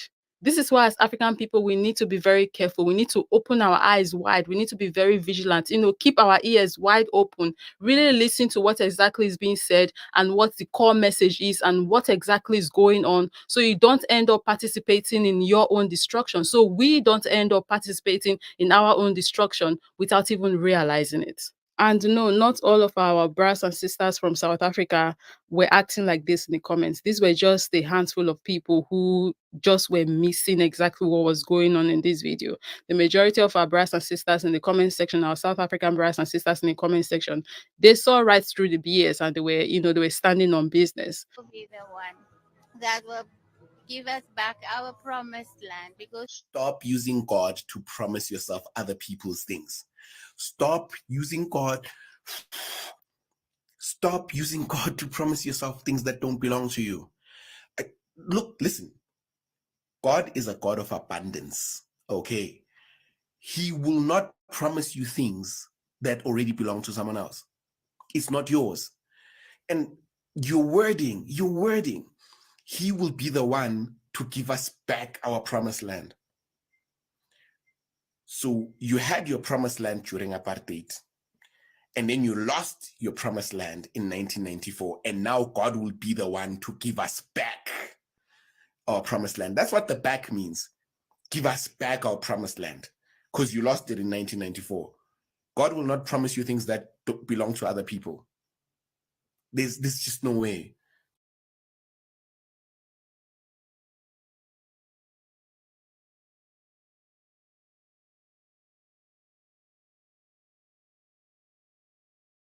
What are your thoughts? Let's continue this conversation down below in the comments. And of course, I'll see you guys in the next one.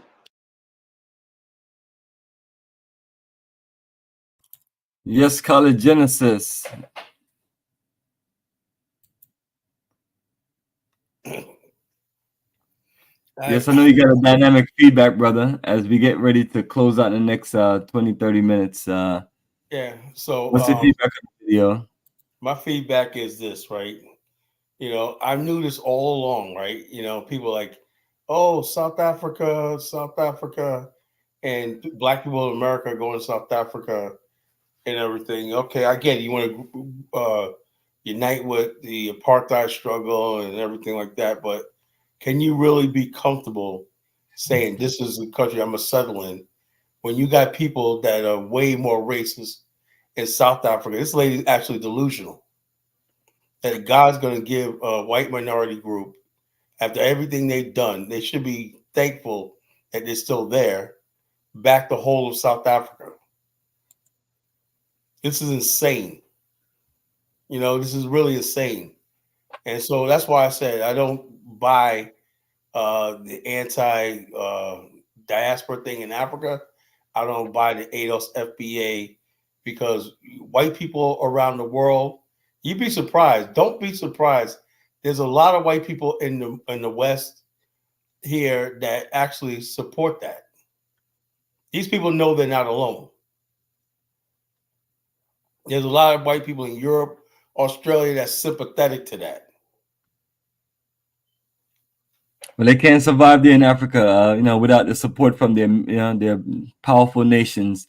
But on that note, brother, Dollar Bill just came in and Ola just came in. Dollar Bill, welcome to Pan-Africanism towards nationhood. What's on your mind? Hey, thank you, brother. Can you hear me? I hear you loud and clear. You came to respond to the topic. Yeah, I'm always watching your show, guys. This is my first time on. And, excellent. I'm an African American from New York.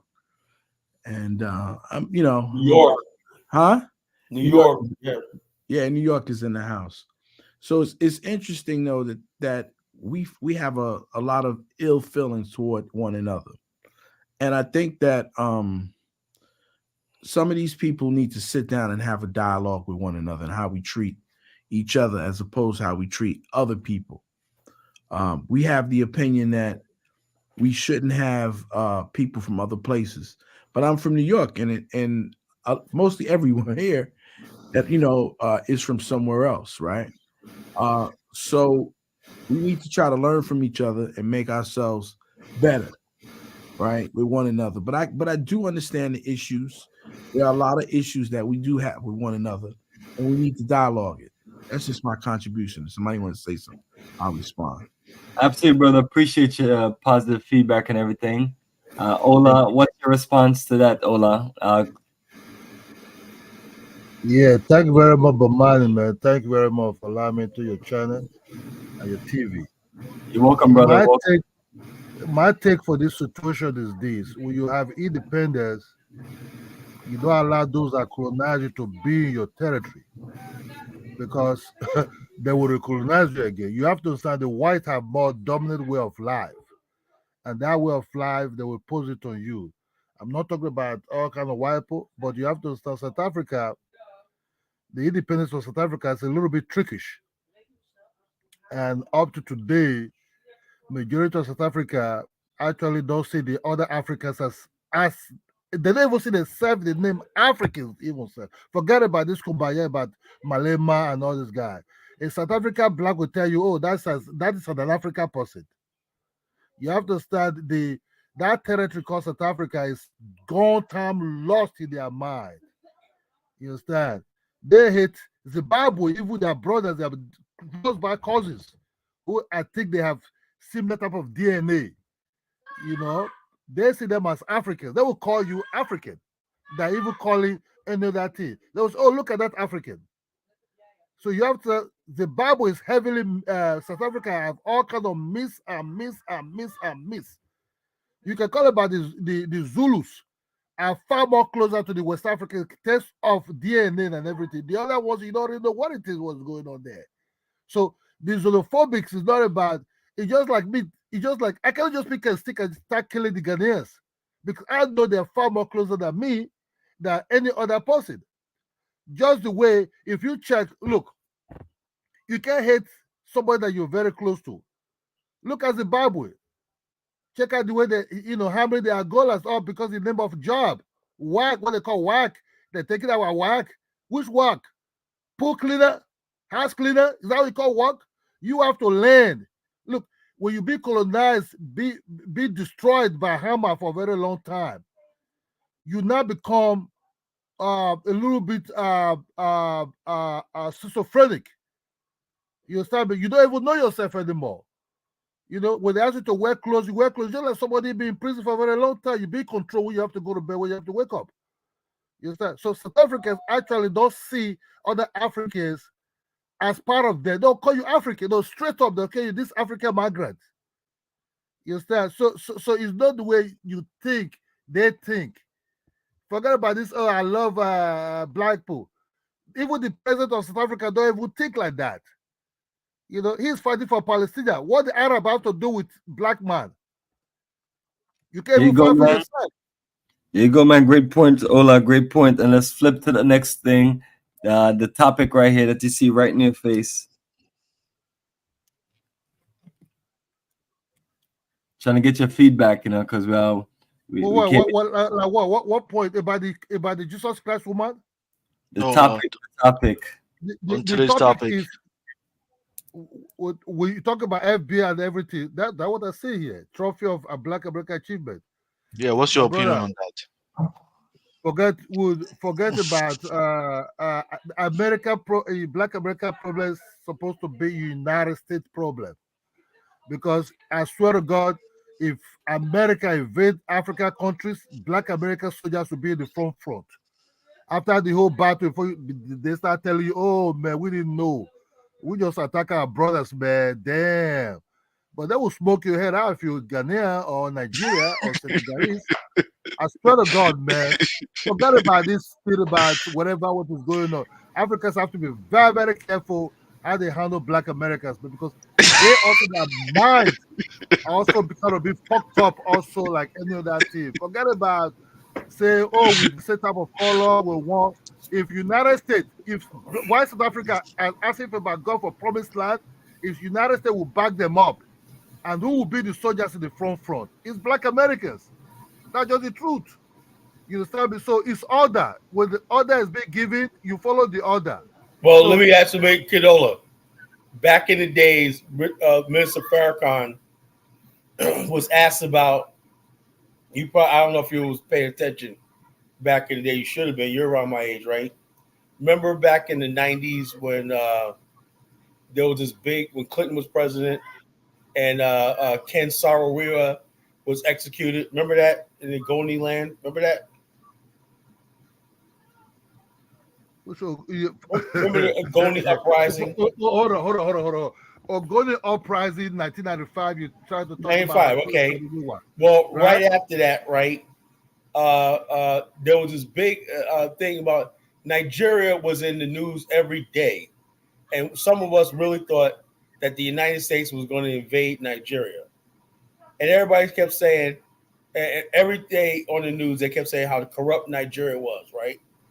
And then Mike Wallace asked Minister Farrakhan, right? You know, I'm gonna play this video. No, I remember that. I remember that. Okay, I'm gonna play. I remember that video. It said, "Oh, he has no right to speak about Nigeria."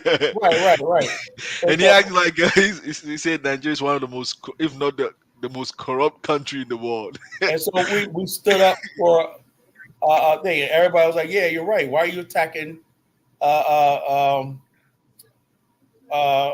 Nigeria like that when we got problems here?" He goes, "Nigeria has only been a democracy for 30 years." That was 1995. It was like 35 years, you know. And so we do basically have that. So that's what Pan-Africanism comes in, you know. No, you forgot about. He asked him that does he know any other country that is more corrupt than Nigeria, and he said, "I'm living in one." Yeah, I'm living in one.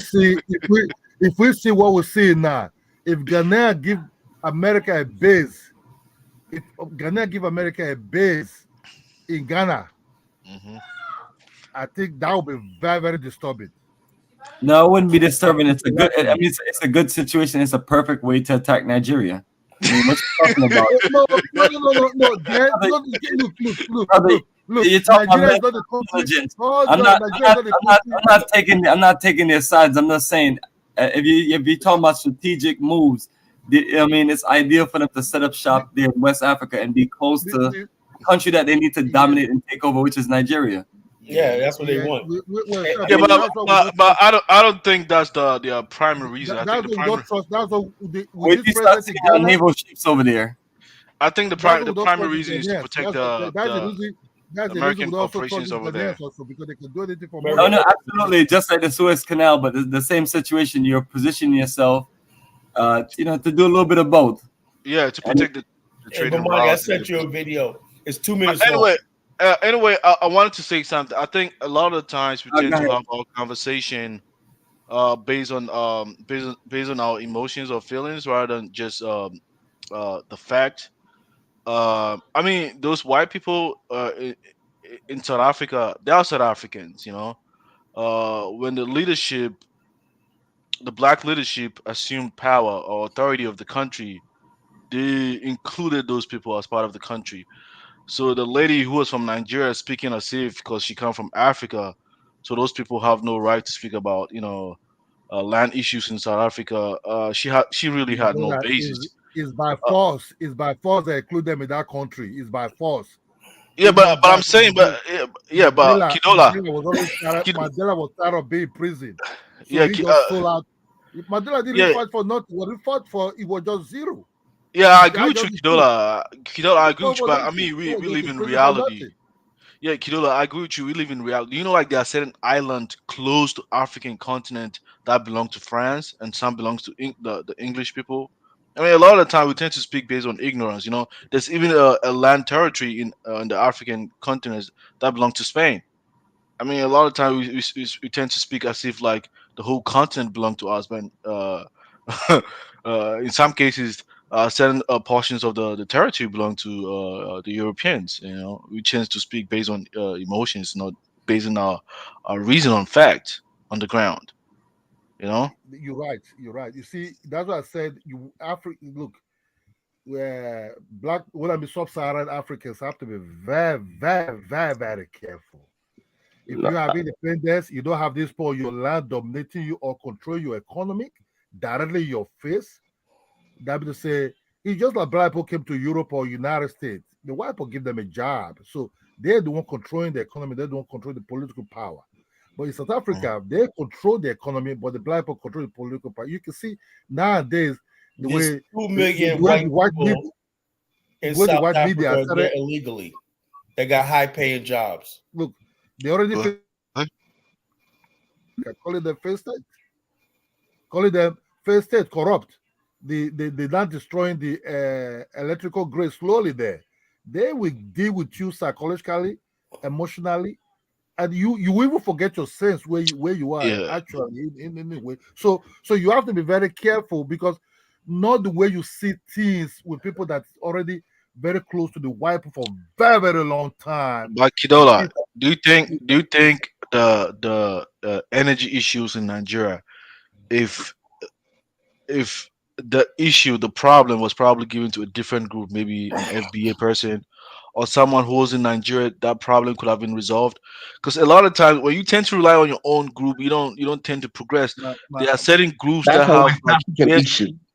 what? My brother, It's a West African issue. You see, my when brother. you deal with Africa, you got to deal with it by regions. Every region thinks different. Because we don't have white people as a part of our population, we tend to have a different perspective. That's our West Africa. Even when I was going to school, they used Oh, to really? say Africa would be better ran if we go back to colonial rule.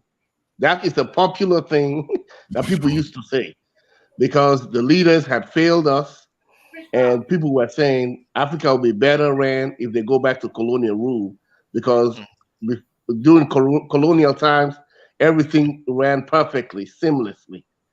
But after independence, we start having problem with our own people. So, Yeah, exactly. but those people in South Africa, why Southern Africa is different, because they have white populations and they have a white struggle between black and white. So they have a different perspective. We'll be looking at those people as white South Africans, but as according to the South Africans, their struggle, the white man is not part of their land. So Yeah, I if mean, it's just we don't have a different perspective, because we don't have West Africa, we have landowners. We own land outright. We, the individual families, own land. South Africa, the land was owned by the whites. Is when later, when the ANC government came in, that it took away a lot of land from the government. So individual people do not own land like us in West Africa. You see, Thank so you. each region have a different perspective. Thank you. That's what yeah, I but, said. the point I was trying to say is that there are certain group that have years of experience in a certain like field, and usually when you bring them into your country, they bring some kind of benefit which leads to remarkable economic growth into your country. Like look at a country like US. Hold on, let me speak. You look at a country like US. When the Germans came, they have certain skills that they brought to the US. The Germans are part of the groups that help in building like the spacecraft in the US.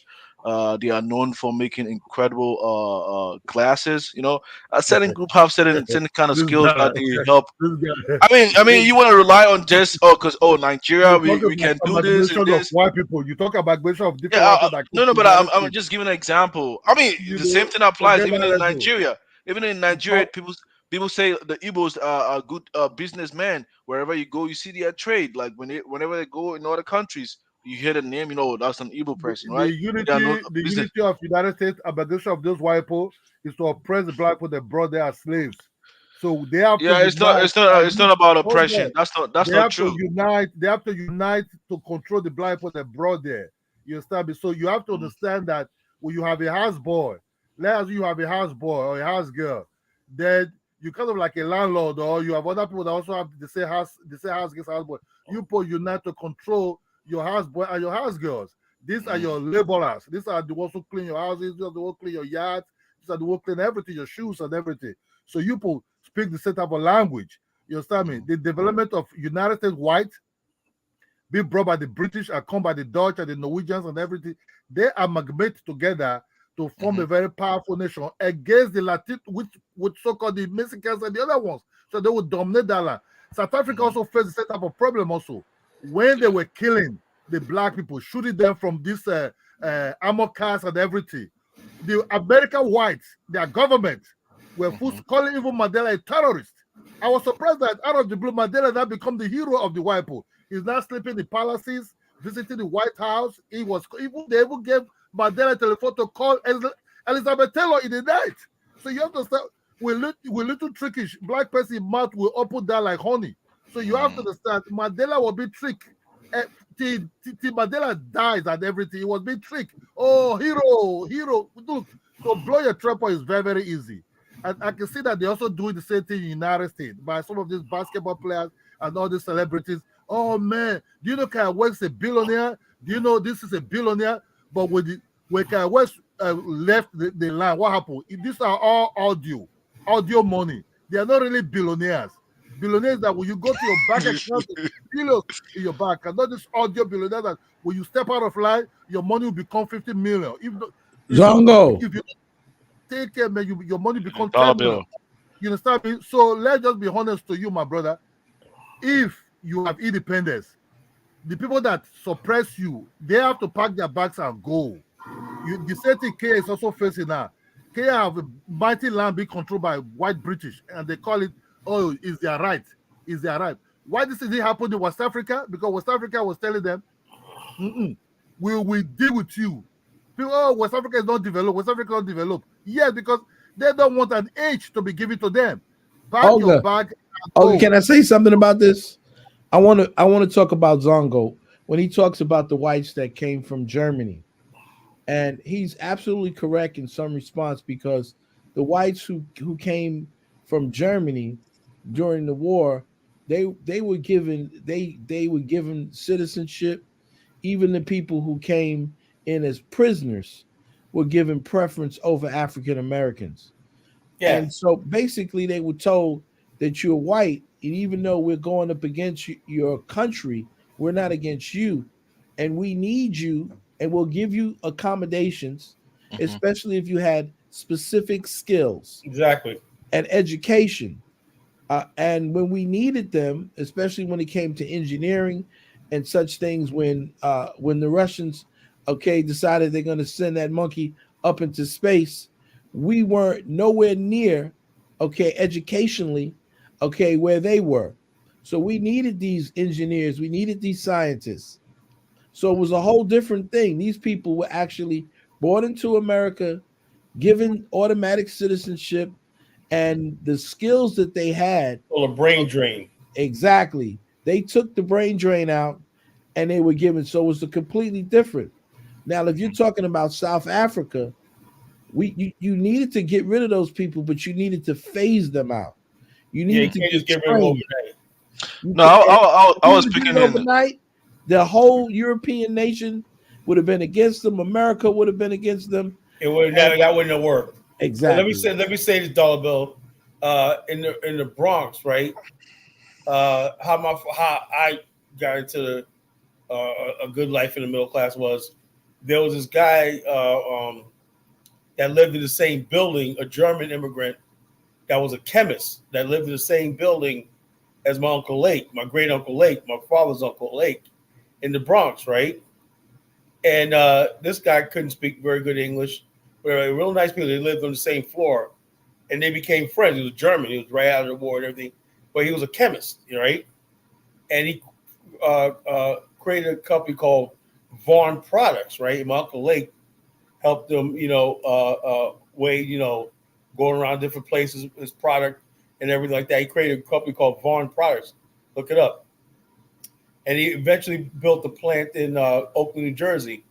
And my Uncle Lake, I can say no. He gave my Uncle Lake a job.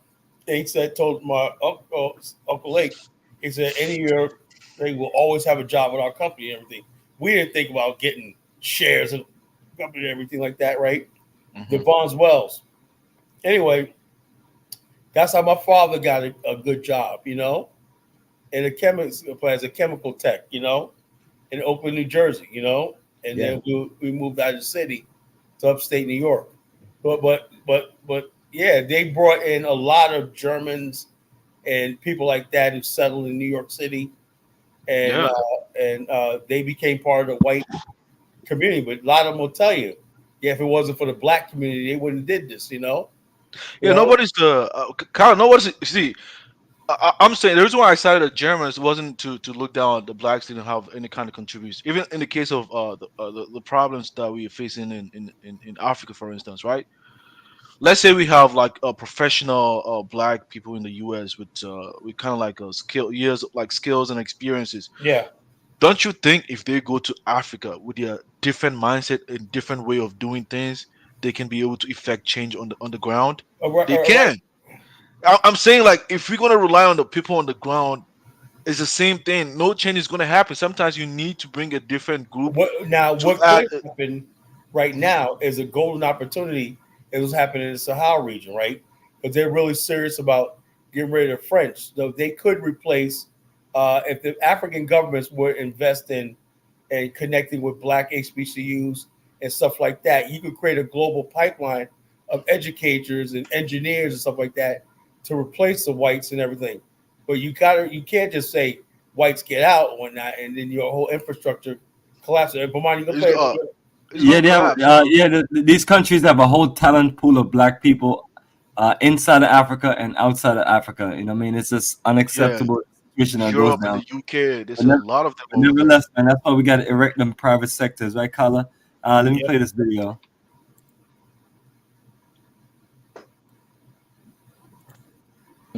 The best place for me at this time. If I went to Israel, I don't think Israel would be the best place for me to be at this time, considering the view that most Jews have of Louis Farrakhan. You go to Nigeria, which is, if not the most corrupt nation in Africa, and it is, it could be the most corrupt nation in the world, Minister Farrakhan. Oh, now, Mr. Wallace. It is the most corrupt nation that I have ever covered. I've been there 25 years ago, and I've been there as recently as last year. Fine. So what? 35 years old. That's what that nation is. Now, here's America, 226 years old.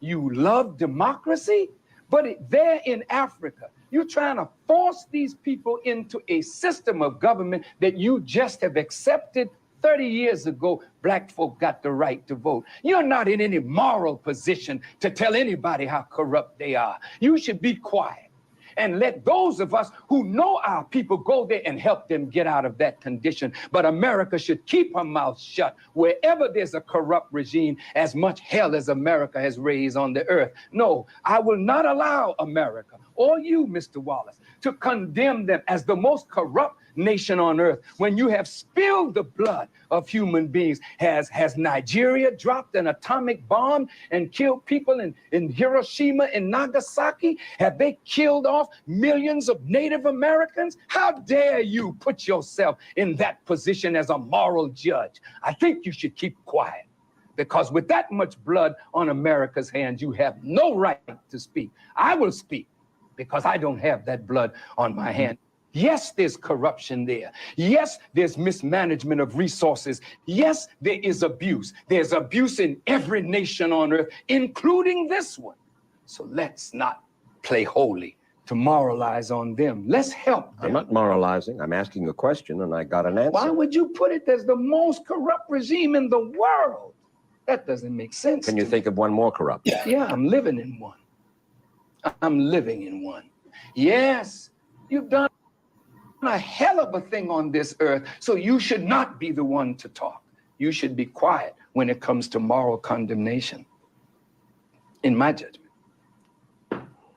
I didn't mean to be so fiery. No, that's good. That's what yeah, that's what I'm talking about. That's what I'm talking about. No, I mean, this is the problem right here. No, that's what black people want. They like emotion, feelings. BAIO can lay it down clearly. Clearly, this country is corrupt. The thing with these white people, they set a standard. Then they know they are far gone into their standard. Then they impose that same standard on somebody like African countries that are rookies. In comparison, Democrat, just like you said, How many years they just gave black people the right to vote 30 years ago? You call that a place that everybody should follow as an example? Come on, man. 30 years ago, black people were second-class citizens. Amara, there's no need for you. There's no need for you to justify African countries. They are really corrupt. Yeah, they are corrupt. Listen. What I'm trying to say is, I get it. It takes generation after generation. There were kids. America. Let me tell you something. Labor laws. Let me give you an example of labor laws. Labor laws in America. You know, kids used to work. They used to work dangerous jobs in mills. You see what I'm trying to say? They had no safety standards. All these things that they just come about, that they're hailing as the high standard, they have to go through a phase of trial and error. People had to die. They had to learn from that and modify and got better at it before they got to where they are. It's a process. You see, but some of us Africans, we want to hit the fast forward button. You know, we look everywhere, we're like, oh, these guys are ahead. Why are we not ahead? You got to refine, retool, readjust, then go. Generation after generation. You can't say because the past leaders were corrupt, that means every generation that comes behind them is going to be corrupt. No. As time goes on, we are going to find that winning generation that is going to set us up to win. We're just impatient. That's our problem. We don't have delayed gratification. Well, Amara, well, appreciate the feedback. And let's get ready to close. So let's get some final feedback from everyone. Kala, you want to say something, and then we just get some feedback from everybody. Yeah, I just want to say thanks for everybody for this intelligent conversation tonight. We really need this, sort of conversation. I'm glad we all came as men and sat here and had this really good dialogue. And somebody, hopefully, people can listen to this and take something away from this and everything. You're absolutely right. It's a process. You can't just impose, say, democracy. Like Farrakhan broke it down. That was 1995. He said Nigeria is only a country 35 years ago. When he said that, he's like, oh, that's right. Only 35 years. America took like 200 years to write a constitution, right? Become a country, write our constitution. Then 75 years later, it went through a civil war where 600,000 people died, and then you had the civil rights movement and all stuff like this. America's still trying to find its way. But this idea that we all have to get out of this Western democracy worship. Their democracy is only made possible because they have the wealth and the resources to make that possible. Africa's starting from scratch. We don't have billions and billions of dollars for trial and error. So we make mistakes, we're going to make mistakes. We're going to have corruption, we're going to make corruptions. But as time goes on, I believe that we'll pull ourselves together out of this mess. That's all I got to say. Yes, Kala, appreciate the energy, brother. Keep it strong. And Kala, before you go, let me just let's hear everybody's feedback. And if you just want to respond directly to the subject or just anything overall, go ahead. Zango, Amaro, not Amaro, Zango, Dollar Bill, Ola, whoever want to go next. I'll go. So you see, I like Louis Farrakhan for that. You see, when they were saying Nigeria was corrupt at that time, we were kind of like, we didn't have the. Well, isn't that true though? Isn't that true? Like the white man said, isn't that true? They were saying, no, look, that was the time of Abacha. They were forcing Abacha to accept democracy. Even borrow IMF from Abacha said no. He's a great man. We have too many nairas to start borrowing from IMF. They was okay. You just do a shamble democracy then. Abacha said, no, this country needs to be fixed back to normal because before the Abacha, the other one, it's easy to say a country is corrupt by the Western Empire because if it's not dancing towards their dance. What happened to Russia? See, Africa does not have the power to fight back. That's what would be oppressor to. They will say you're corrupt. They will sing the music openly in their media. But Russia have the power to fight back. You see, to change your culture and who you are, they will say they will destroy you. But the Russian people I said, no, you cannot change us. This is who we are, and they're ready to die for it. But at Africa, but once you love Bentley, you love Bentley, you love Continental cars. If you love these American cars, your soul have already been bought for a very long time. If you're an African, because when you love all these cars, you love the way they are. You're no longer yourself anymore. But the Russians are not really like that. So corruption is a projection of they trying to come and oppress you. Say, oh, you are corrupt, you are corrupt, you are corrupt, you're corrupt. But where these people taking this money to? Your country, to Britain, to America, to buy all these houses. You know when this money is coming in. But the moment the people want to change their identity, say, no, I think I'm a black man. That's oh no, money laundry. You lose your money. You see, it's easy. That's why the most corrupt Nigerian politicians we have in Nigeria today are the ones that study United States and Britain. You understand me? The same thing also go to Ghana also.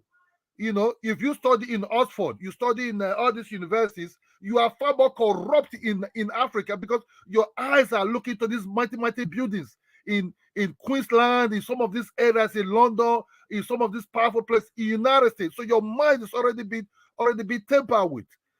If people were like our past leaders, they brought in those days. Those people don't have houses in London, in America. They didn't even, maybe they might even spend the school there, but they didn't stay long there.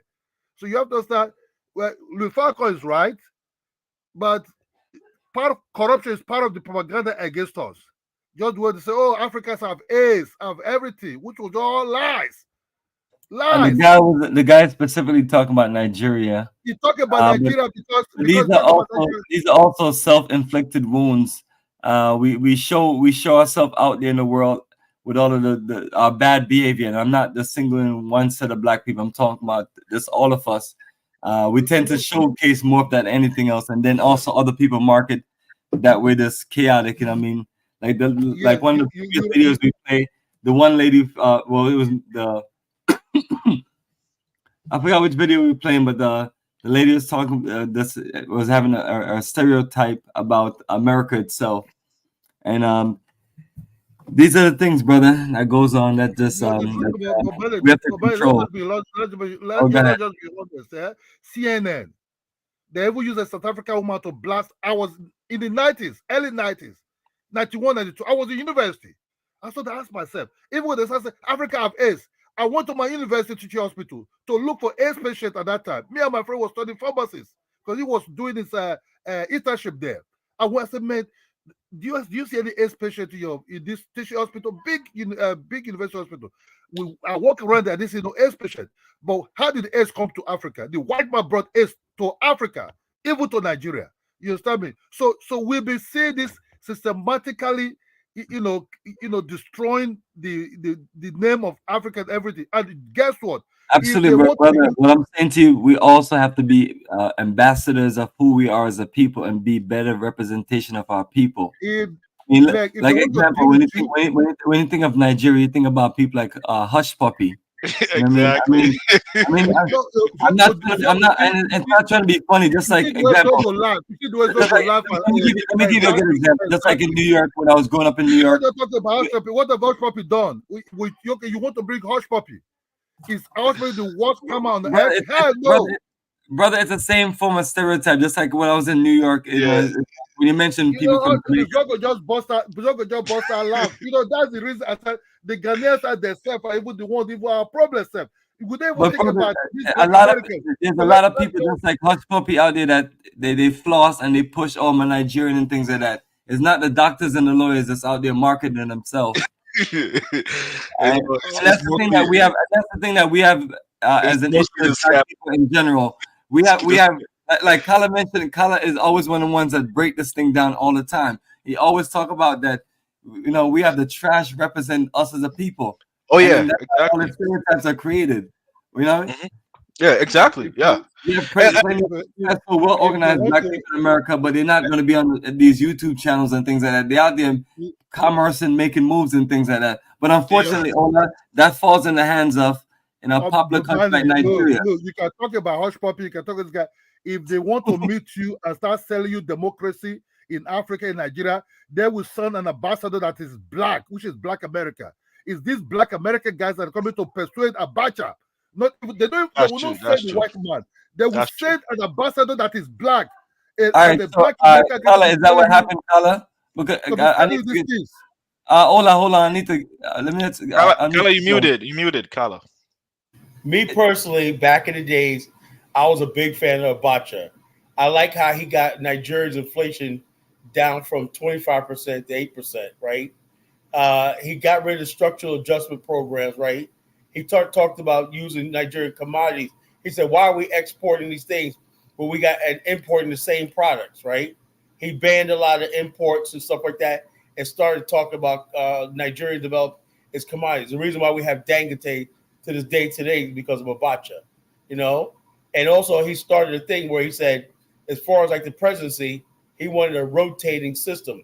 He said some states didn't qualify for state system and moving Nigeria towards a federal system, you know? So he was doing all the right things, you know? Also liquefied natural gas he was working in. But the media kept saying, I said, wait a minute here. The media kept calling him this, calling him that, calling him all these names and all stuff like this, you know, because he wore a military uniform. And I said to myself, what is this guy doing? He's doing everything that's right. Because I studied at the Shaw Institute. And they're like, this guy Abacha is doing all the things that that's going to pull Nigeria up as a thing. And then he mysteriously died, you know? He mysteriously died, you know? Yeah, because the people that kill him. Yeah, I was gonna say. Oh, let me say. I mean, because like generally, people don't want to, someone from the outside to air their dirty laundry, right? So it kind of makes sense, the way Louis Farrakhan kind of, showed, his, distaste for the comment. But I mean, but in reality, the journalist wasn't telling a lie; he was telling the truth, And Ola, by the way, I wasn't just picking on Nigeria. The same thing. Let me just tell you the truth. Let The me just same. tell you the truth, my brother. It's just like the way the president of I Ghana mean, went on the thing of United it, States. let's be real. Nigerians are the greatest scammers that the world have ever seen. He said Nigeria's greatest scammers. My brother, the country you stay in, and also the greatest scammers also. You understand? This is a game of game. So I if mean, you Kala, understand I that, mean, am I making things up? I mean, But am I right? Tell me, who's the people that's here doing all the great scamming? You see, I think America is the greatest scammer. I will say this. I will say this, right? Nigeria did move from, when the oil was discovered in Nigeria, that they had drilling platforms outside Nigeria, that they didn't even, the drilling oil companies would just hand them a sheet of paper. This is what we took. Nigeria basically said, no, you're going to open offices here in Nigeria, and we're going to know the paperwork and all stuff like that inside there. You're going to open offices and everything. That's what Port Harcourt became a wealthy city, and it had like more millionaires. Port Harcourt, Nigeria, had more Nigerian millionaires and black millionaires in the world in one city. Kala, you're right. We don't scared. Kala, that's Can I respond? Kala, the truth that we don't scared to start from the beginning. You see, when Shoprite came to Nigeria, Shoprite would be brought by white South Africans. But what happened? The Nigerians systematically get involved slowly, started picking Shoprite away from them. Shoprite in Nigeria does not belong to South African anymore. It belongs to Nigerians mostly. When MTN came, what happened? The guy came out Adenigo, came as Glow. Start from the beginning, start from the bottom. We will challenge you slowly and slowly and slowly and slowly and take our power away from you, take the power you have away from you. You understand me? That's how we operate. So we don't get to start from the beginning. We always try to be there. Yes, you can call us all kinds of names, but at least we're not going around to sell other African countries by saying, oh, that country is not good. Oh, this country is not good. Have you ever seen where Nigerian leaders say, go and sit with the United States government and sell other African leaders what this man in Ghana is doing? No. So the problem is, Ola. You can call us any other name, but we never but the problem is like other African people to even to the British. But Ghanaians are very good in selling and betraying other African people by Ola,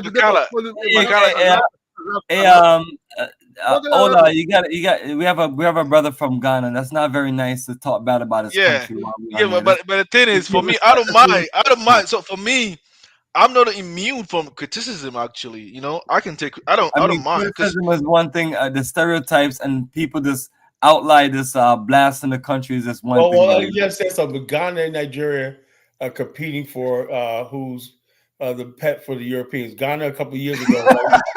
Oh, let's hear this, right? Ghana a couple of years ago, right, went to the European Union to try to put sanctions on Nigeria because they would open up his country to all these. So Nigeria said, "Look, how will we benefit from free trade when these other African countries are not going to buy our products or whatnot? They're going to flood our country." And Nigeria had a position there. It's like Nigeria's a prize, and all these countries from francophone countries are going to flood in. Not even African-made goods are going to flood into Nigeria under this guise of Pan-Africanism, And Nigeria had a point. So I look at all things. Yeah, Ghana was the one pushing that, Yeah, but Carla, because it's just we're just having a conversation, right? And Ola, you shouldn't take it personal. When someone criticize Nigeria, you should take it in good faith. It's not about someone trying to, castigate your country in a very bad light without any justification. The same thing applies to Ghana or any other African country. Just it's not about I'm just because at this point in my life, actually, I don't really have time to hate on any country or anybody. I live good. I live better life. I make good money. I don't really care. My way of thinking has changed ever since I came from Africa. Actually, so I don't really have time to be hating. I know for a fact that in every country, every group are not the same. There are different class of people. We have people from upper, lower, and lower class. And all are you speaking about? Get rid of the stereotypes. Exactly. The stereotypes is it's easy for stereotype. Oh, Nigerians this, Black America's this, And like I said, when I listen to the criticism of Black America, I don't hate myself. Like, damn, I'm a piece of shit, man. God damn. No, you're not. You're talking about the trash. You're talking about the trash. But Zanga, finish your last point that you were making, so we hear you clear. Yeah, as far as like the comment about I was saying that we have to take that criticism in good faith. That way, we can be able to put the pressure on our leaders in order to be able to do the right stuff for the people, so that the lower class, the lower level group among our citizens will also benefit, because a lot of them, they want a better standard of living, just like people in the West or in other countries. When you look at countries like Singapore, Hong Kong, Singapore achieved their independence years later before Ghana already achieved their independence. Yes, if you Google Singapore, they're a highly advanced country. I'm like, how did that happen? Oh well, I don't know. Play video. I got it was too long. We'll play next show. Singapore, I'll show you how Singapore built reserve, right? And they did not touch it. They went without it. And another thing in Africa says, now you guys can spread this thing. You need to expand vertically. Everybody can't have a mansion. Why not build apartment buildings like Asia's doing? We got more densely populated places and businesses. And that's what I was telling you. Amari, your line is jacked up. Amari mute. Amari, your line is jacked up, brother. You have too much money to have a raggedy phone and raggedy internet. And that's why I was telling you earlier that there has to be someone from the diaspora or someone with a different way of thinking to kind of bring that mindset to the people. Because if you living over there out of sight, out of your mind, you don't really think about new way of doing things. So there has to be someone to bring some kind of. Let me ask you a question, African brothers, right? On the content, right? What is wrong with living in an apartment building as opposed to spending 20 years in America trying to build one house? What's wrong with living in an apartment building? Why do you have to have a big house? Why can't the middle class in Japan live in apartments, and condos and stuff like that, and so they spend most of their time in the city, and so they have a vibrant social and pedestrian culture and everything. In Africa, it's like either you got a mansion or you got a shack. You got nothing, no running water. Wouldn't it be easy if we put everybody on the grid? They had running water. They had, you could raise the standard of living of everybody, Yeah, there's nothing wrong in saying. After a lot of Africans that you speak in the West, you speak to them in the West, they are the ones building those houses. But the average or the poor African, they probably have a land in their village that they haven't actually built. But if they move to the city, They live in apartment building with their family till they die. I never see Africans living in apartment buildings. I always see them living in what they call apartments in Africa. They'll have a house that like maybe have a couple rooms. I'm talking about high-rise apartments, and that takes a lot of because you have to be trained to live in those places.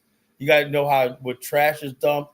You can't be cooking. No, they do have something like that in Like let me give an example. Now, I'm not trying to be funny like that. And some Africans burn down buildings in the Bronx because they were basically cooking on charcoal, trying to heat themselves in charcoal in the Bronx. No, we got central heating. You know, you can't do that. You can't. No, Carla, when you see the construction industry, everything, stuff like that, they have it over there, right? Usually, is the cost is really like the cost of building those things doesn't match with the standard of living over there. I was just joking. Yeah. Excuse me, You get I what was I'm just saying? joking. Yeah, I get what you're saying. Let's read this comment. No, Carla, that's the problem with Africa is that the apartment buildings are not being run. But you see, in America, they have what called housing corporation. Actually, the builders in Nigeria, we have what called housing corporation, but they build houses for their own workers, for federal workers. The upper class people, the upper class. So they have these apartment buildings, but some of these apartment buildings are like 2 bedrooms, 3 bedrooms, and everything. So for some of these mansions you're actually seeing in Nigeria, some of these mansions are in the villages. You understand me? In the cities, there's a mansion, but people want to make money, they'll build an apartment. Like not so high skyscraper ones, like you talk about. They have about maybe 3 floors, something like that. Rent some out there being one. Because in the city, it's a little bit expensive. So you want to make money, you want to get your money back that you build this building with. But in the villages whereby the land is huge and your ancestors hold this land and something just be given to you as part of your share in the family, and you're doing well. So you want to live almost like your grandfather, because our grandfather lived like what we call compound. So you build a very gigantic house in a very mighty land, and then you're not the king of that zone. So that's just the way. Ola, thank you for the feedback of that. Appreciate you. But And it could also be. Yeah, it could also be. I'm saying in certain like remote areas, it could also be there hasn't been any real estate company that have shown the people over there a different option. You know, it's all about option because that would solve your electricity problem, right? Because you're gonna people gonna have to just step it up and be innovative and be open to changes and things like that. Everything can't be like we're trying to live in the ancient days and all these things. And we try, things are gonna have to just be adjusted if we're gonna make it work. But nevertheless, Carla, this is a comment for you from Charlie. I see why you and other parents have no ethnic pride. I'm very proud of who I am. I was just joking. You understand? A joke. Do you understand a joke? Say, you can't even joke no more. I said, we are coming in full. Carla, I see why you and others are Pan-African. You have no ethnic pride, which baffles me about you all. So is that true? I have very much ethnic pride. I know my history. I love who I am and everything like that, She has another comment for you right there. No one hates Africans and Caribbeans. I see set up on these Africans allow this food system to do. What did we say? Nobody was disrespecting everybody. Everybody's on the same. Let me finish the comment. Okay. Other part of it said, but what we are not going to do is kiss behind or revert to them. We were playing Mountie Megan video earlier. Who's kissing everybody's behind? We're having a discussion because we actually believe the black world needs each other. Like white people have figured it out, Asians have figured it out, the Arab world's figured out. They got an Arab League and everything. Only the black people think they're gonna fight with each other forever and get someplace. Carla, when you say like the high rising buildings, I wanted to ask Carla something. When you say the high rising building was going to solve the electrical problems, what do you exactly mean? What I mean is this, though. Just like back in the days, right, when they start building suburbs in America, right? Mm-hmm. There was a very controversial. They said, look, that means you're going to have to build more roads, highways, and you're going to have to expand the grid. Before they start building towns like Levittown and suburban towns like that, right? most people lived in densely populated urban areas, right? The water system, right, was centralized. You know, one water tower on each apartment building serviced like how many tenants in a building, right? But when people are spread out, you got everybody and his uncle trying to put their own water. It's almost impossible. But if all those people lived in one building, they'll all have water, they'll all have electricity, they'll all have one thing. You see what I mean? No, I mean, I think I beg to differ a little bit because I didn't. I don't want to speak for all African countries, but in the case of Ghana, like the electricity company, like the company that provide electricity to customers in Ghana, is a one national electricity company. However, like when I came to the US, it's not based on that. You know, every city have a special electricity company that's responsible for providing electricity for the city, right? So they tend to, I mean, prioritize on that particular city, and during like peak times, they usually have like extra how do you call it, like engines to kind of like help supplement the consumption demand And at that particular time, right? when there's not enough demand, they have load shedding. They got to shut it down, or there'll be a backup, a blow up in the system. Transmission box will blow up, right? Yeah, exactly. Yeah. But if you have constantly people coming on the grid at all the time, you guys constantly be adding people onto the grid. You know. And you Yeah, got but I would say one of the challenges that the country do face is like they have illegal consumption of electricity. I mean, the illegal part of it kind of like it kind of it kind of like yeah, it kind of like I'm sure it's consumes the clear, brother. profit of the company of the company, right? So it's all part of the Yeah, brother. The main issue is bad infrastructure from the setup, and then yeah, brother. you talk about cities that's meant to have 2 million people. Then now you have 6 million people living there. Exactly right. So that is And it. then there's no upgrade on the there's no upgrade on the whether it's the phone system, whether it's the water system or the power system, and so these things has become overworked, and so then you have the issues that you have where where the water situation just goes like it goes in the No, but power. Mali, actually, I mean, in Ghana, for instance, I mean, where I come from, we don't really have a water system. But generally, the communities, the new communities, it develop faster than the utility companies, right? So it takes them a lot of time for them to be But you able to can't reach have a those. bunch of little tiny villages in the city. Exactly, because everybody's The color, I mean, we didn't. I just we we're trying to just hear what you're saying. Let's finish saying what you're saying so we can hear your perspective. Because he was trying to make a point. Oh. Zango, that was you trying to make a point. Yeah, I was saying, like, I mean, like the utility companies that provide water supply and electricity, because like the communities, like the new communities that like the new people build, it tends to develop faster compared to the level at which the utility companies will be able to provide water supply and electricity to those new communities, right? And as a result, you do experience some kind of like water supply challenges and electricity supply challenges as well, right? So, and I agree. I mean, part of what Carla was saying, like if those communities were, high rising in that form, there's no need to go extra mile to provide those water supply. It's going to be within a particular jurisdiction. So, I mean, there's going to be constant water supply, constant electricity, Will and be more centralized. Look at centralized, Asia. right? Asia had the perfect model. They build tall buildings and everything like that. They expand vertically. You losing less land. That means less pipes in the ground, less distance the electricity has to travel, less distance the water has to travel, and less wastewater have to, and sewer systems and everything like that. So that makes it like that. So I know for a fact of the matter, Black people in general, right? We want to live in. We want to develop Africa based on what they see in Europe. And we're not like that. We should have went to the Asian model first, right? For at least a generation, and then now you should be seeing suburbs and subdivisions and stuff like that expand out. Same thing America did. Most people lived in apartments in America, New York City, and when that then the suburbs happened.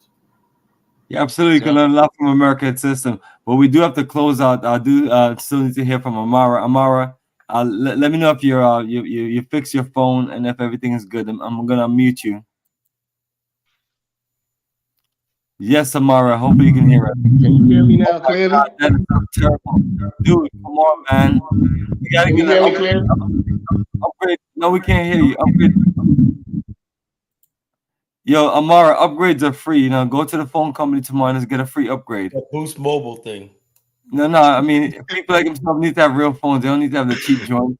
He's a big time businessman, international. You Yeah, know what I'm saying? but You I should have be- I have a question for Carla though. Oh, go ahead. But Carla, my observation here in the U.S. is like generally when I mean the black people over here, there's a significant concentration of black people, mostly in the entertainment industry. You don't tend to see an equal distribution of that representation in other industry. Why do you think that? Why do you think uh, it happens that way? Well, I'm just going by what I see on the East Coast. Right here, we have black people in every field, engineers, everything, right here on the East Coast of America. You know, other places like that, Minneapolis, there's no real black people there. We're not really settled out there. You know. Oh, okay. And so you come over the East Coast from New York to Delaware, down here Maryland, everything like that. You see black people doing every facet of industries and everything like that. You know, construction, engineering, everything. It's all here. You know, here on the East Absolutely. Coast. Like, you know, the kind of difference between West Africa and like South Africa and East Africa. You know, there's a difference in different parts of America. Yes, people don't realize that this East Coast America. This is right here in Virginia. Is the old? We have the summer in Virginia Beach, one of the oldest communities in America. SeaTac in Virginia Beach is still a thriving community, black community in Virginia Beach. You know, it's been there for 200 years. You know, even during slavery times, a free black community, and it's still there to this day. Bishop Thurgood, you know, has his own community center, rec center, everything. SeaTac, you know, so we have black communities here that you know. Oh, you mean SeaTac in Washington? Because I live in Washington. SeaTac in Virginia Beach. So SeaTac. Oh, okay. SeaTac was a township before Virginia Beach. It got incorporated into Virginia Beach City. You know, you got Blackwater, Pungo, and all these other places. New Light and Virginia Beach. They're all black townships and whatnot. Then in '63, Virginia Beach became a city. You know, one of the thriving cities on the East Coast. You know, and so so over here it's still different. This is a black strong. This is the oldest black community in North America, right here in Virginia. So they 300 something, 400 years. You know, there's something changes. You know, but you go to other parts of America, the Midwest, where black people migrate to.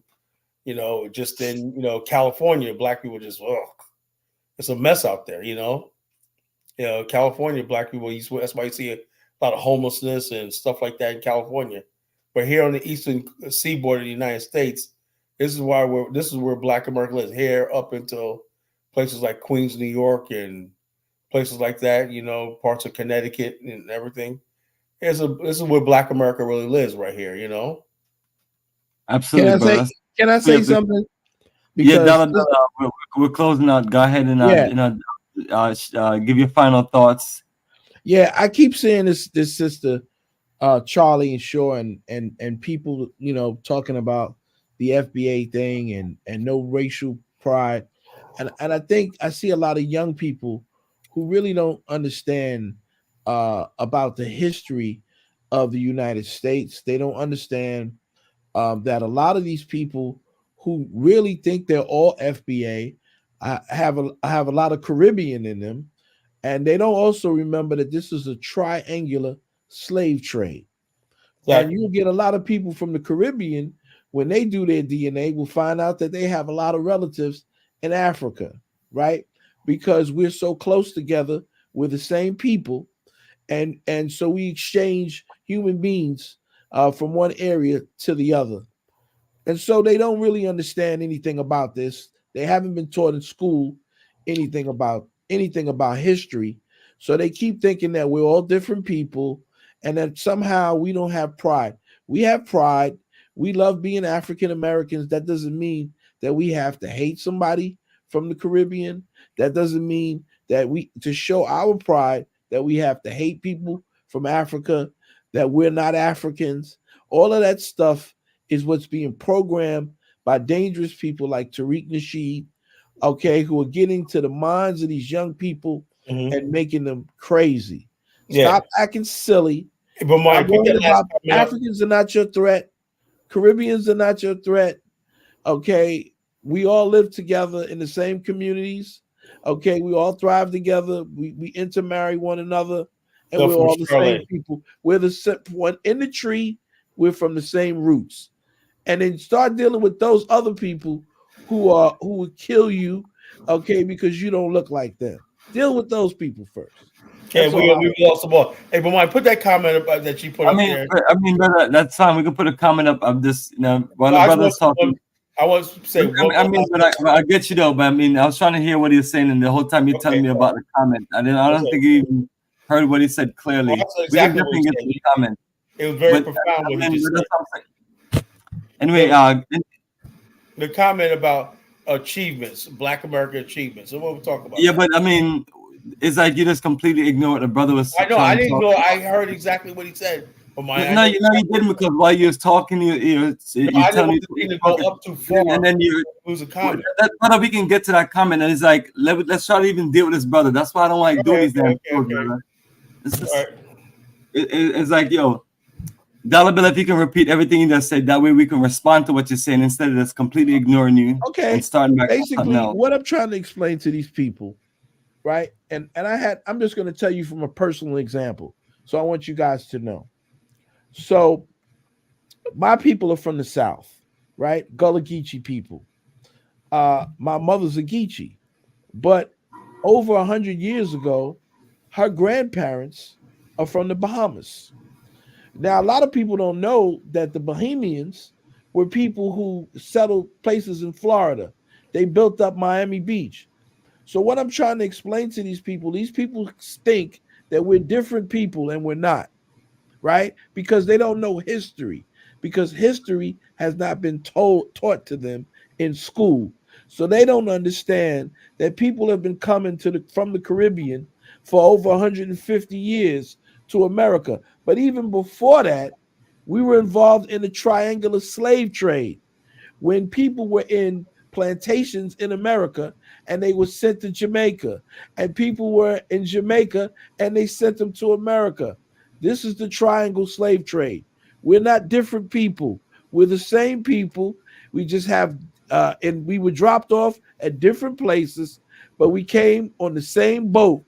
And the absurdity and the ridiculousness of people like Tariq Nasheed, who are influencing a nation of young people in stupidity, he is dangerous. That's what I was trying to say. Yeah, we appreciate you, Dollar Bill. Definitely wanted to respond to that. And that's why, and I don't get all into this stuff these people are talking about, FBA and ADOS, because they have no idea what mixture, lineage, connection that they really come from and things like that. And just because some of them were physically born in America, they feel like they have this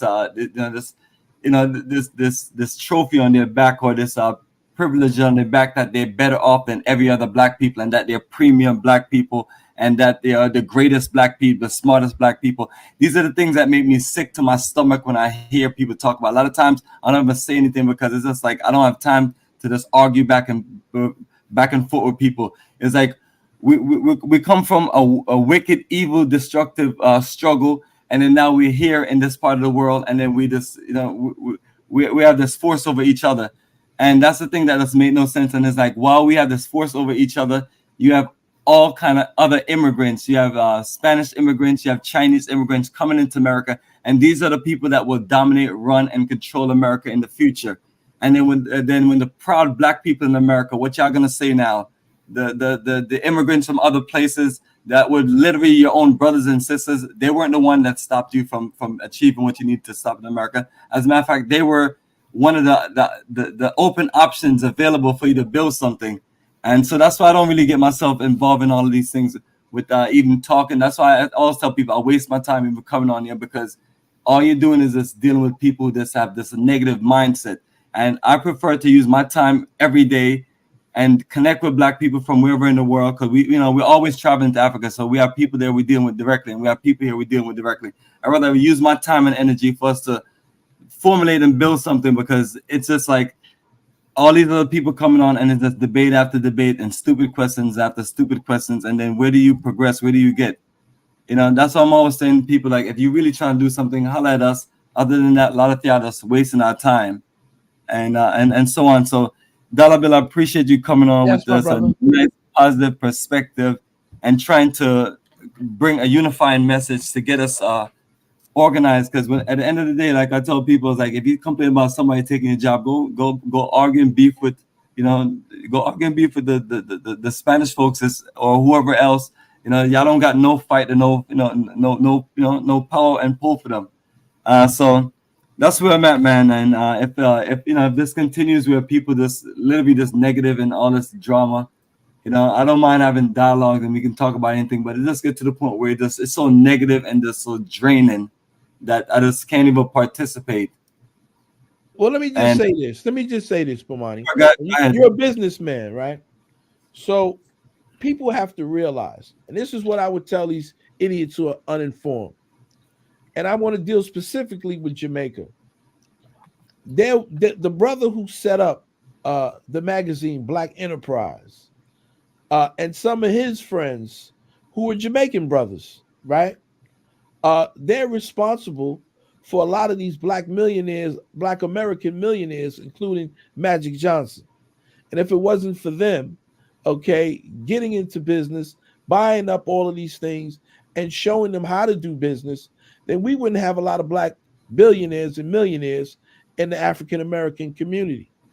See, so when I say these things, people don't understand because they don't have the proper education. And so I see the young people coming on and they're saying stupid stuff because they just don't know. So I have to inform them, educate them, and let them know, because if you don't do that, and it's not up to you to do it, you or Kala, it's up to all of us. If we don't let them know, they'll continue to repeat this to another generation. And that's what makes them dangerous, because years from now, somebody's going to open up their computer and they're going to press play and they're going to hear all of this nonsense and think it's true. Yes, absolutely. Unfortunately, that's the danger of the internet. And we have one person here. Thank you for my time, brothers. Thank you. Thank you, absolutely, brother. brother. And in reference to what you're talking about, and we'll connect back with you. Appreciate your energy. And Kala, this is what, and I'll find your comment. I just need to make sure this man has his time so we can just dialogue on what he's talking about, because the brother's coming with some positive energy. Right. All of this other negative energy. I apologize for interrupting before, brother. Yeah, it's just, I'm trying to just like work one thing at a time, but I understand you want to go back to the comments. Let me just find the comment. But let me just tell you about this person named Charlie. She has few comments. We can play it. All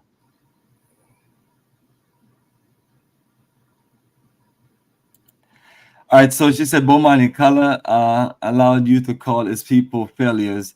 I don't ever get this and understand this about this people stuff. I'm an American citizen. I live here for 35 years, and I've contributed more to America and more to the world of connecting the Black people than most of y'all out there in the known world, regardless of where you're from and things like that. Why is it always these little ownership titles and things like that? I don't get it. It's like the people, us as Black people own almost nothing. We have all this ownership titles. I own this block. I own this movement. I was born here, so that means I have more. I have more whatever over you because you were born somewhere else. Like Yvette Carnell today, that was a perfect video to play because that was the mindset. It's like, I don't know where we even go from there, but so they cut her off. Watch that again, man. They cut her off. Yeah, because there's no other part of that video, brother. No, I know. What I'm saying is, they said we got a hard break and whatnot. They never. He interrupted that thing because somebody probably told This is going left, man. You gotta get her off.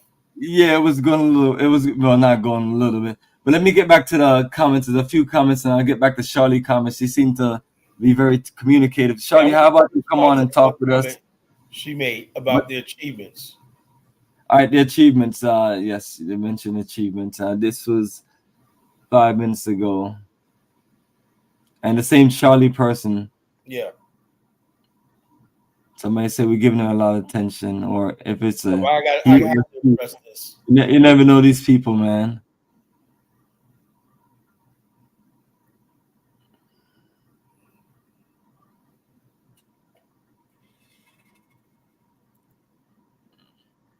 I must post all of her comments. Most of the Gullah don't have Caribbean roots, sir. Yes, they do. The Gullah Geechee people were brought from the Bahamas and other countries of the Caribbean. People don't know that history. Denmark Vesey, a Gullah Geechee, was born on the islands. You know.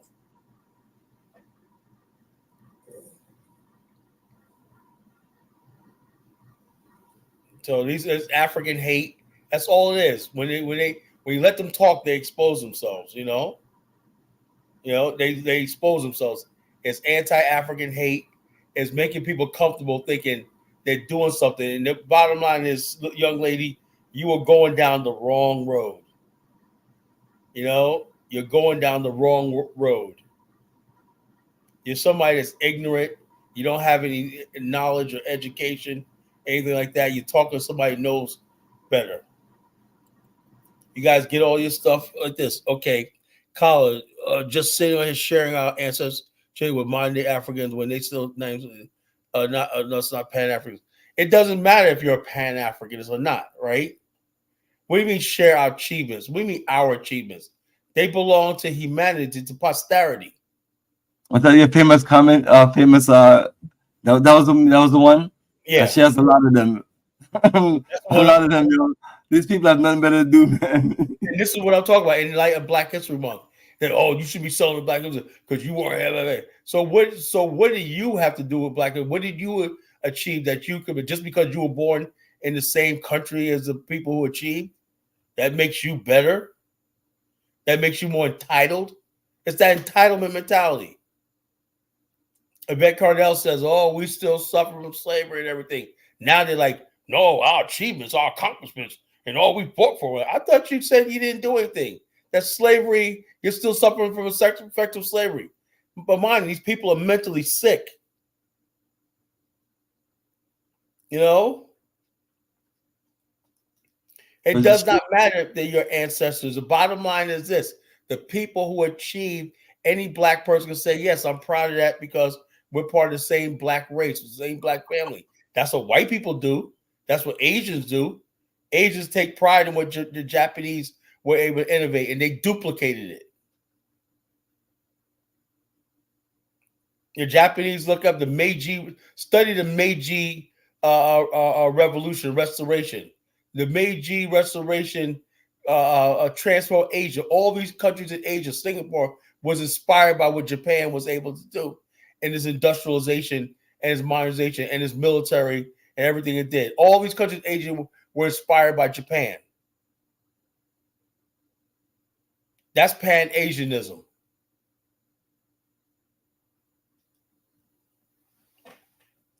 I see what you're talking about, brother.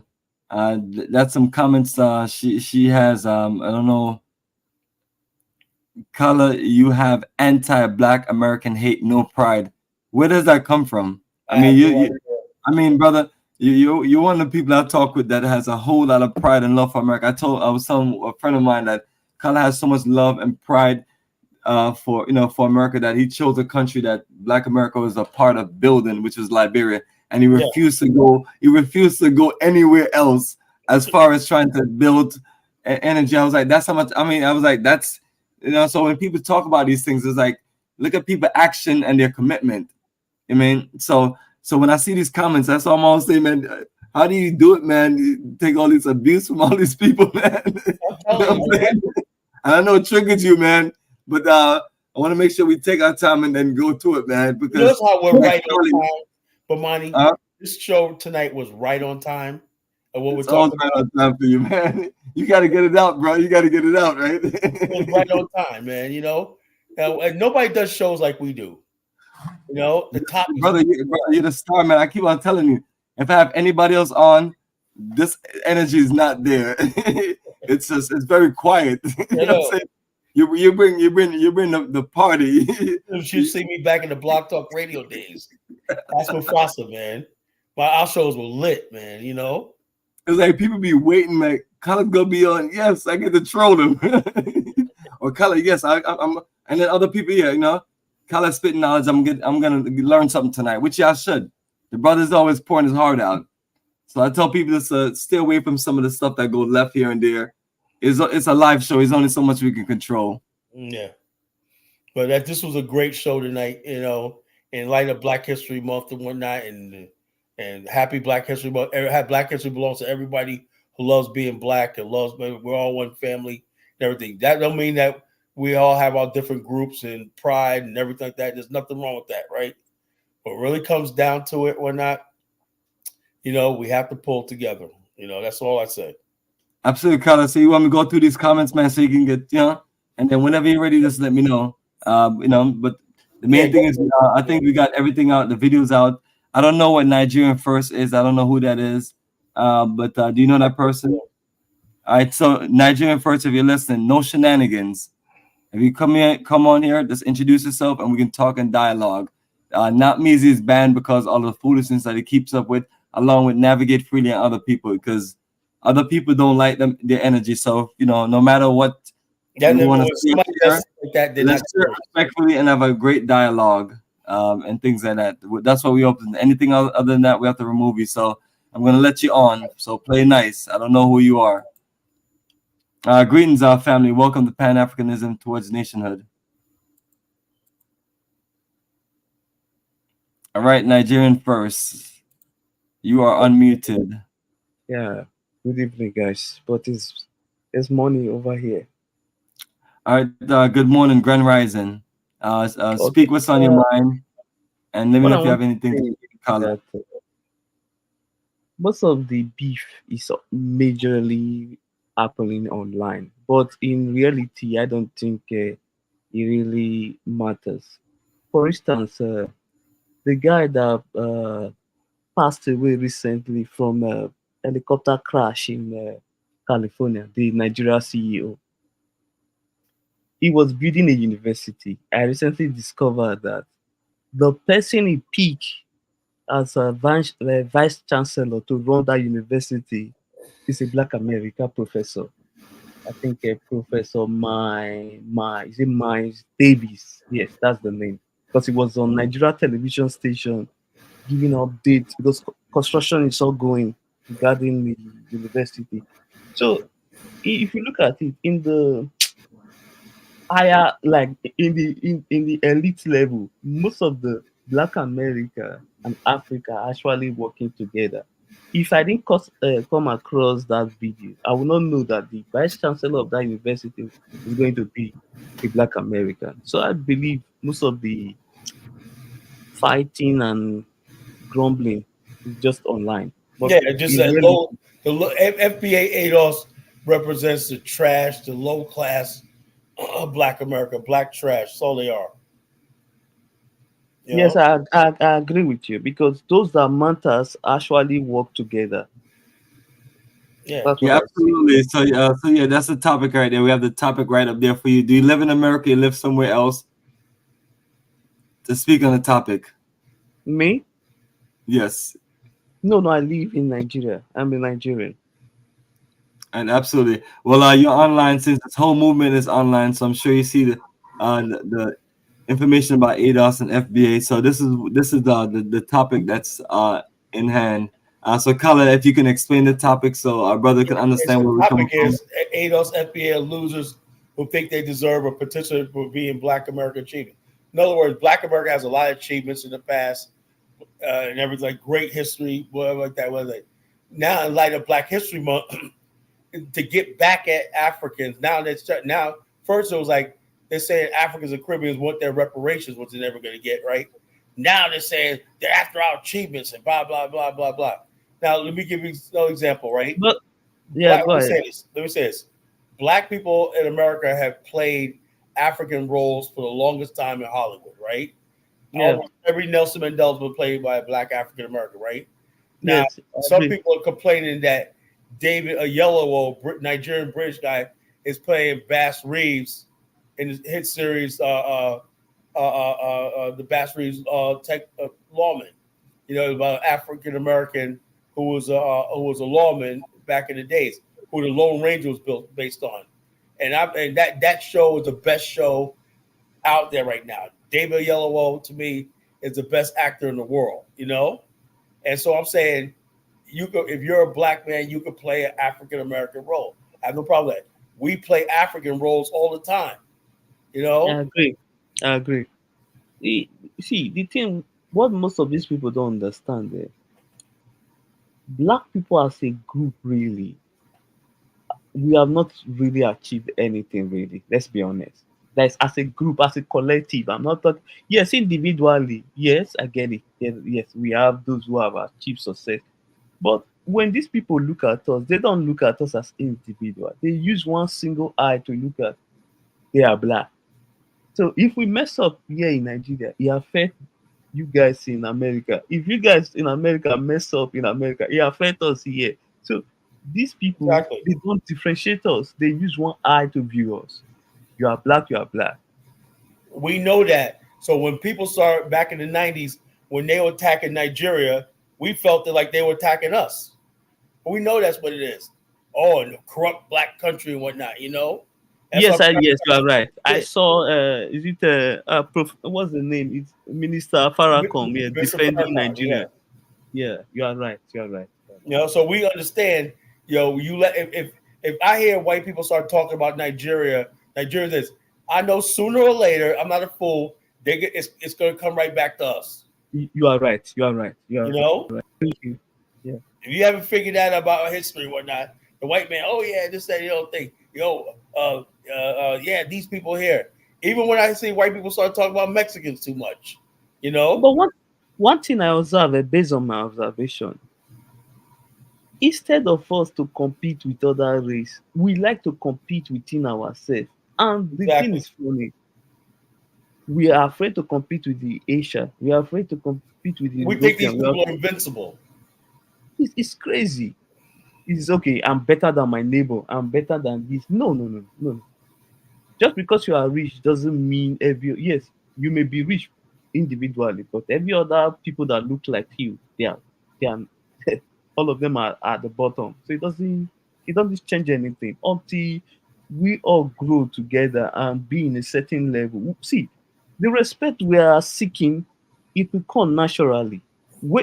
30 years ago, I don't think all the respect that the Chinese get right now, they had it 30 years ago. No, it took them hard work and build their nations. And when Chinese gained the respect they deserve, it spread across the whole Asia, even India and every other place. They benefit from Japan. Yeah, that's a great point, brother. That's a great point, and I appreciate it, Kala. Let me know what you want to share before we move on to the comments. And brother, I know you just came in, but we're looking to close out. But we do have a few. Thanks for the call. Thanks for the call. Problem. I think if you have another question or anything else you want to share. No, you guys are doing a great job. I think this is my first time of. Hey, don't be a stranger. Sure. Next time I'll be here also. Take care, guys. Let me know if you want to. Let me know if you want to respond to this one comment that we have up. And I'll try to post comments. Some Black more. Americans don't really think about Africans. Or y'all mad when they don't want to participate in Pan? No one's asking you to participate in Pan-Africa. You don't need to participate in Pan-Africa. I think we at least we can work together and benefit from each other. Working together doesn't mean we must. See, even white people, they themselves don't like each other, but the one thing they normally do, they work with each other, mostly when it involves economic power. They don't joke with that at all. They might disagree based on social issues and other political issues, yes. But when it comes to economy, they speak with one voice. They don't compromise on that. So that's how we should build our society also. We should, when it comes to economy, we shouldn't compromise at all. But on social issue and other issue, yes, at least we can compromise on The that. black world should be moving closer together because of proximity. You know, the black I people, agree. and in real time, in real life, that does happen. Like you said, you know, black people, high engineers, educated people from Black America and Nigeria work together all the time. It's just that the discourse that we see on social media doesn't reflect the reality of this. And that's what's embarrassing about all this, right? That's why we had to do this show tonight, let people know that that's ADOS movement don't reflect us, you know? Kala, in early 2000, a Nigerian guy set up a radio station. He was looking for someone to run it. Guess I what? remember that. We heard the He picked story. a Black Yeah. American, Dan Foster. When he came to Nigeria, he didn't leave. He just stayed behind. He didn't go back to the United States. He married here in Nigeria, had kids here, and unfortunately passed away in 2020. Someone else told us the same story on the show. I can't remember who it was. Yeah, no. What the person I'm talking about is a famous person. Go just type his name on this. You find it on Wikipedia. He's a popular celebrity in Right. Nigeria. We heard about the story on the show. Somebody told the same story about African American disc jockey went to Nigeria, just went there, and he became famous. You know. Yeah, he was, because he settled down. He integrated to the society. He became Nigeria. I'm not gonna lie. Except when he speak, okay, we say okay.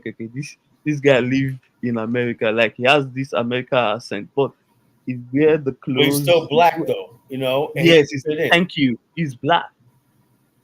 So I don't understand. There are people who are actually in reality who are doing the work, who are working together. They don't care if you are ADOS or FBA. I hate those terms.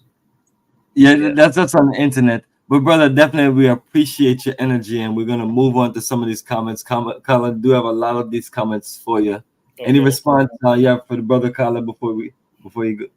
All right, he's gone. All right, I'll start rolling them down. Mary Shy. I don't have too many problems with Africans and Caribbeans, but as soon as FBA ADOS show up, there's a damn. I'm tired of y'all, and I'm Black American. I'm staying.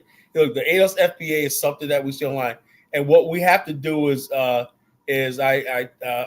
see Brandon doing this more, getting back to using the term African American. Put it in their face. We're African American. I'm not ADOS FBA. I'm not Black American, but we're African American. We're Africans in America. That's all we were until this stupid ADOS FBA movie comes on. You know, we're not friggin' ADOS FBA.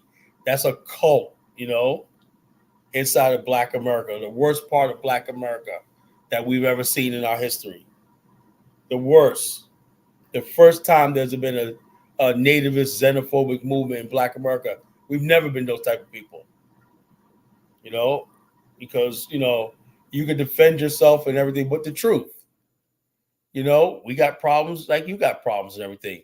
But for the most part, Black Americans, hardworking people, good people, and everything like that. There's a small percentage of Black people doing bad and everything. That's how we have to look at it. It's like if I look at Nigeria or anything else, I know the majority of people there are good and everything, but circumstances. I know Africa has a raw deal, you know. And people asked the question earlier, right? I mean, like with Zandra's question, we do got corruption in Africa, but yet, well, what about all the European corporations who fund these governments and they're knowing they're corrupt? How come nobody ever talks about that? How come you got countries like Equatorial Guinea, we got oil propped up by oil companies and everything, knowing how corrupt the country is, and there's no U.S. sanctions on them, but yet there's sanctions on Zimbabwe. These are the conversations we need to be having. But do we have that? Do we have people like Phil Scott and O'Shea with big platforms talking about that and getting that out in the atmosphere? No, they're talking about foolishness and nonsense. There you go, Colin. That's what that's what you've been doing. You've been putting it out there, brother. So appreciate the energy, and I'm sure people like The Rock, as illiterate and stupid as he is, you know, he's showing you some love. Yeah, there he goes. I agree with Eric Prince. Africa will be recolonized permanently. Bomani, puts this guy The Rock has to be white, you know. I mean, these people just, I mean, and they actually feel okay with like sharing these things. Like you really feel like, I mean, you're talking about another, you know, you're a black person and you want another black nation and black people to be colonized. You know what I would love to do? And you think that's funny if you think that's really fun. I mean, check this out. You know what I would love to do one day? What? Find out who these people are, right? Take this comment right here, put it on a billboard, right? And stand in front of his house. And say, this is what this guy said. You know, and people go, why are you standing in front of this guy The Rock's house? This is what this guy said. Would you agree with him? You know, go around, man. See, on the social media, you can say whatever you want to say. You can get away with it. absolutely. You have a lot of tough guys out there. They're all tough until the police put them in the handcuffs. Yeah. Or they lose their job, you know. That's the one thing. How was your job, The Rock? And we found out where you worked at, and when we sent that to your job, how you think your co-workers at McDonald's would feel? Yo, who is this guy? Who's this dude right here? Yo, Daddy Plug. I mean, what, brother? Do you know it is? I shouldn't be up. I should have been shut down like 3 hours ago. But brother, do you know it's 4:57 in the morning, 4:58 a.m. Standard Time, brother. You know what I mean? Unless you're in the military, you should be resting. Military, getting up for boot camp or something. You should be resting. But you're up 5 o'clock in the morning, and these are the only things you have positive to say. Is like, why are you watching us? Are you just watching us to this? I mean, somebody's watching us. Yeah, we had like 70 people in the comment in the thing. We had a full. This is your feedback. Staying up all night long, listening to us, to just troll us. You have nothing better to do. Yeah, you know, brother, it amazes me, man. I'm telling you, Kala. I think the people love you, man. I think they love to hate you. They know that I'm quintessentially African American, Black American. You know, they know that. You know, when somebody like me talk like this, that's a threat to them. You know, oh, how dare you? You know, I should be on this high and mighty. I was born in America, stuff like that. I don't think that's really. Hey, I'm proud of who I am and this and the other thing, but I'm beyond just America and stuff like that. I want to see the bigger picture. You know, and a bigger picture is expanding beyond America. Everything. I look at all these other people coming together based on race. I see the Asians are coming together. You know, pretty soon there ain't gonna be no Thai or Vietnamese and Korean. They're all gonna be one Asian group with their own corporations and everything like that, dominating and everything. Yeah, European identities disappearing. You got corporations that operate throughout Europe and whatnot. No one cares who's French, Swede, or Italian and everything like that. We're the only group of people. We got to delineate. We got to delineate. It's also people they ain't got shit talking about they want to delineate, you know?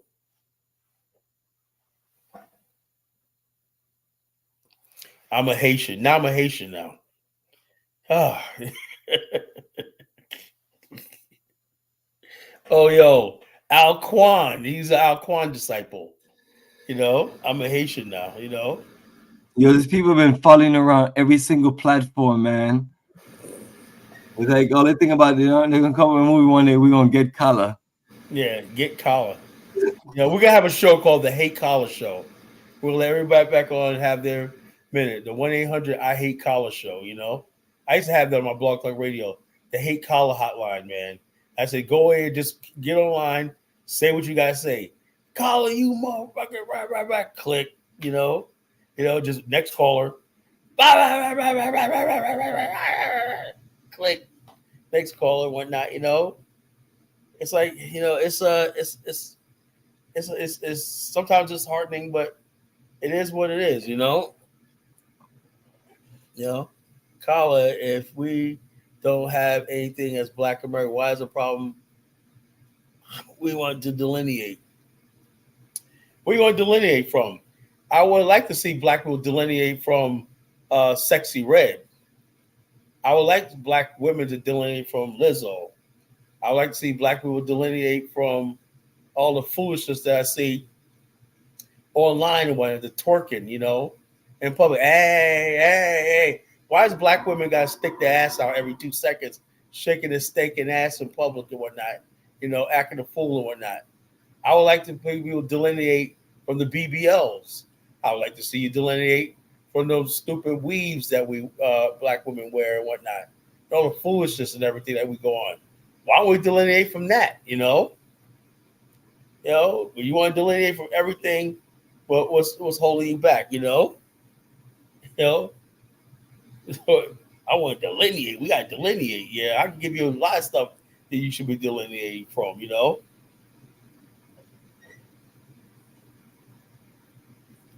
Most parents are low self-esteem. No, ADOS FBA people are low self-esteem. Most parents are low self-esteem. Middle people who are over average, especially on identity. Mario's Oreo parent. Nobody's. The bottom line is this. Pan-Africanism is a means to an end. I'm not just I'm a Pan-Africanist going no. I'm a Pan-African because I see the benefits of what Pan-Asianism did to Asia. Pan-Euroism took over the world. The Eurocentric view of the world. So why wouldn't I think that we could pull ourselves up if black people would work across different ethnic and cultural lines and come in? That's Pan-Africanism. It's an end game towards nationhood.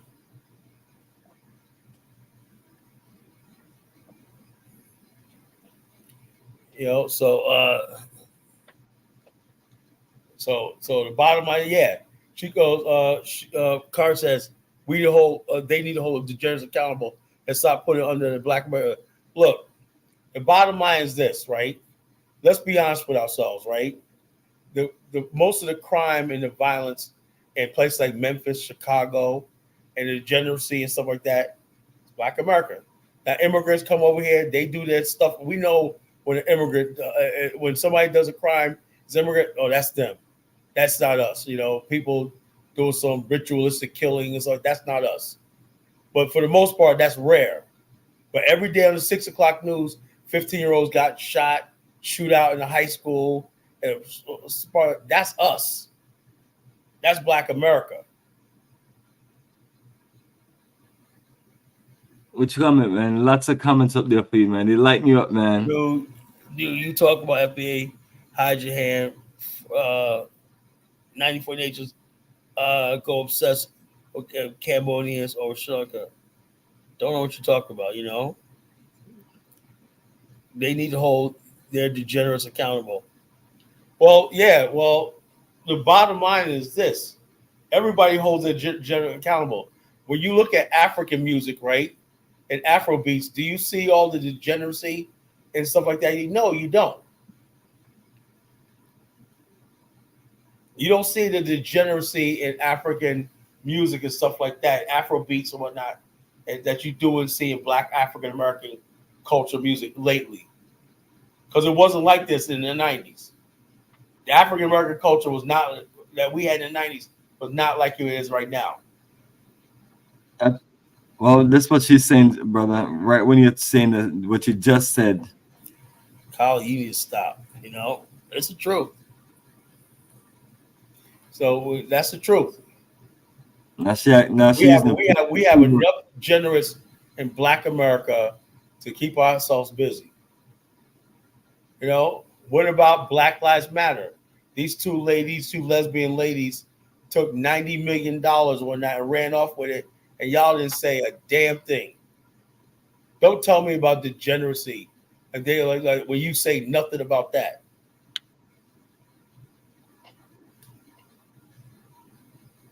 There you go, Carla. And got another one from you from this is from Charlie Shaw. Yeah, so I read that one. They need to hold their own degenerates accountable. Amar says, what about the girl shake ass, the slave castles? The black women from America. Where they go to the slave castle, shaking and staking ass. And then The Rock got a very filthy, disgusting comment. Let me know if I should block him because he just crossed the line. I don't know who this fool is. Dirty foot worth it. Haitian like you. She FBA. She's a what? She's your FBA, bro. That's your queen and whatnot. You know. She's your queen. Remember that? Coming to her. She's your queen. You know? I mean, what are your favorite Prince of Pan-Africanism say about her? Well, I don't know, but he loves Sukiyana. The same thing. Where she's a queen. I thought it was the same. I thought it was the same person. That's how much I know. Yeah, now, I know they're different people. But, I mean, they should be able to be the same people, right? I like to eat. I want to eat some dirty ass and whatnot. You know, I'm like, yo, that's your FBA representation in 2023, 2024. You know,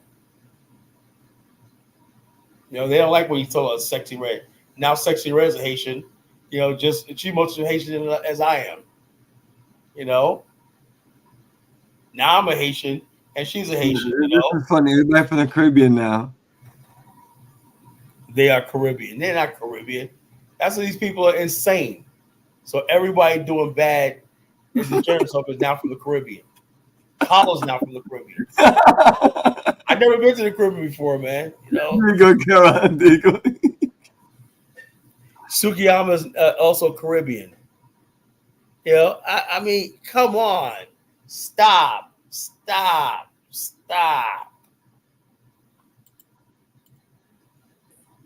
Sukiyama's from Haiti. You know, stop.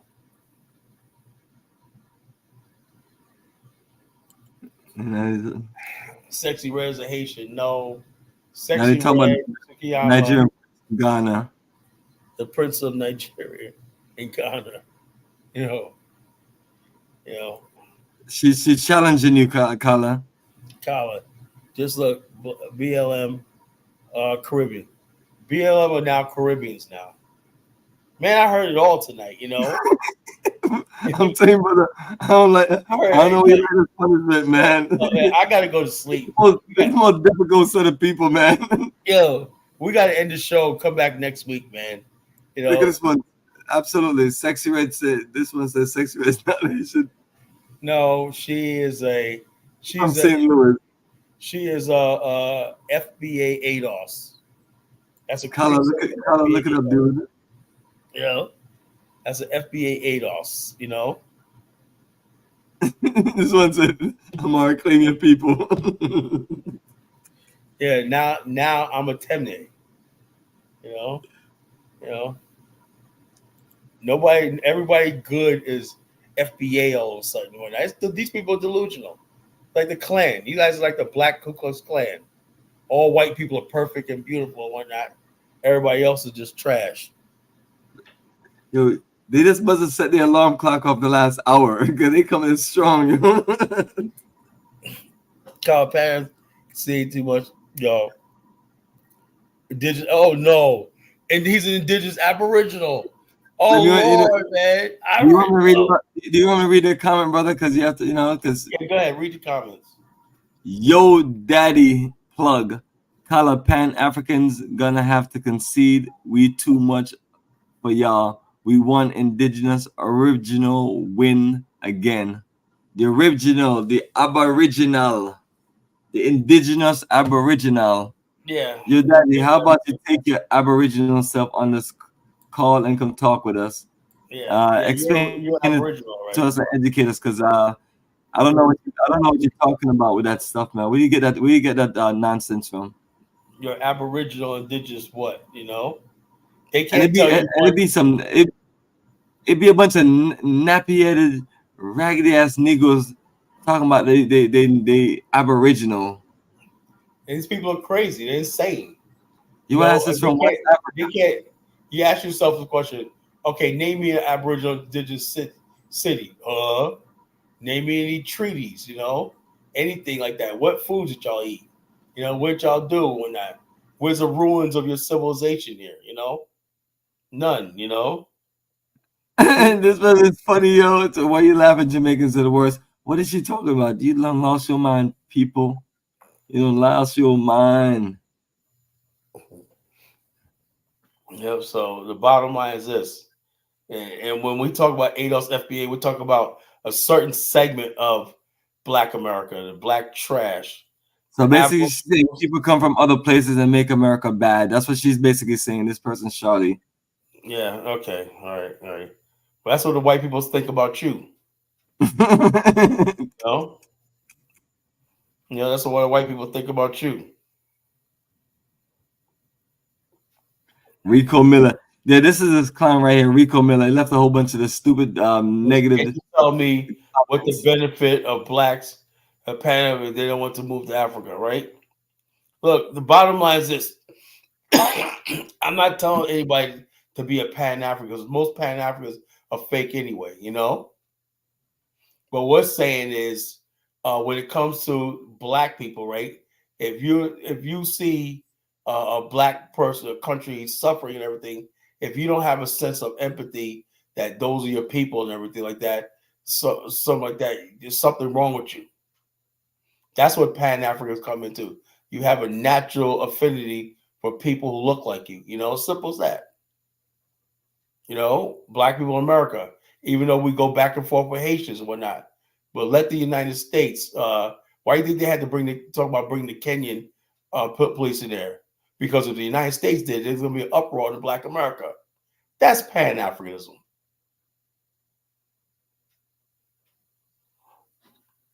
The United States, no, it can't just roll into a black country like when the U.S. Marines invaded Grenada. Remember that back in '83, Bomani? Black people would demonstrate in America. How the hell you invade a black country like Grenada?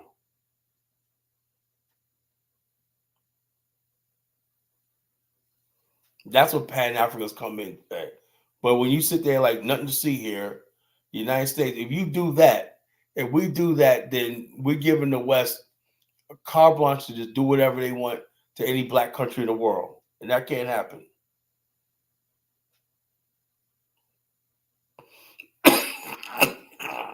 There you go, brother. Some comments from Amara, and let me see the last few. They're coming in.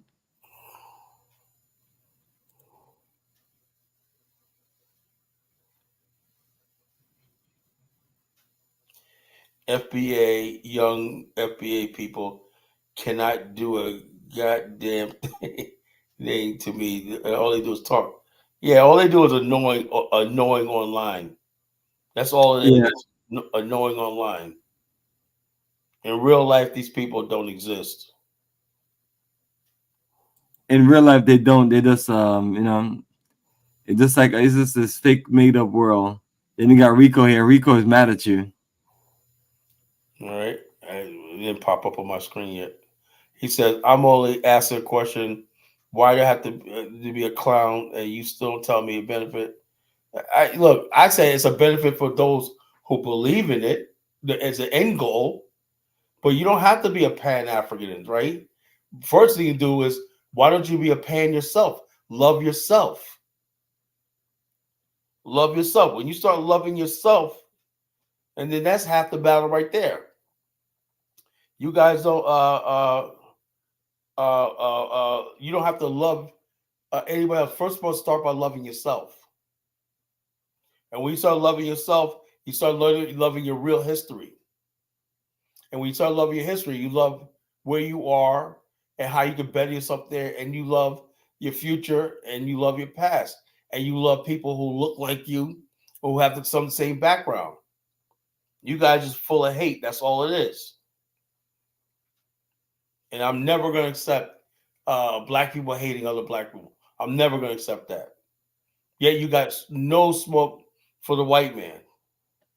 Yes, teach. You gotta teach the youth them. Yeah, like no smoke for the white man. I say to myself, there was this white guy, I think his name Matt Walsh or whatnot, he went up in this black woman's face, talk about, well, let's talk about the black crime statistics. She goes, first of all, she was on the streets, right? So why are you putting this camera in my face and whatnot? And she was like, well, what about you white guys with serial killers and child molesters? Oh, well, the statistics, and she lit him up with. He was like a freaking fool.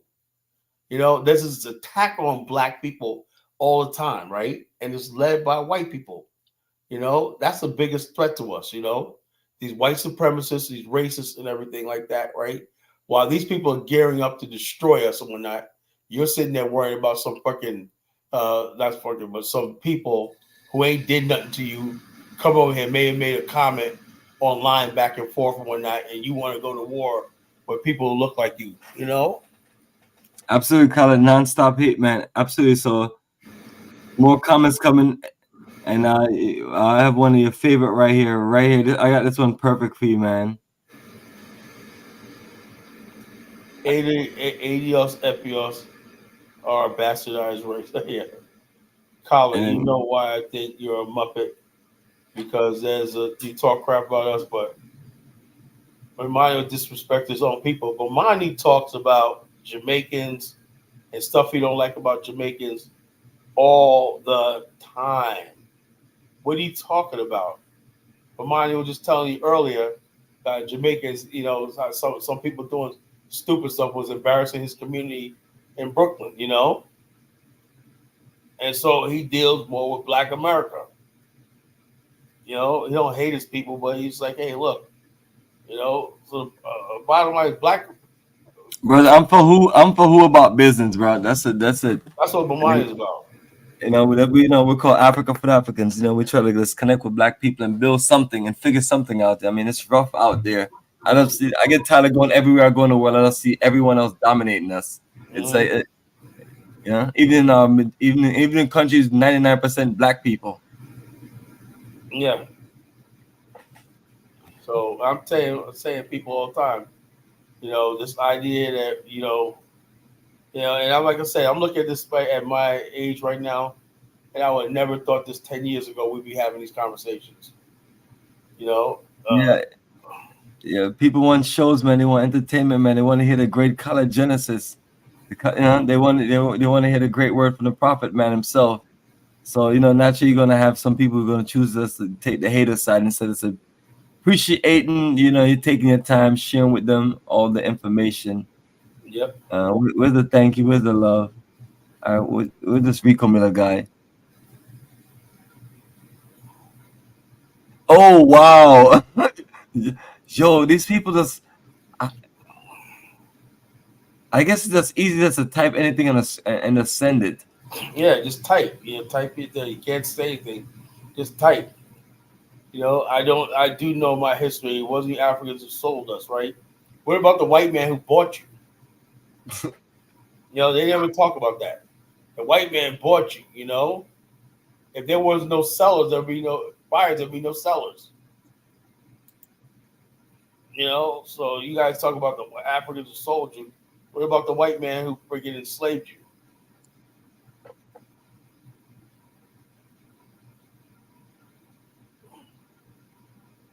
Spellcaster, the N-word was given to FBA. It was never used on Africa. Yes, it was. I remember watching this movie, it's a Nigerian movie called Mr. Sucker. I forgot what it was. And the guy was just basically told him, I think he was a guy, a military, black Nigerian guy. They were doing colonial Nigeria. And I'll never forget this, right? He said, the problem is you're a nigger. He's a British guy, told him, you're just a plain nigger. You know? And I was like, wow. And that time period, the guy understood blackness and he had this idealistic world of we could deal with the white man.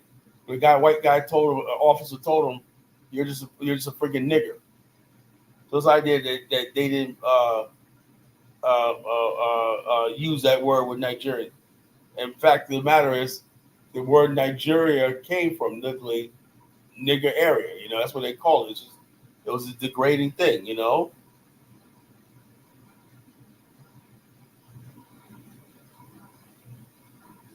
So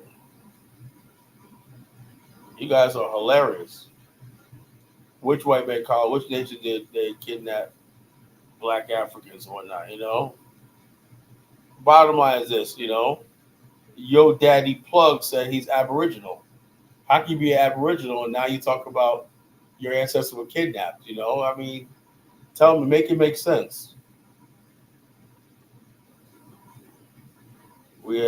Colin, we have been having smoke with them since slavery, Reconstruction, like this. No, you haven't. No, you haven't. Every time you look around, you guys are bootlicking, bootlicking.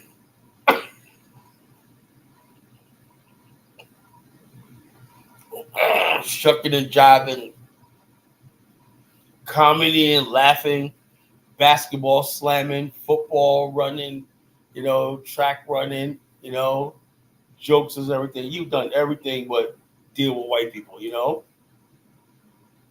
We got to come together because that's how we got to make a better America or whatnot, When it comes to white people, y'all got all cheese, y'all make sure your teeth are white, y'all smiling and whatnot. Look at any show on TV, any sports show. All you got is black people out there. You can't keep these Negroes off the red carpet. Jay-Z, Beyonce gotta be there at the getting Grammys, complaining. Now Beyonce is a whole ass white woman. She's getting to the country music. Yeah, I mean, I wish that Kanye would have just regenerate himself and go up there and let them know that Beyonce need to win album of the year. Yeah. It's foolishness.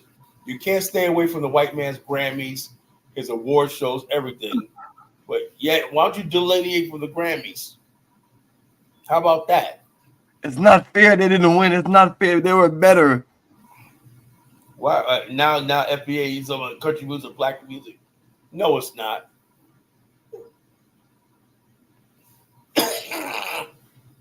Neither is rock and roll. Yeah, there was some Charlie Pride, started country or not, but for the most part, country music is white. When you see those country music awards, you don't see one black face in that audience. You ever watch CMT Bomani sometimes? When they have award shows, those white girls be coming up there with their boots on and everything. Country whatnot. I used to work the amphitheater in Virginia Beach. With Toby Keith coming there and whatnot. All you saw were these white girls. I see some of my white friends come out there that all down, hip hop and everything. Next thing you know, they're rednecking it up with their cowboy boots on and everything. Yeah, I gotta hang out my rednecks tonight, Ain't no black person in sight. I used to work the beer sets, the station at the amphitheater years ago.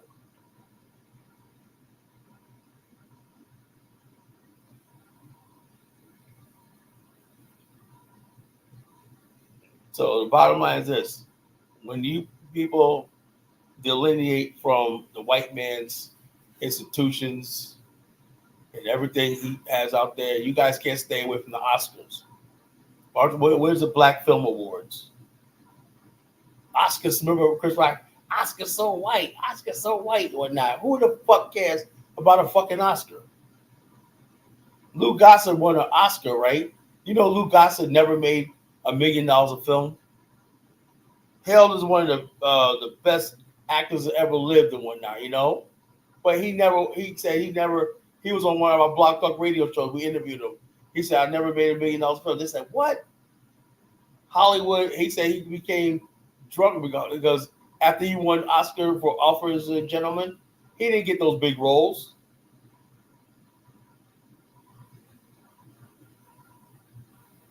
Yet you still out there winning the Oscars. You are still out there in the Grammys and whatnot, You talk about tethers. Why don't you untether yourself from white America? White America's nuts. Can you stand the heat from the College Genesis tonight? Yes, College Genesis. We do have a guest also. Yeah, can you hear me? All right, I make sure I pronounce the name right. Dandelion. Welcome to Pan-Africanism towards nationhood.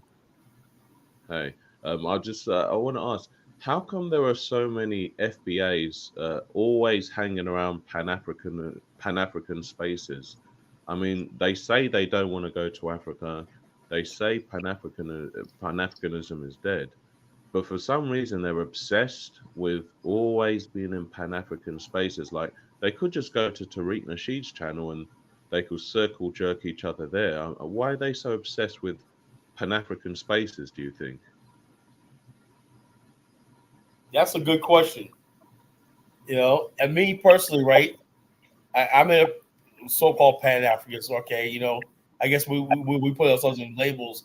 You can label me a Pan-Africanist, you know, but you never see me on any of these FBA platforms or anything like that giving my opinion. I'm not going to fight with them or argue with them or anything like that. You over there, you over there, you know? These people know, because I know I'm telling the truth. These guys are so triggered by the truth, you know, about what we're saying. They have a thing. FBA EOS is basically all about these people who think that they're going to have a proximity to white people that's being lost by the presence of black immigrants coming over here, taking opportunity. Like, look at Becca. She said earlier that black people are still suffering from systemic racism. Well, if that's the case, then how do you explain how black immigrants come over here and cleaning your clocks and getting ahead? Black Americans doing the same thing. But you got to understand how the grifters work. The grifters always have to paint black America as this hopeless people that we need help and everything like that. That's the way it is. Booker T. Washington said this 100 years, something years ago. He said there's become a class of black men who basically keep the problems of the Negro in the public eye, not because they're going to solve anything, because it pays. In other words, black people minding their business, doing what they want to do. You got these group of black people always going to white people talking about, we need this, we need that, we need that, right? And Booker T. Washington is like, look, let's build our communities, let's do what we got to do, stay out of white people's faces, and eventually we'll overcome. But you got these black people who don't want to do that. They don't want to put in hard work or anything. That's why they're against the Buy Black movement, because that takes work. That's why they're against the Black Wall Street movement. It takes work. That's why they're against black trade and getting into business and getting their credit score up and whatnot, because that takes work. It's easy to sit back and basically say none of that stuff's going to work. We need to talk about reparations. That's the easy route. And then you make up this fake movement thinking that you heard the video, Bomani. You think your wives are going to get reparations. They believe that. Either they're lying to themselves or they're fools. That if you marry somebody from the Caribbean, your wife shouldn't be entitled to no reparations. Like you got reparations coming. It's a bunch of nonsense. It's foolishness and nobody calls it out. Thank you for that answer. I have always been curious because anytime I'm in a Pan-African space, it's full of FBAs, and I suspect that a lot of these FBA types, they don't actually own passports, and they're not in a position financially to actually invest in even themselves in America, let alone go to Africa. And what I've noticed is it's the most dynamic, intelligent blacks who talk about going to invest in Africa because they seem to have a self-belief in themselves. They don't seem to think America's holding them back or anything like that. They're actually prepared to invest in themselves to then go to another country because they understand that they have what it takes mentally and financially to live anywhere. And they're choosing to go to Africa to invest, while those who aren't intelligent enough to invest in themselves don't have the money or the resources to go abroad at all, and don't even have the mental acumen to go to Africa. Those are the ones who are obsessed with those who can, and they want to try and put you off the idea of going to invest in another country. When these are the types, these FBA types, they haven't even done anything in America. So they're just lazy people. From what I'm seeing, I'm just my own observation. These are lazy, do-nothing people who are angry and jealous at those blacks who believe in themselves, have a victim mentality, and they're willing to just go abroad because they can go to Africa and invest or do these kind of things that they want to do. And these FBA types are obsessed. Like, why don't they just go to Tariq Nasheed's channel? He can talk about tethers all day, every day. But the reason I think they're in your spaces is because when Tariq Nasheed's talking about tethers and spreading these negative talking points, a lot of them have been lies. Well, they've got nowhere else to repeat it because it's not like they can go to white YouTube channels and repeat it because white people don't care. They don't want to hear about no reparations. They don't care. They've said, you're not getting any reparations out of us. You can kick rocks. So the next best place for these people to repeat to talk are in Pan-African spaces. So it seems these are foundational Black attention seekers. That's what FBAs are. Yeah. All wanting attention, wanting to go to places where they're not invited, and that's Pan-African spaces, so they can get a bit of attention. And that's all it seems to be. And it's quite embarrassing because a lot of these people are over the age of 18, if not the majority of them. So why would you at a certain age still be going online trying to troll people and get attention in spaces where you're not welcome? And it's true, I don't see Pan-Africans going in all these FBA spaces. It's these FBA types going around trying because to harass. the Pan-Africans are focused. We're doing what we got to do, but Bomani and I, they're not going to stop us and everything. We're actually doing real stuff and everything. And the FBA ADOS talk about we owed reparations. Okay, take your owed reparations and go get it, and see how far it gets you. You're not going to get it. And they get mad at us because they think we're holding it back. So I got to stop. We got to stop what we're doing. Let me tell you something, brother. 6 years ago, most Black people would talk about Black Wall Street, buy Black movements, trading with Africa, stuff like this. And we were making a lot of progress. Along comes this ADOS FBA movement. And it's like, we want reparation with that because that's laziness. You know, that's laziness. Even I'm going to say this. I do believe Black people owe reparations, but can you get it? No. Do you have the means to get it? No. Do you have the power to get it? No. So therefore, what you do when you can't get that, you move on. That's what Black people have been doing for a generation now. We're trying to build Black businesses. We're trying to invest in government grants. We're trying to. A lot of Black people getting into real estate and doing what they got to do, you know. But the bottom line is this: there's a lot of Black people who have too much time on their hands, and they're putting out the talk, reparations. And a lot of times people have given up on the Black solidarity, the building Black America movement, you know, and the Pan-African movement, because they want to appease these people talking about reparations, you know. And when you sit around talking about reparations for 3-5 hours and whatnot, and nothing gets done. I watched these people over the last 2 years. Nothing significant. You know, they had this big convention. They thought they were going to get some in California. And the governor said, no, we're not talking about handing out money. They thought they had a big victory out there. And they said, no, we ain't talking about money and everything like that, you know. You know, and so these guys thinking they're going to get a reparations check. And now they're using reparations to hurt Black people to vote.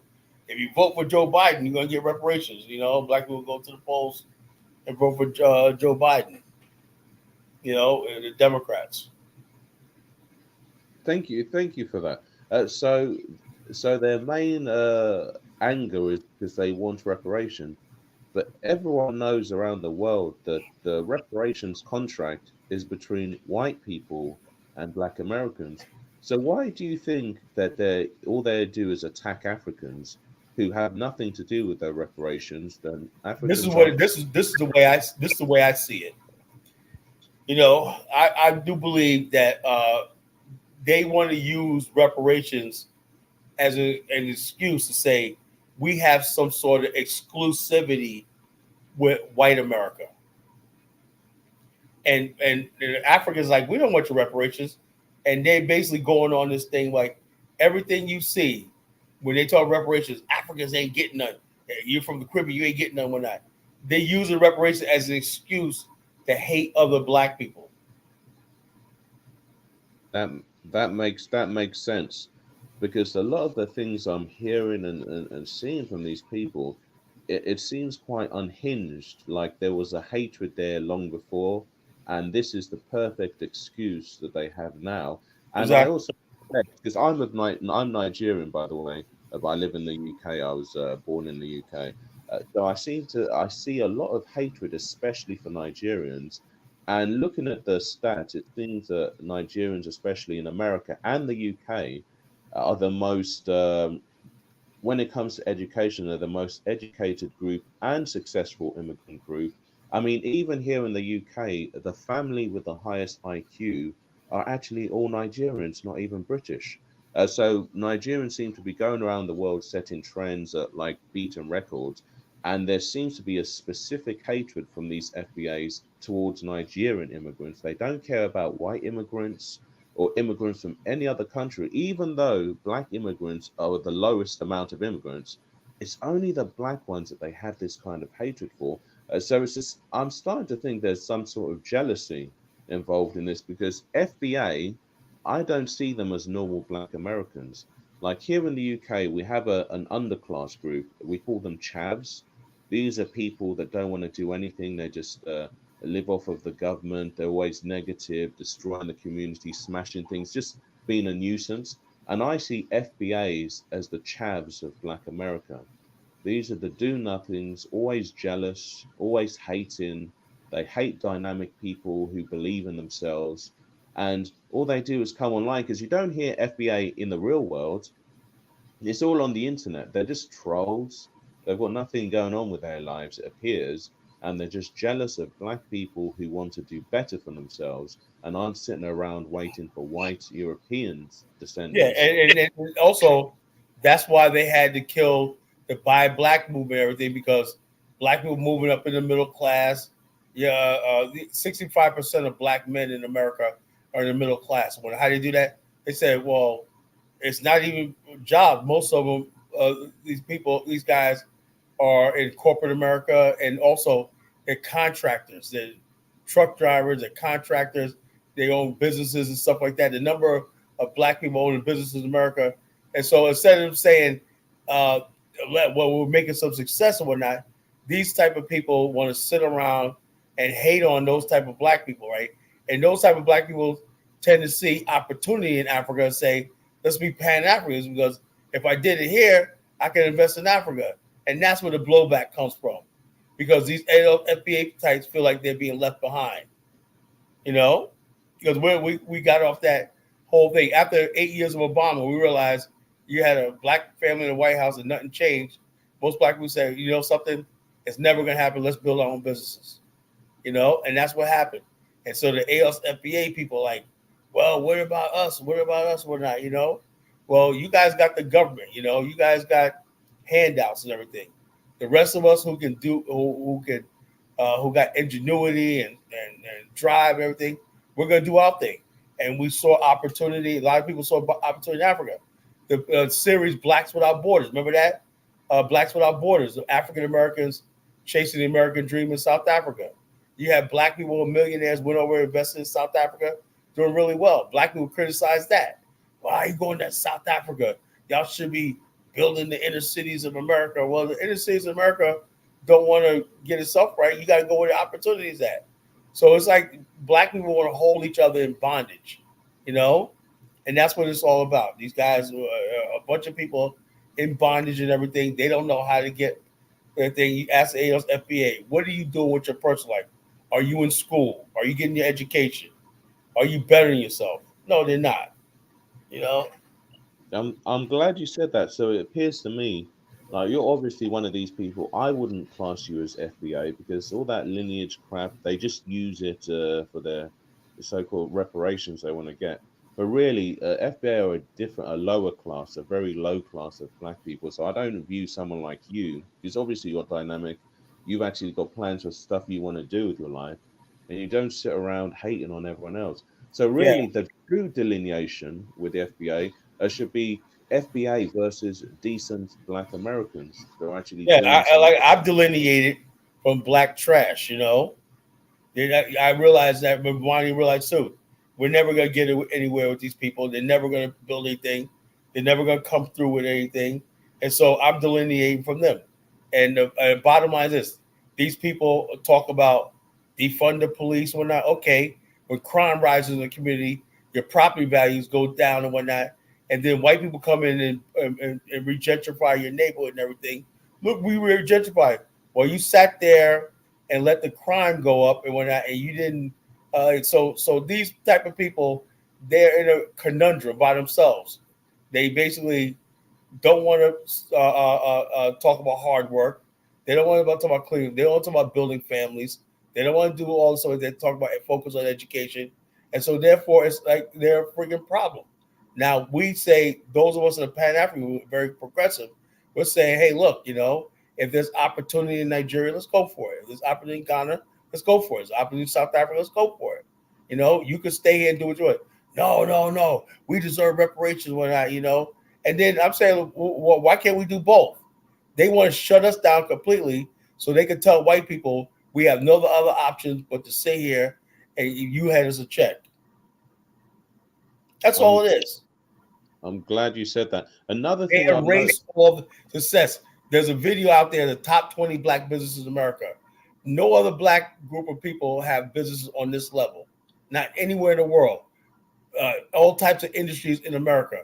Do you think black people talk about these things? No, because we always want to make it seem like many of us, not just the ADOS FBA, that we are all this problem people. You got to do something for us and everything. And so therefore, they hate black immigrants because they come over here like, okay, let's just take America for what it is. Black people in America have never healed from slavery. They want white people to apologize, come out of woodwork. We're so sorry. Here's a reparations check. That's never going to happen. That's not the real world. They said, what about our ancestors? Look, it was what it was. And, what can we do about that? I have no idea. But the bottom line is this: life is precious. You don't sit around waste your whole life being bitter instead of getting up there and doing something with your life and making your life better. And the most important thing is finding peace and happiness in yourself. The ADOS and FBA people have no peace and no happiness. okay, I'm glad you said that. Another thing I've noticed with these FBA types, the ones that do make videos, have you noticed that they're not even black?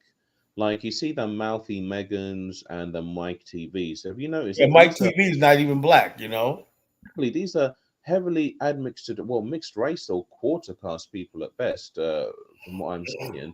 And they have this hatred for dark-skinned black people. That's why, the types that say, we don't look the same, we're not even the same people. Well, of course you're not the same people because you're mostly white. And those type of black people have always had this delineation from the African roots. That's the truth. Exactly. And they're very proud because the thing is that, like Mike TV, I'll give you an example of something that I noticed he did once. There was a white guy, and Mike TV was calling the white guy racist. This was quite a while ago because the white guy said something about blacks and mud huts. So Mike TV was calling the guy racist. And not long after, like 4 months later, he was having some beef with some Nigerian American guy. And he accused that guy of his family living in mud huts. So this is what I've noticed with FBA types. They've got enough black in them that they can use the one drop rule and claim that they're black when it suits them. And when a white person's racist, they can pretend to take offense. But then they've got enough white in them, well, they can also be racist towards other black people and use the talking points and racial abuses to abuse actual black people. And another thing with FBA, have you noticed a lot of them, they don't want to hop online talk like we are doing to defend what they're saying. They just hang around in the chat rooms and just repeat Tariq Nasheed's talking points. And the reason is because they don't have to defend their positions. Because when you hop online and talk to someone like this, people are going to push back on what you're saying, but they don't have any pushback because all they can do is repeat Tariq's talking points, which are stupid and which can be broken down easily. So they're just comfortable to repeat the same old stupid among each other, and they come here and they gang up and they try to push those talking points and just keep typing them on like this, doing something. I know the fact that they got to type the same thing 100 times. You go to this chat room, right? This Charlie Shaw, whatever his name is, typed like 100 times, right? The fact that if I go into a chat room, I say something, I say it once and that's it. If you got to keep saying it over and over, you really don't believe what you're saying. Exactly. And this is what the sad thing is. If you read the things they say, the fact that they don't hop online, that means it could even be a white supremacist Yeah. just saying it. Because they have the same talking points, because everything that Tariq Nasheed and people of his ilk repeat now about Africans, this is exactly what white supremacists used to say about Black Americans. Exactly. They're doing the same thing. Exactly. So Mike you TV don't sounds like a redneck. He sounds like Yeah, a redneck. Oh, these tethers. And Right. he was like saying that, telling this one girl, you shouldn't let your daughter sing Drake because he's a tether and whatnot, you know? And I'm like, dude, man, you half white, you know? You know, who you calling a tether? You know, who you to call somebody a tether, you know? You know, and all this kind of freaking nonsense and everything. So, yeah, like I said, this is foolishness online. It's only online. You know, in real life, all this stuff does not exist, but it's dangerous because it's spreading among younger people who don't know any better. Yeah, there's something deeper about that, because I remember years ago when Tariq was starting this, there was a woman. She's a very racist politician called Ann Coulter. The stuff that used to say about Black people, the kind of laws she used to push for against Black people. She was actually very pally with Tariq Nasheed on Twitter, saying Yeah. she was giving him hints on what to call themselves with the FBA thing. So I She was thought, basically saying you got to distinguish yourself from. That's where it all started. You have to distinguish yourself from these Black immigrants. She started all that. exactly. That's where it all started. And it's strange because back in the day, about 5 years ago, I used to make videos against the alt-right, the white supremacist group. And funny enough, Tariq Nasheed used to share my videos against alt-right. So it's strange how he flipped from being against white supremacists to now using their talking points, to the point where he even had the leader of the alt-right on his show, and they talk offline as well, and they're actually very cool with each other, very respectable. But he'll call a Black person a tether, a this, or that. But he's very, very pally with white supremacists now. And all of a sudden, now he's pushing their propaganda, which is to disunite Black people and keep them apart, which doesn't actually benefit. How does that benefit Black people? And the white people, those whites were all right. They're united based on race globally. But they want to see Black people fighting each other.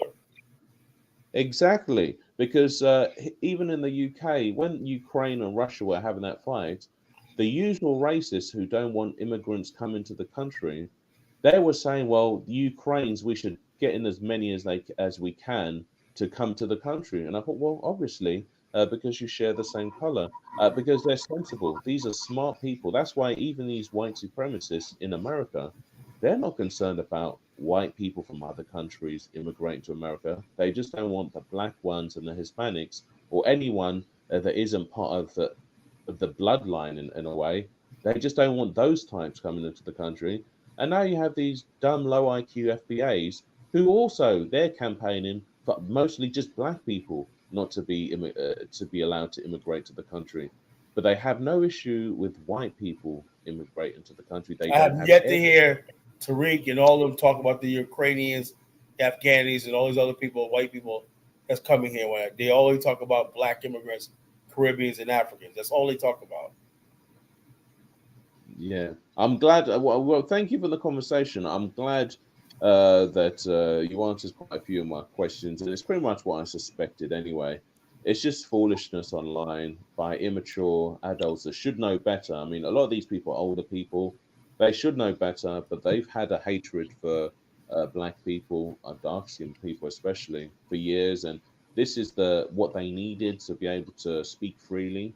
So Africans are literally the easiest. I mean, the whole reparations thing, they know very well they're not going to get it. Deep down, they've given up on the thoughts of reparation. So this is all they've got left, to be trolling and abusing Africans and Caribbeans online because they're not going to get their reparations. They're angry, and they just want the country to just themselves and massa, as you guys used to call it. That's all they want. They see other people. It's a jealousy thing, and it's quite sad. It's very sad indeed. Africans and Caribbeans, we're not stopping you Black Americans from getting your reparations. They're not stopping Black America from doing anything. Exactly. So if your contract with reparations is with white people, so we need to see you put some of this anger, this this energy. We need you to go to the white people who call the shots. I mean, they're about to give another 100 billion, what was it, 90 billion or 60 billion they wanted to give to Ukraine. To Ukraine. And many more billions to Israel as well. Did you know, here's the funny thing with Israel, did you know that America pays for their free healthcare, but then in Israel, they use their media to go to America, and they're the ones that push the right-wing stuff about America should not have free healthcare. But the thing is, you need to go, these FBA things, go after the people who are actually messing with your life. Leave Africans out of it. We don't have anything to do with your reparations. And I'm starting to think that perhaps these FBA types, they're scared and they know they're not going to get anything from these people. So they're just picking on an easier target. And that's a group of people that aren't bothering them. So that's actually very sad. And it's actually something a coward would do. But I'll leave it there. Thanks for the conversation, guys. And thank you, Bomani, for the platform. And thank you, Akala, for the conversation. Enjoy your day. Yes, my brother. Absolutely appreciate your input and everything. So yes, Kala, we come to a close, brother. So let me get some farewell music for people. And if you have any last words, share them. I was just saying, this was a dynamic show tonight. Thank everybody for tuning in. Thanks for everyone watching. Eat My Haters. Thank you for you push our viewership and algorithm up and whatnot. We're gonna be over 1,000 views in the morning, bro. Yeah, excited about some views, man. Excited about the views on trolls. That's what's up. Yeah, so absolutely, family. This platform is I know Bomani is wearing on Bomani, right? But I'm telling you right now, this show right here on the Saturday nights is taking over the thing. Everyone's we're the talk of everything, you know. So you haters, all you do is helping us, you know.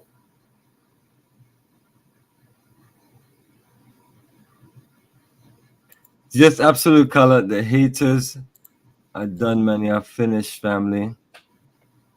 So yes, family, definitely thank you for joining us on another wonderful episode. Color broke it down, right? Color, feel good, man. You got it all out, man. You had some good people on. You saw everything went smooth, right? This proves our point about Nakmizi. Right. It really proves our point. He's like him and Navigate are like so destructive. You can't have them on anything. I mean, you want to give your brothers a chance so we can dialogue, you know, which we have done that over and over. Nakmizi deliberately does what he does to sabotage. You know, he's not trying to dialogue. And he's trying to divide black people. You know, you see black people working together, and then he's just trying to divide them. Like all the foolishness that he try to get on and say things about me or you, and they think we're gonna fall for that. What do you think this is like? You know, It's an amateur hour, bro. Like childish divide and conquer tactics. Since I don't want, you know, he don't want me and you to be friends. Since I don't want to be his friend, brother. Yo, Colin, man, this is like grown man, yo.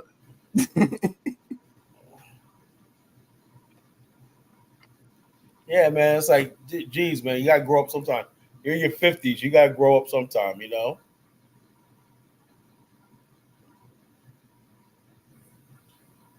So. Yes, Carla, on that note, brother, you see any magical comments you wanna, No, I think I said talk about Nak is the general. What this Nak brother Nakanizi really go around on all these YouTube channels trying to boss and push people, and he's doing something. Why don't Nakmizi build his own channel up, you know? He's a failed YouTuber. How do you fail at YouTube, man? That's sad. He can't make decent videos. Nobody watches him. Yeah, so nobody, like I said, it's not a real movement. Tariq Nasheed had an audience before. He was smart enough to have an audience before the ADOS FBA thing. You know? So Tariq has an audience that follow him. If Tariq goes in, if Tariq becomes Pan-African tomorrow, his audience will follow him right there. You guys jump out there like fools, like that movie Bananas or whatnot. You remember Woody Allen? They'll say they had a prison break and they called it off, but they forgot to tell him about it, right? And they'll say, "Hey, what are you guys doing? Hey, we called it off." And they'll say he's outside, like, "What? I broke out. And they were like, look, this fool out there. We called the breakout off or whatnot. And he's out there like, oh, I got to run now because I escaped.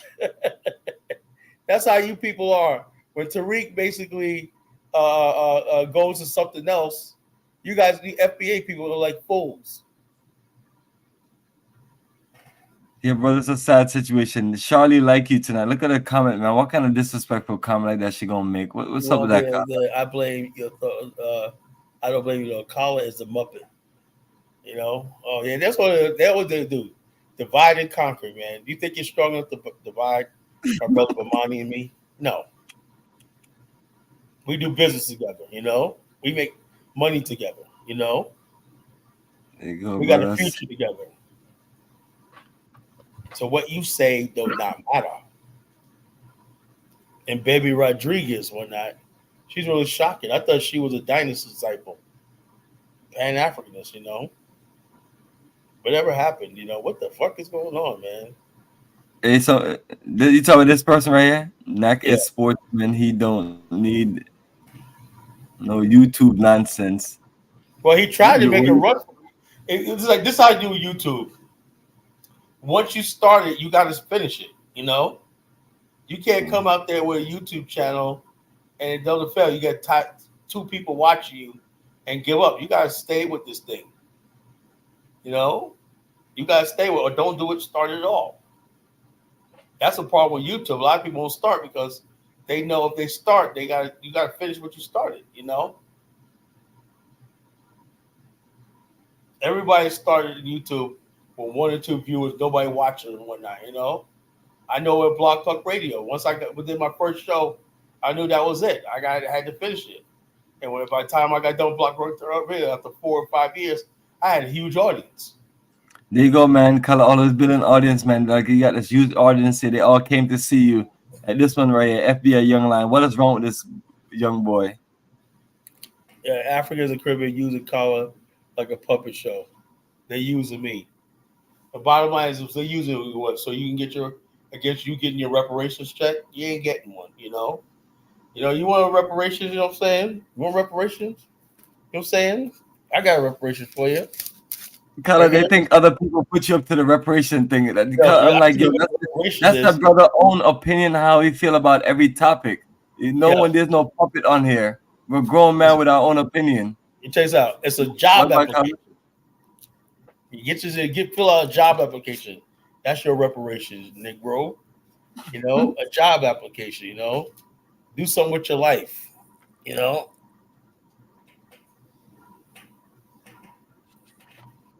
So anyway, Bomani, I gotta go, brother. It's 6 o'clock in the morning. You know, absolutely, man. That's what we gotta do. We gotta wear you out, man. Yeah, let's stop before it hits another hour. So yes, family. So that's it, family. Thank you for joining us on another live stream on Pan-Africanism towards nationhood. See you next week. See you next time. Take care, family. Keep it strong. And this is our closeout music from our good brother Ija Noah. Wake up, family. We have to go and do it, you know.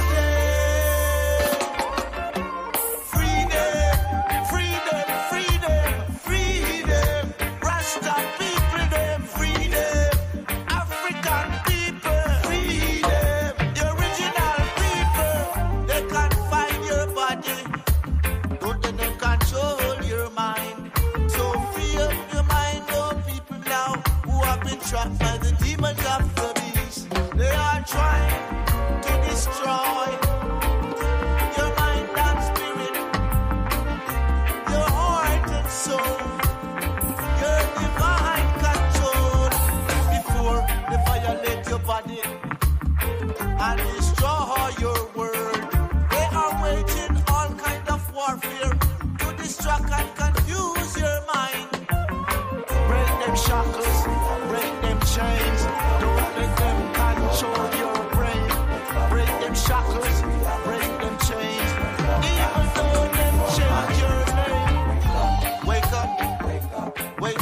wake up and free your mind. Wake up, wake up, wake up, wake up, wake up and free your mind. If they control your mind, they can control your thoughts. If they control your thoughts, they can control your actions. Practically to take their baits that will lead you to self-destruction. With your self-defeating, self-destructive actions, doing exactly what they want. As you fall in their traps, say, up your manipulation, they unleash the demons and the beast to raid, ravage and feast. So wake up, oh people, to reality. Wake up and free your mind. Wake up, oh people, to reality. Wake up and free your mind. Wake up, wake up. Yes, more sounds from Aidanoa.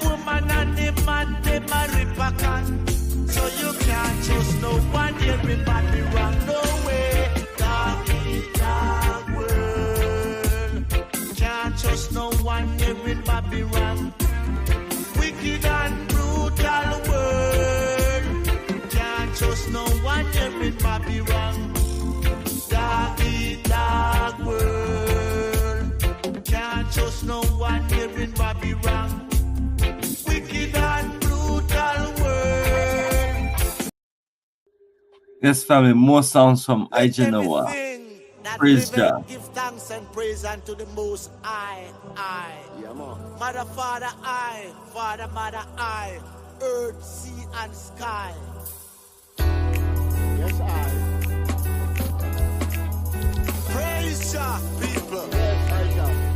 You woke up this morning. Give thanks to the Almighty. Pray, I Jah, pray. It's great to be alive in this Gilead. Yes, put your all in it now, let's go. Prayer time, yo. I woke up this morning and I see the shining sun. Shining sun. I lift up my voice and I praise Almighty Jah. Mighty Jah. The earth, sea and sky declare the glory of Jah. The firmament showing the handiwork. So I pray, yes I pray. Pray to Jah Almighty every day.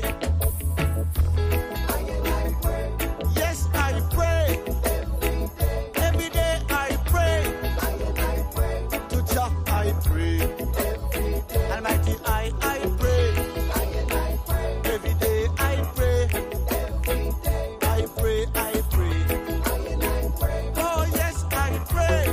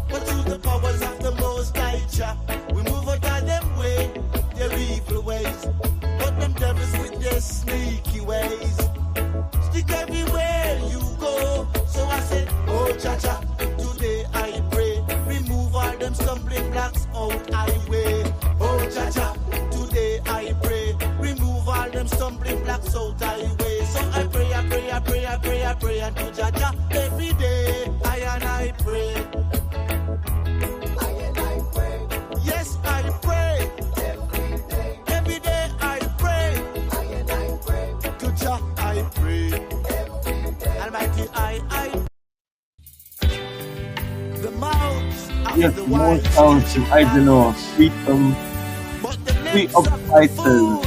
Freedom fighter song family. We don't like them hypocrites, we don't like them parasites. Them scheme by day, them plot by night, striving on the plight of the poor and the sufferers. Oh, Jah know them are backstabbers. Jah know them are bloodsuckers. I can't take them vampires, 'cause I'm a free up fighter. I am a free up fighter. Free up fighter. I am a free up fighter. I'm fighting for what is right. No, nah, give up the fighting for truth and rights. Up full in a Jaja side. Fight, we have to fight, we have to fight. Fight, we have to fight with all we might. Fight, we have to fight, we have to fight. Fight, we keep out all them parasites. 'Cause I'm a free up fighter. I am a free up fighter. I am a free up fighter. I am a free up fighter.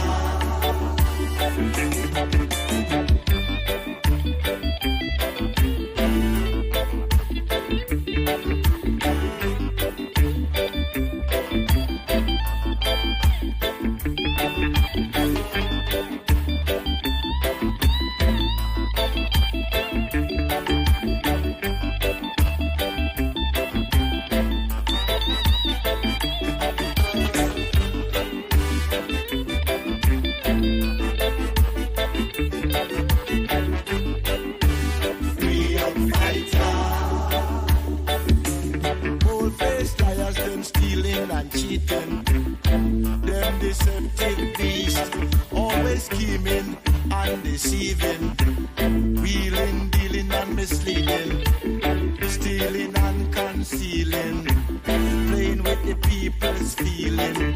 Do they know the most I watching them? Them better know I'm man watching them. 'Cause I'm a free up fighter.